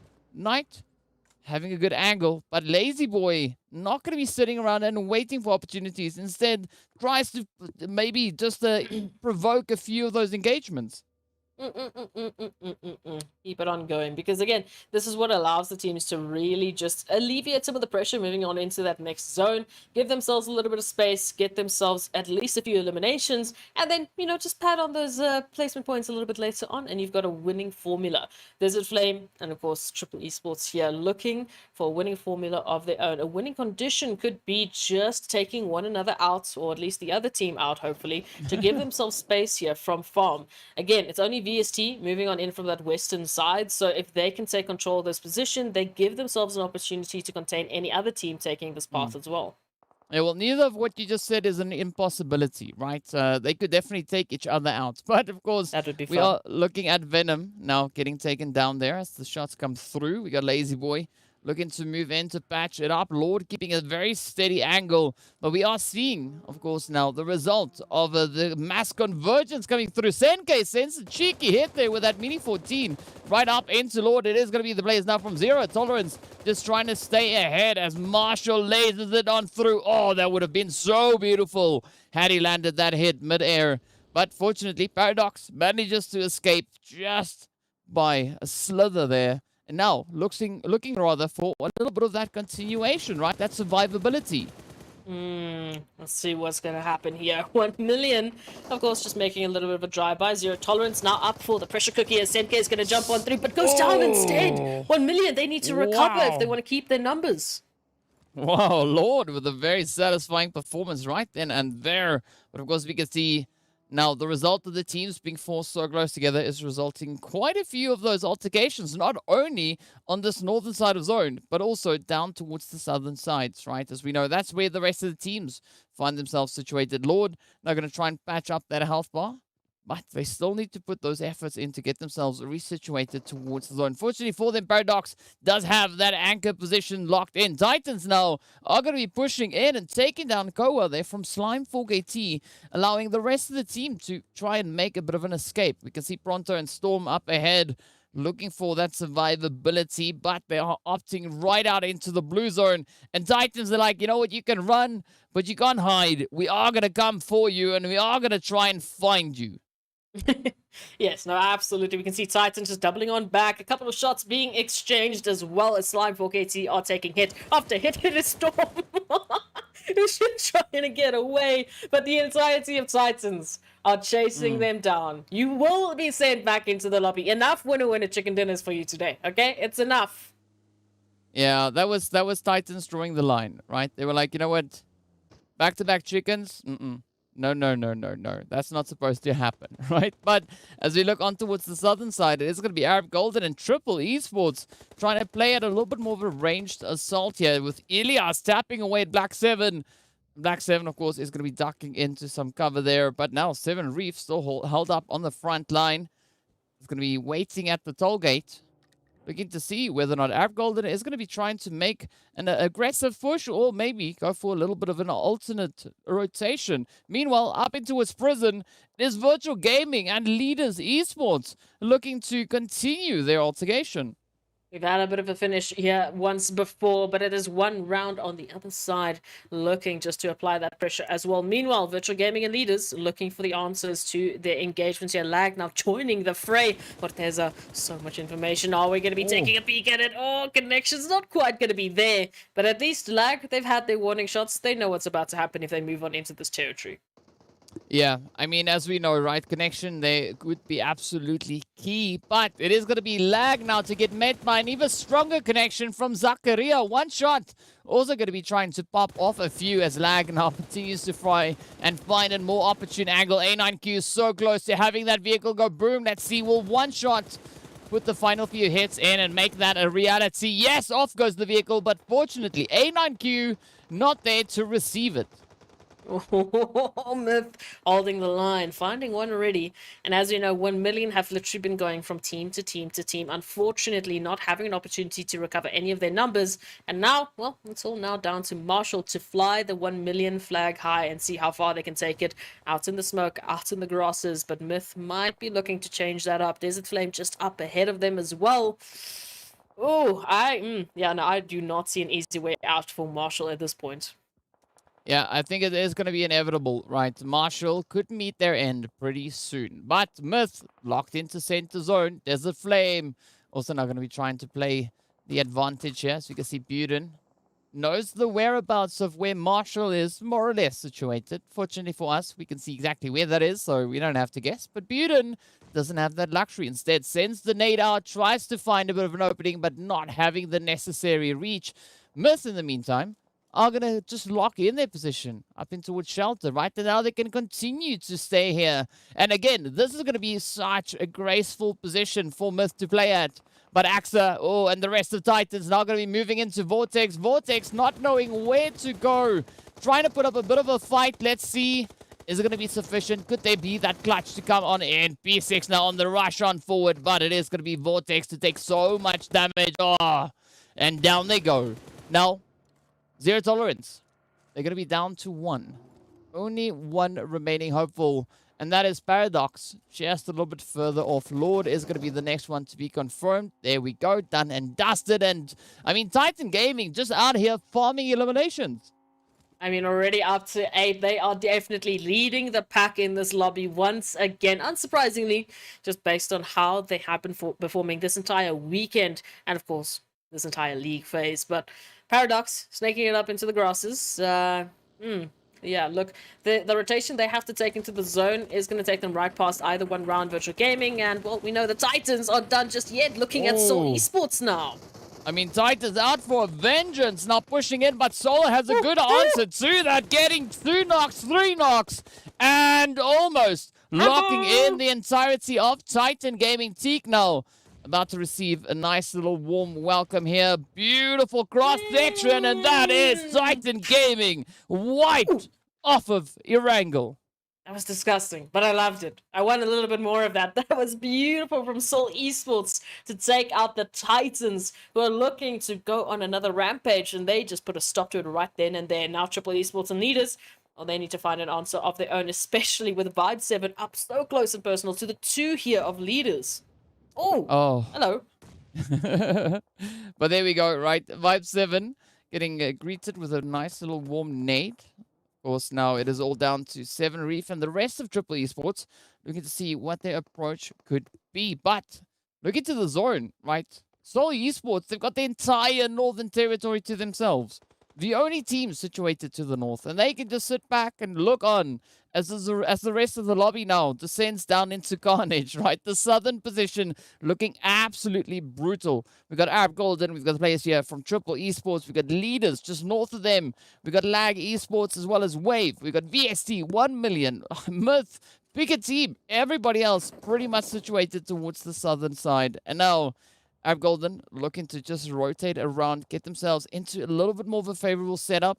But Triple Esports still going to be trying to squeeze themselves into the zone. Black 7 about to meet up alongside Angelo. Angelo has the plan for M7MD. Let's see, is that going to be the one though? Oh, it goes off. No, does not find it. Oh, we do. We hype those nades up because they can just be so devastating.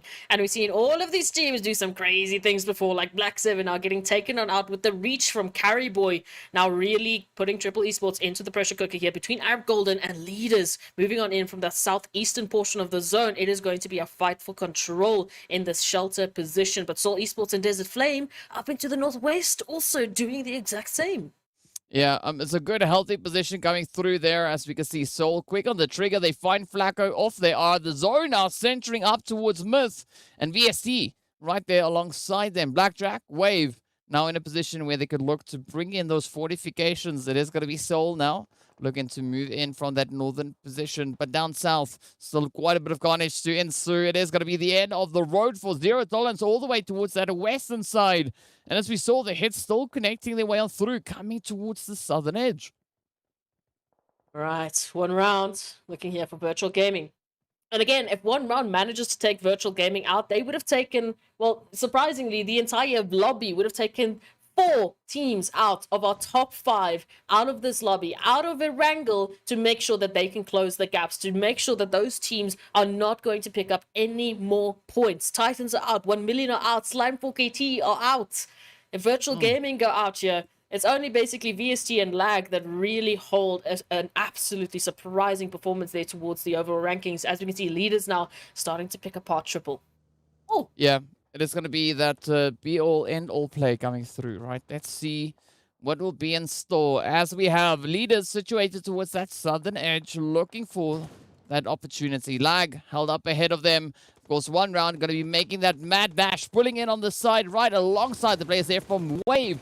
Arab Golden also on the receiving side there as they could bring in a beautiful answer. Now, it's going to be Morteza and Co. looking to rain down chaos as 1-9 is up ahead, pretty isolated. Could that be that extra angle? Gaddafi also then getting spotted out as Carry Boy locks it in. TEAMLAG bid their farewells. Off they go. Done and dusted. 11 plays going to TEAMLAG. Oh, let's go. Let's go. There's still so much more action as one round gets confirmed as well. And now, oh, it might be Wave Esports' turn immediately as PRZ picks up a nasty little shot there onto Zakaria. We still have a lot more to follow as Shadowin picks up Gaddafi. And Leaders Esports seem to just be keeping their heads on a swivel, looking at a 360 degree of eliminations. Well, let's see how many more they can find, right? Wave, Zakaria is going to fall next, and up comes Rhino. But PRZ and the rest of Leaders on an absolute rampage. Down goes Rhino. Bruti, D3S, positioned up ahead. But they, of course, can be hit by those nades. You can see, not the most favorable position to be in. Arab Golden also right there alongside them. But Leaders now looking to double down. They want to secure themselves an absolutely glorious performance. Already 9 eliminations to their name. And we know they were reigning supreme on the overall standings out of the teams that we have left. It's just VST, really, that was that contention. Lag have been sent back. Virtual Gaming have been sent back. So our top 6 is going to be looking some spicy way, DK, when we finally get to take a look at it. But now Seoul Esports looking to stop Leaders in their tracks. Just applying that pressure, already picking up PRZ. Oh, loving these positions. But Arab Golden now finds a bit of an opportunity on towards VST. Oh, Zuxi up ahead. That mound doing some favorable things now for the position. Let's see whether or not VST are able to capitalize. And Golden are going to come rushing straight on forward, not settling for those ranged assaults. Instead, Golden and Ban move on forward. They find the angle onto with Hansley, but Ban gets lit on fire. Will he be able to survive? Yes, makes it through. Now, the reset coming in. Will they be able to apply the necessary pressure? It is going to be the confirmation secured. Oh, Zuxi getting met in the face there as Myth sneak in behind them. Oh, this is what we love to see, VST. Back into the lobby. Thank you very much. It's Arab Golden. It's Myth. It's their time to shine alongside the rest of this fantastic lobby that has just lit a fire into their performances. Wave Esports down and into an opportunity to pick up Myth. But of course, Arab Golden here just towards the exit, just towards the outskirts of the zone. Who knows what they will have to say about it. Now, leaders need to move themselves into the zone. DWAS from Desert Flame still outside, needing to get into a safer position, but having these bunkers in play in the final zone is going to lead to some absolute chaos, as we've seen before, DK. Yeah, it's going to be a big cat and mouse game, right? But it's going to be so dangerous, as this is not where you want to be playing cat and mouse, right? Up in the shelter, some very challenging positions are going to come through. But now it is going to be Arab Golden still trying to make a bit of a push coming in from this more southern approach. As we know, there are several entrances leading down into that shelter position. But as we can see, up on the ground level, we still have several teams trying to secure a more decent approach. DWAS, as you pointed out, still surviving, going to be lying on the edge of zone.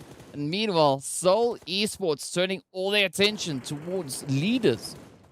Good morning, everyone. Welcome to the absolute chaos that is this final map of our finals. Leaders Esports, they are holding on by a thread, but for how much longer can they survive? Arab Golden now just applying the pressure. Seoul Esports just above, looking for Morteza. Morteza is down. It's only Carry Boy now to hopefully carry on the line here for leaders. Well, there we go. It is going to be the end of the road. Arab Golden reaching in, stopping the players from Leaders Esports in their tracks. Down to the final 6 teams we go. The zone also getting ready to move up. Blue zone inching its way on forward. Desert Flame getting taken down. 5 teams now remain. The zone sits on towards that southern side. Blackjack and Seoul Esports now having to get themselves repositioned back into that zone. It's now repositioning again with the numbers they hold. It's only really Arab Golden that can be their competition on equal footing. But of course, we have to think about these positions. We have to think about the angles the teams have to work with. We've got a few underground, we've got a few above ground. But when will they be able to find each other? What is going to be the answer? We've got 7 phases deep. We're going to be coming down to the last possible moment because these teams have just such an interesting positioning to hold here. Myth down. We've got Wave Esports down. We've got Blackjack in the bunkers as well. The rest, they're up top. They're looking for their competitors. Yeah, and I think they are going to come to the conclusion, right, that the teams and the players they're looking for are not on surface level, right? They need to go underground.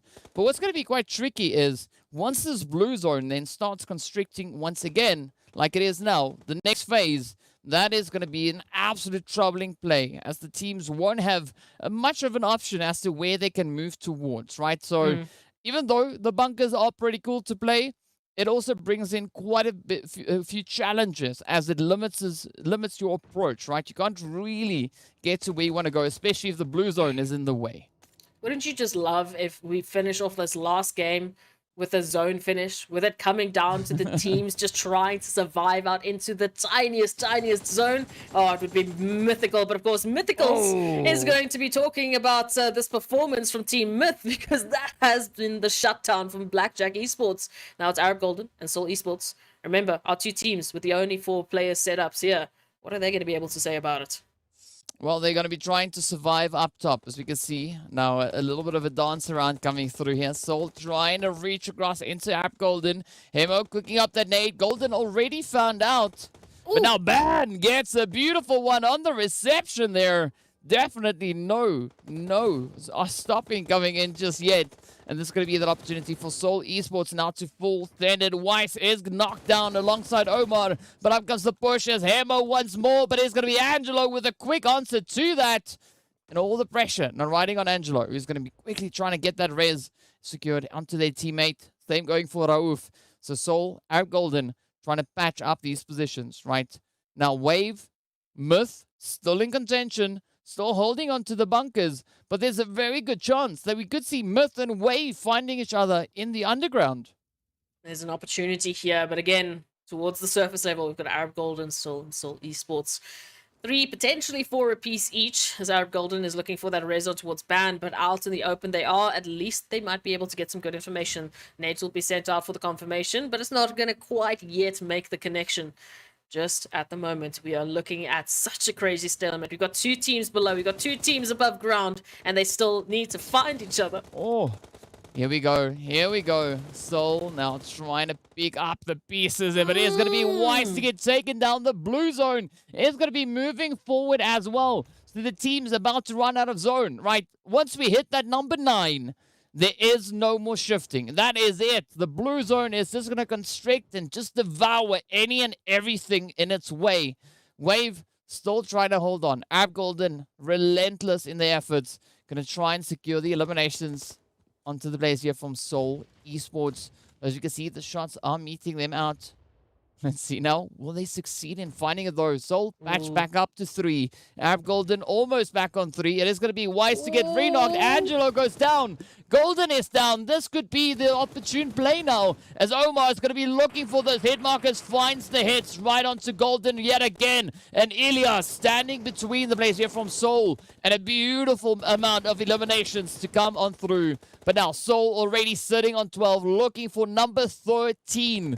Ilias trying to evade it, right? They want to evade the inevitable, but the blue zone is going to push on forward, trying to restrict that position. 2.5 minutes left on the clock until this 9th and final zone closes on through, and then it all comes down to fastest fingers first, but also who has the best looking health part, right? As we can see, Ilias now, getting found out, and that is it. Soul Esports claiming their position.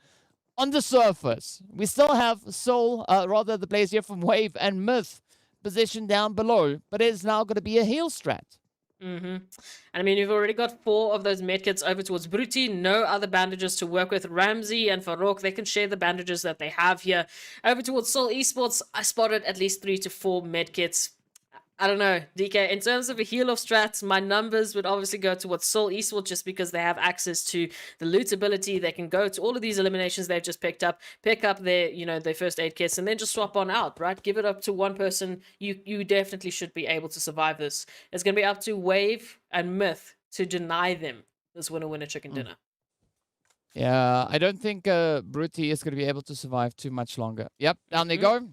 So Wave is done for the count, right? It is now all up to Myth and Soul. But Myth, losing one. Ramsey is down, and that is Soul picking up the winner chicken dinner in such a difficult position. But what a glorious way to close it out as Soul Esports step up with 13 eliminations to their name, adding to the lovely points just secured with that glorious winner chicken dinner. Oh, we love a crazy finish like that. What a way to finish off our literal last map of PMPL Africa Fall 2022. You couldn't have asked for anything more crazy. You couldn't have asked for such an insane finish that the teams were forced into. But as we know, that means that a lot of tallying has to be done. That means a few calculations need to be done because DK, we are so close for crowning our champions for PMPL Africa Fall 2022.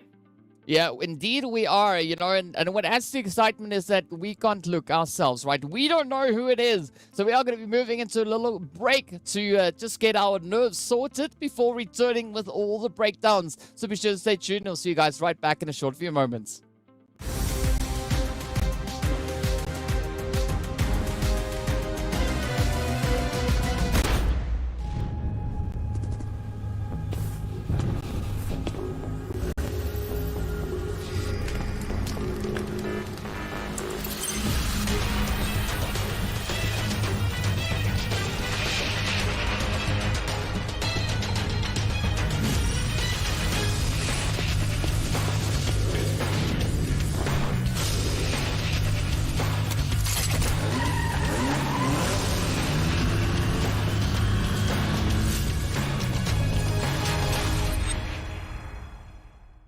Hey there! Fellow PUBG mobile players, along with the version 2.2 update, we have made a series of improvements on the game's basic controls. Let's take a look at the improvements.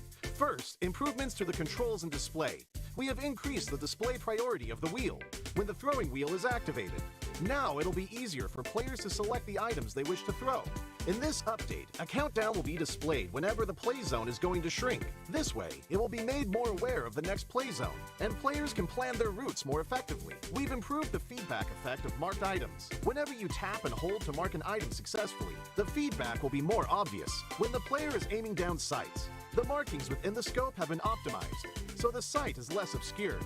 When a player jumps, after respawning or deploying an emergency pickup, it's now possible to mark the battleground with light columns. After a team wins, the buttons for MVP likes and summon statue will be combined. Now players can send a like automatically whenever they summon a statue. On the results screen, we have added teammate numbers, so now players can use the number to identify each other and give likes to their favorite teammates. To make spectating more convenient for players, we have tweaked the button size on the spectating screen. This reduces the chance of tapping the button by mistake. I'm sure firearm balancing is a concerning issue for many players. In this update, we have significantly improved the burst shot of both the SKS and Mini 14 by greatly improving their handling.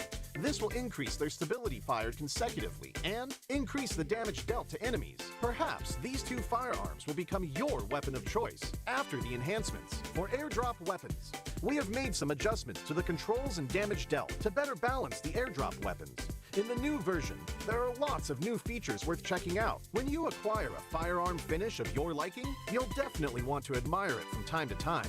In this update, we've added a firearm inspection feature. Players can now use this to admire their favorite firearm. During combat, players can tap the emote to enter first-person perspective to inspect the current active weapon. A friendly reminder, never inspect your firearm during combat, or you might overlook the enemies before you. Do keep in mind that this feature is currently only available for certain firearms, but it will be gradually rolled out to other firearms in later versions. The recommended layout feature is one of the many new features. When players customize the controls, it's now easier to apply a custom layout recommended by the system with one tap. We've also added a trunk system. Players can now make exchanges while riding vehicles. Use this feature to exchange supplies with teammates. But remember, the size of the trunk depends on the vehicle type. The visual presentation of profile cards have been improved. Players can now set their gender on their profile cards. On the results screen, we have streamlined the results process and improved on the layout, as well as the MVP results emote. On the new results screen, assists will be included in the stats. In future matches, you can try cooperating with your teammates. Even if you don't make the final strike, assists will help boost your results. We have added stationary targets to the training grounds. After firing, the damage dealt and bullet trajectory will be displayed. This helps to more closely recreate situations that players may face in matches. To make it easier for players to practice shooting, the most recently used firearms configuration will be applied by default when entering the training grounds the next time. These are the major improvements for the basic experience in version 2.2. If you want to learn more about this update's content, don't forget to follow the official PUBG mobile community. Winner, winner, chicken dinner. See you next time.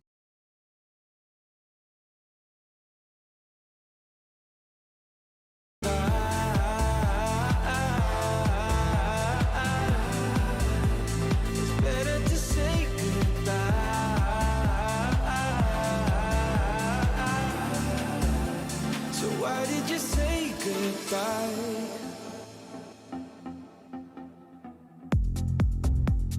Quiet like the ocean, with the rumble running deep. This is how I see you,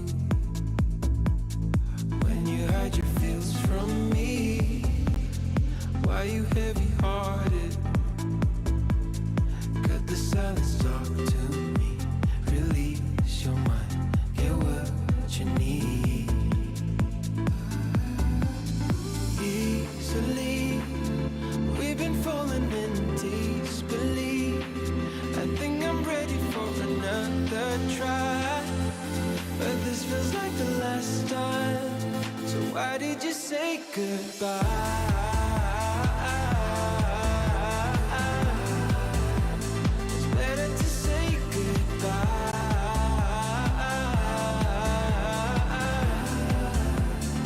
Why did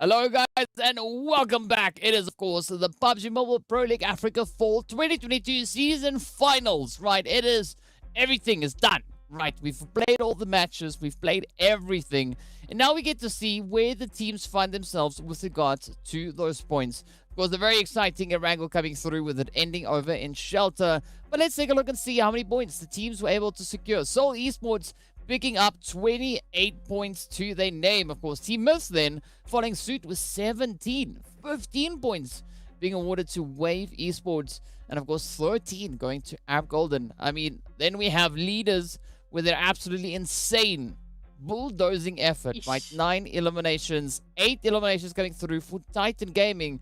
But as we look, right, Seoul Esports, they just had their eyes absolutely sealed, right? 13. That is absolutely crazy to look at. Oh, no, we love to see it. And again, as we mentioned, very early on into that Erangel, we had the heavy hitters being taken out. We had the Titans, we had the 1 millions, we had, our Slime 4KTs being taken out of Erangel. So no opportunity for them to add anything to the overall standings really this time, other than Titans with their crazy eliminations, as per usual. But of course, onto this side of things, we have Desert Flame, Virtual Gaming, even a 1 round, a little bit of action there towards Zero Tolerance as well, picking up some well-deserved points. And as we know, these will be the last points they will be adding to their tally. These will be the only points they will be adding to their tally as we are finally concluded. This was our last match ranking for this season. Yeah, I mean, you were talking about Titans, right? They secured themselves those 8 eliminations as we saw, even though they got taken down in 15th position. I mean, that's quite scary, right? 8 eliminations all the way to the finish. But as we know, right, we need to know who our winners are.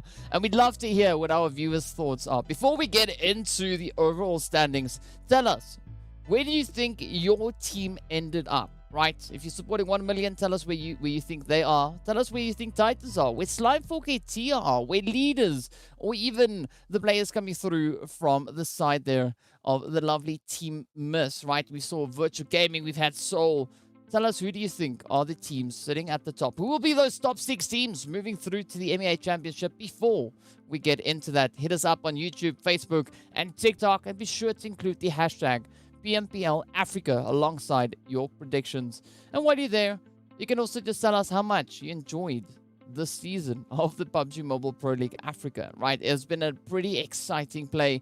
The team's definitely stepping up the performances from what we saw come through in that spring season. And as we know, that's just the way it goes, right? Evolution is absolutely key for the success, of these teams to move further on forward. But as we know then, we are inching ever closer to seeing what those points are, right? We know it is going to be just a few more moments until we see where the teams will have themselves situated. But to add a little bit of spice to it, we're not going to be starting on the first page.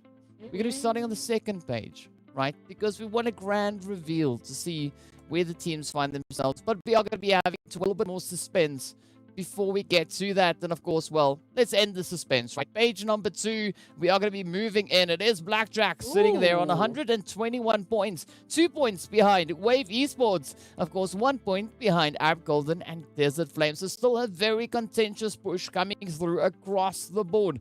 TEAMLAG securing themselves that 9th position, and of course 1 round on par with them. Both teams sitting on 172 points. So some absolutely phenomenal performances that we've seen, right? We know coming into today, things looked quite differently. App Golden was sitting all the way in 16th. They now find themselves up in 13th position. And Blackjack started off in 13th. They got moved to 16th. So quite a few movers and shakers being brought in. But Zero Tolerance being able to maintain a relatively consistent performance, right? We know they started off the day in 10th, now only in 11th, so not a major move, but still a very strong effort being brought through. And absolutely, a phenomenal move in from TEAMLAG, especially as we saw, in yesterday's games, they had a massive push, being one of the teams to pick up the most amount of points.